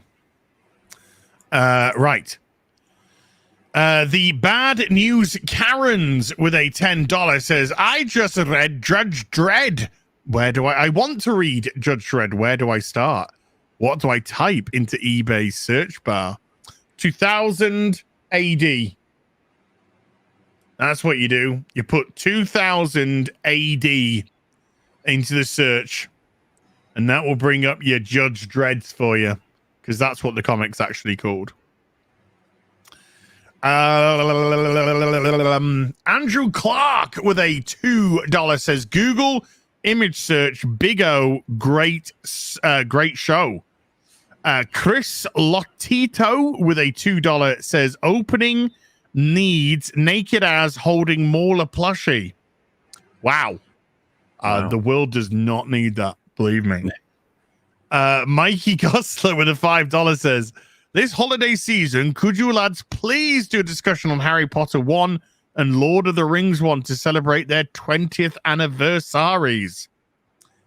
Lord Thundercock with a $10 says, as Drink 3PO posted a video 2 days ago. Loser. We see him staring into the camera and calling you out by name. Are you planning to submit a rebuttal? I watched the video. I thought it was very funny. I did watch the video, and I chuckled. And he's a loser. I'm joking. I'm joking.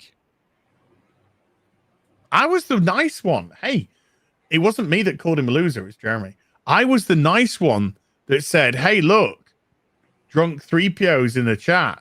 So we're giving him a shout. So we gave him a shout out. I was the nice one. Then I might have said something nasty. Jason Leonardo with a $10 says, thoughts on the Wheel of Time trailer. I haven't read the books. I don't know anything about this franchise at all. Okay. So, from a perspective of somebody that was watching a trailer about something that was meant to interest me, I will very politely say it didn't work. A friend of mine who loves the books is not happy with the trailer. That's all I got. Well, there you go. There you go. It did not. No, Drunk 3PO did a comedy video. He just did a comedy video. He pretended to act all serious, and at the end, he was like, "I'm joking. I'm joking." Funny Doughy, maybe with a $5 says, Azzy, have you watched Starship Troopers? Yes. Or heard of the director / cast commentary? Lots of bugs in Syria. Oh, is that where they filmed a lot of it? Ew. Starship Troopers, great film.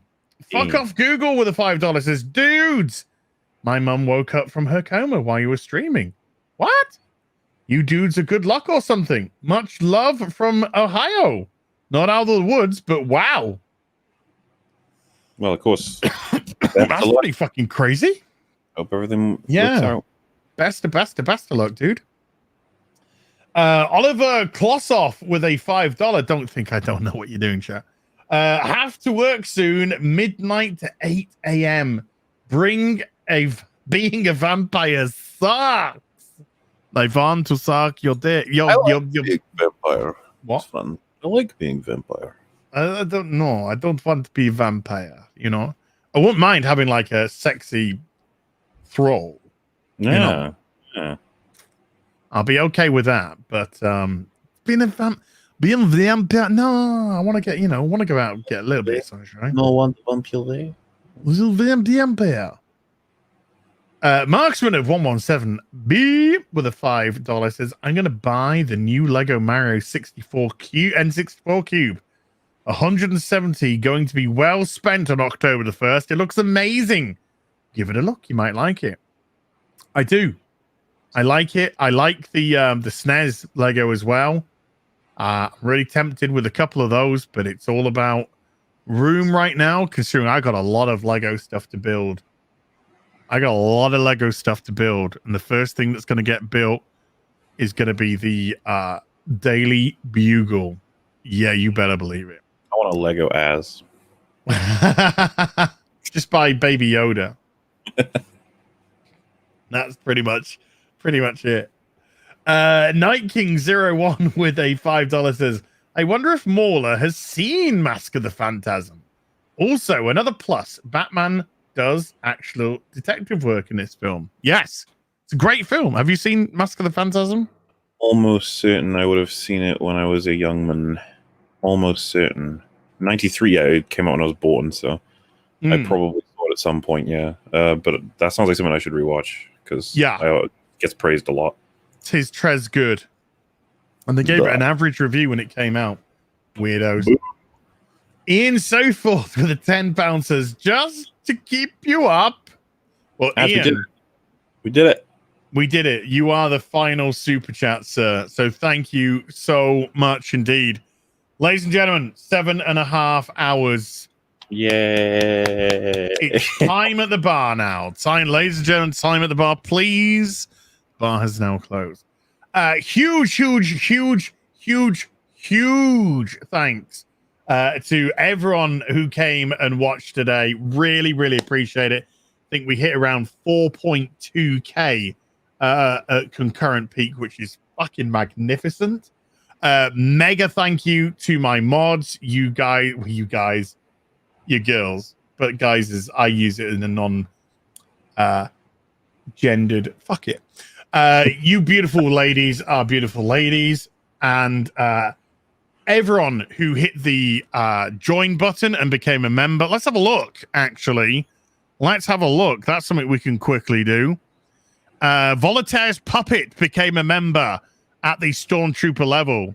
SM07CR became a member at the Jedi Master level. Winky Wanky Woo, not even making that up, became a member at the Stormtrooper level. Megan Jurkak with, I think that's Jurkak, maybe, probably pronounced it horribly, has become a member at the Stormtrooper level. Midnight Mike has become a member at the Stormtrooper level. Martino Sulmoni rejoined today at the Jedi Master level. Commander Ed Striker of SH of Shadow, there you go, has become a member at the Stormtrooper level. Innovator Setsuna has become a member at the Stormtrooper level. Little Witch has become a member at the Force Sensitive level. And David McNair has become a member at the Stormtrooper level as well. I've also got Sensei Sharkbait becoming a member at the Stormtrooper level. Nina Infinity becoming a member at the Stormtrooper level. And Tixie Mist becoming a member at the Jedi Master level. All today. Thank you very, very much indeed. And so, can you join at the Ray level? There, you can't get that high. I was going to say that's quite powerful. Yeah. You can't get that high. It's too high. Many have tried, all have failed. Well. Huge thank you to everyone also who hit the super chat button as well, supporting the channel. I think somebody sneaky pooed in another, and I don't want to miss it. Don't want to miss a thing. Gotcha. Nuclear Winter Games with a 5 Canadian says, George. Shit, what am I doing? It's nearly 2 o'clock in the morning. Holy fuck, I didn't even realize. Wow, that's quite late. What did I say to you, Mauler? I want to be finished by 10 o'clock today. Here we are, nearly 2. It's okay. Works every time. Couple minutes over. Why is that a problem? Works every time. So massive, seriously, folks, you guys support the channel like I don't even know what. And thank you just doesn't feel enough. So thank you is all I can say for the massive amounts of support that you give, which is crazy.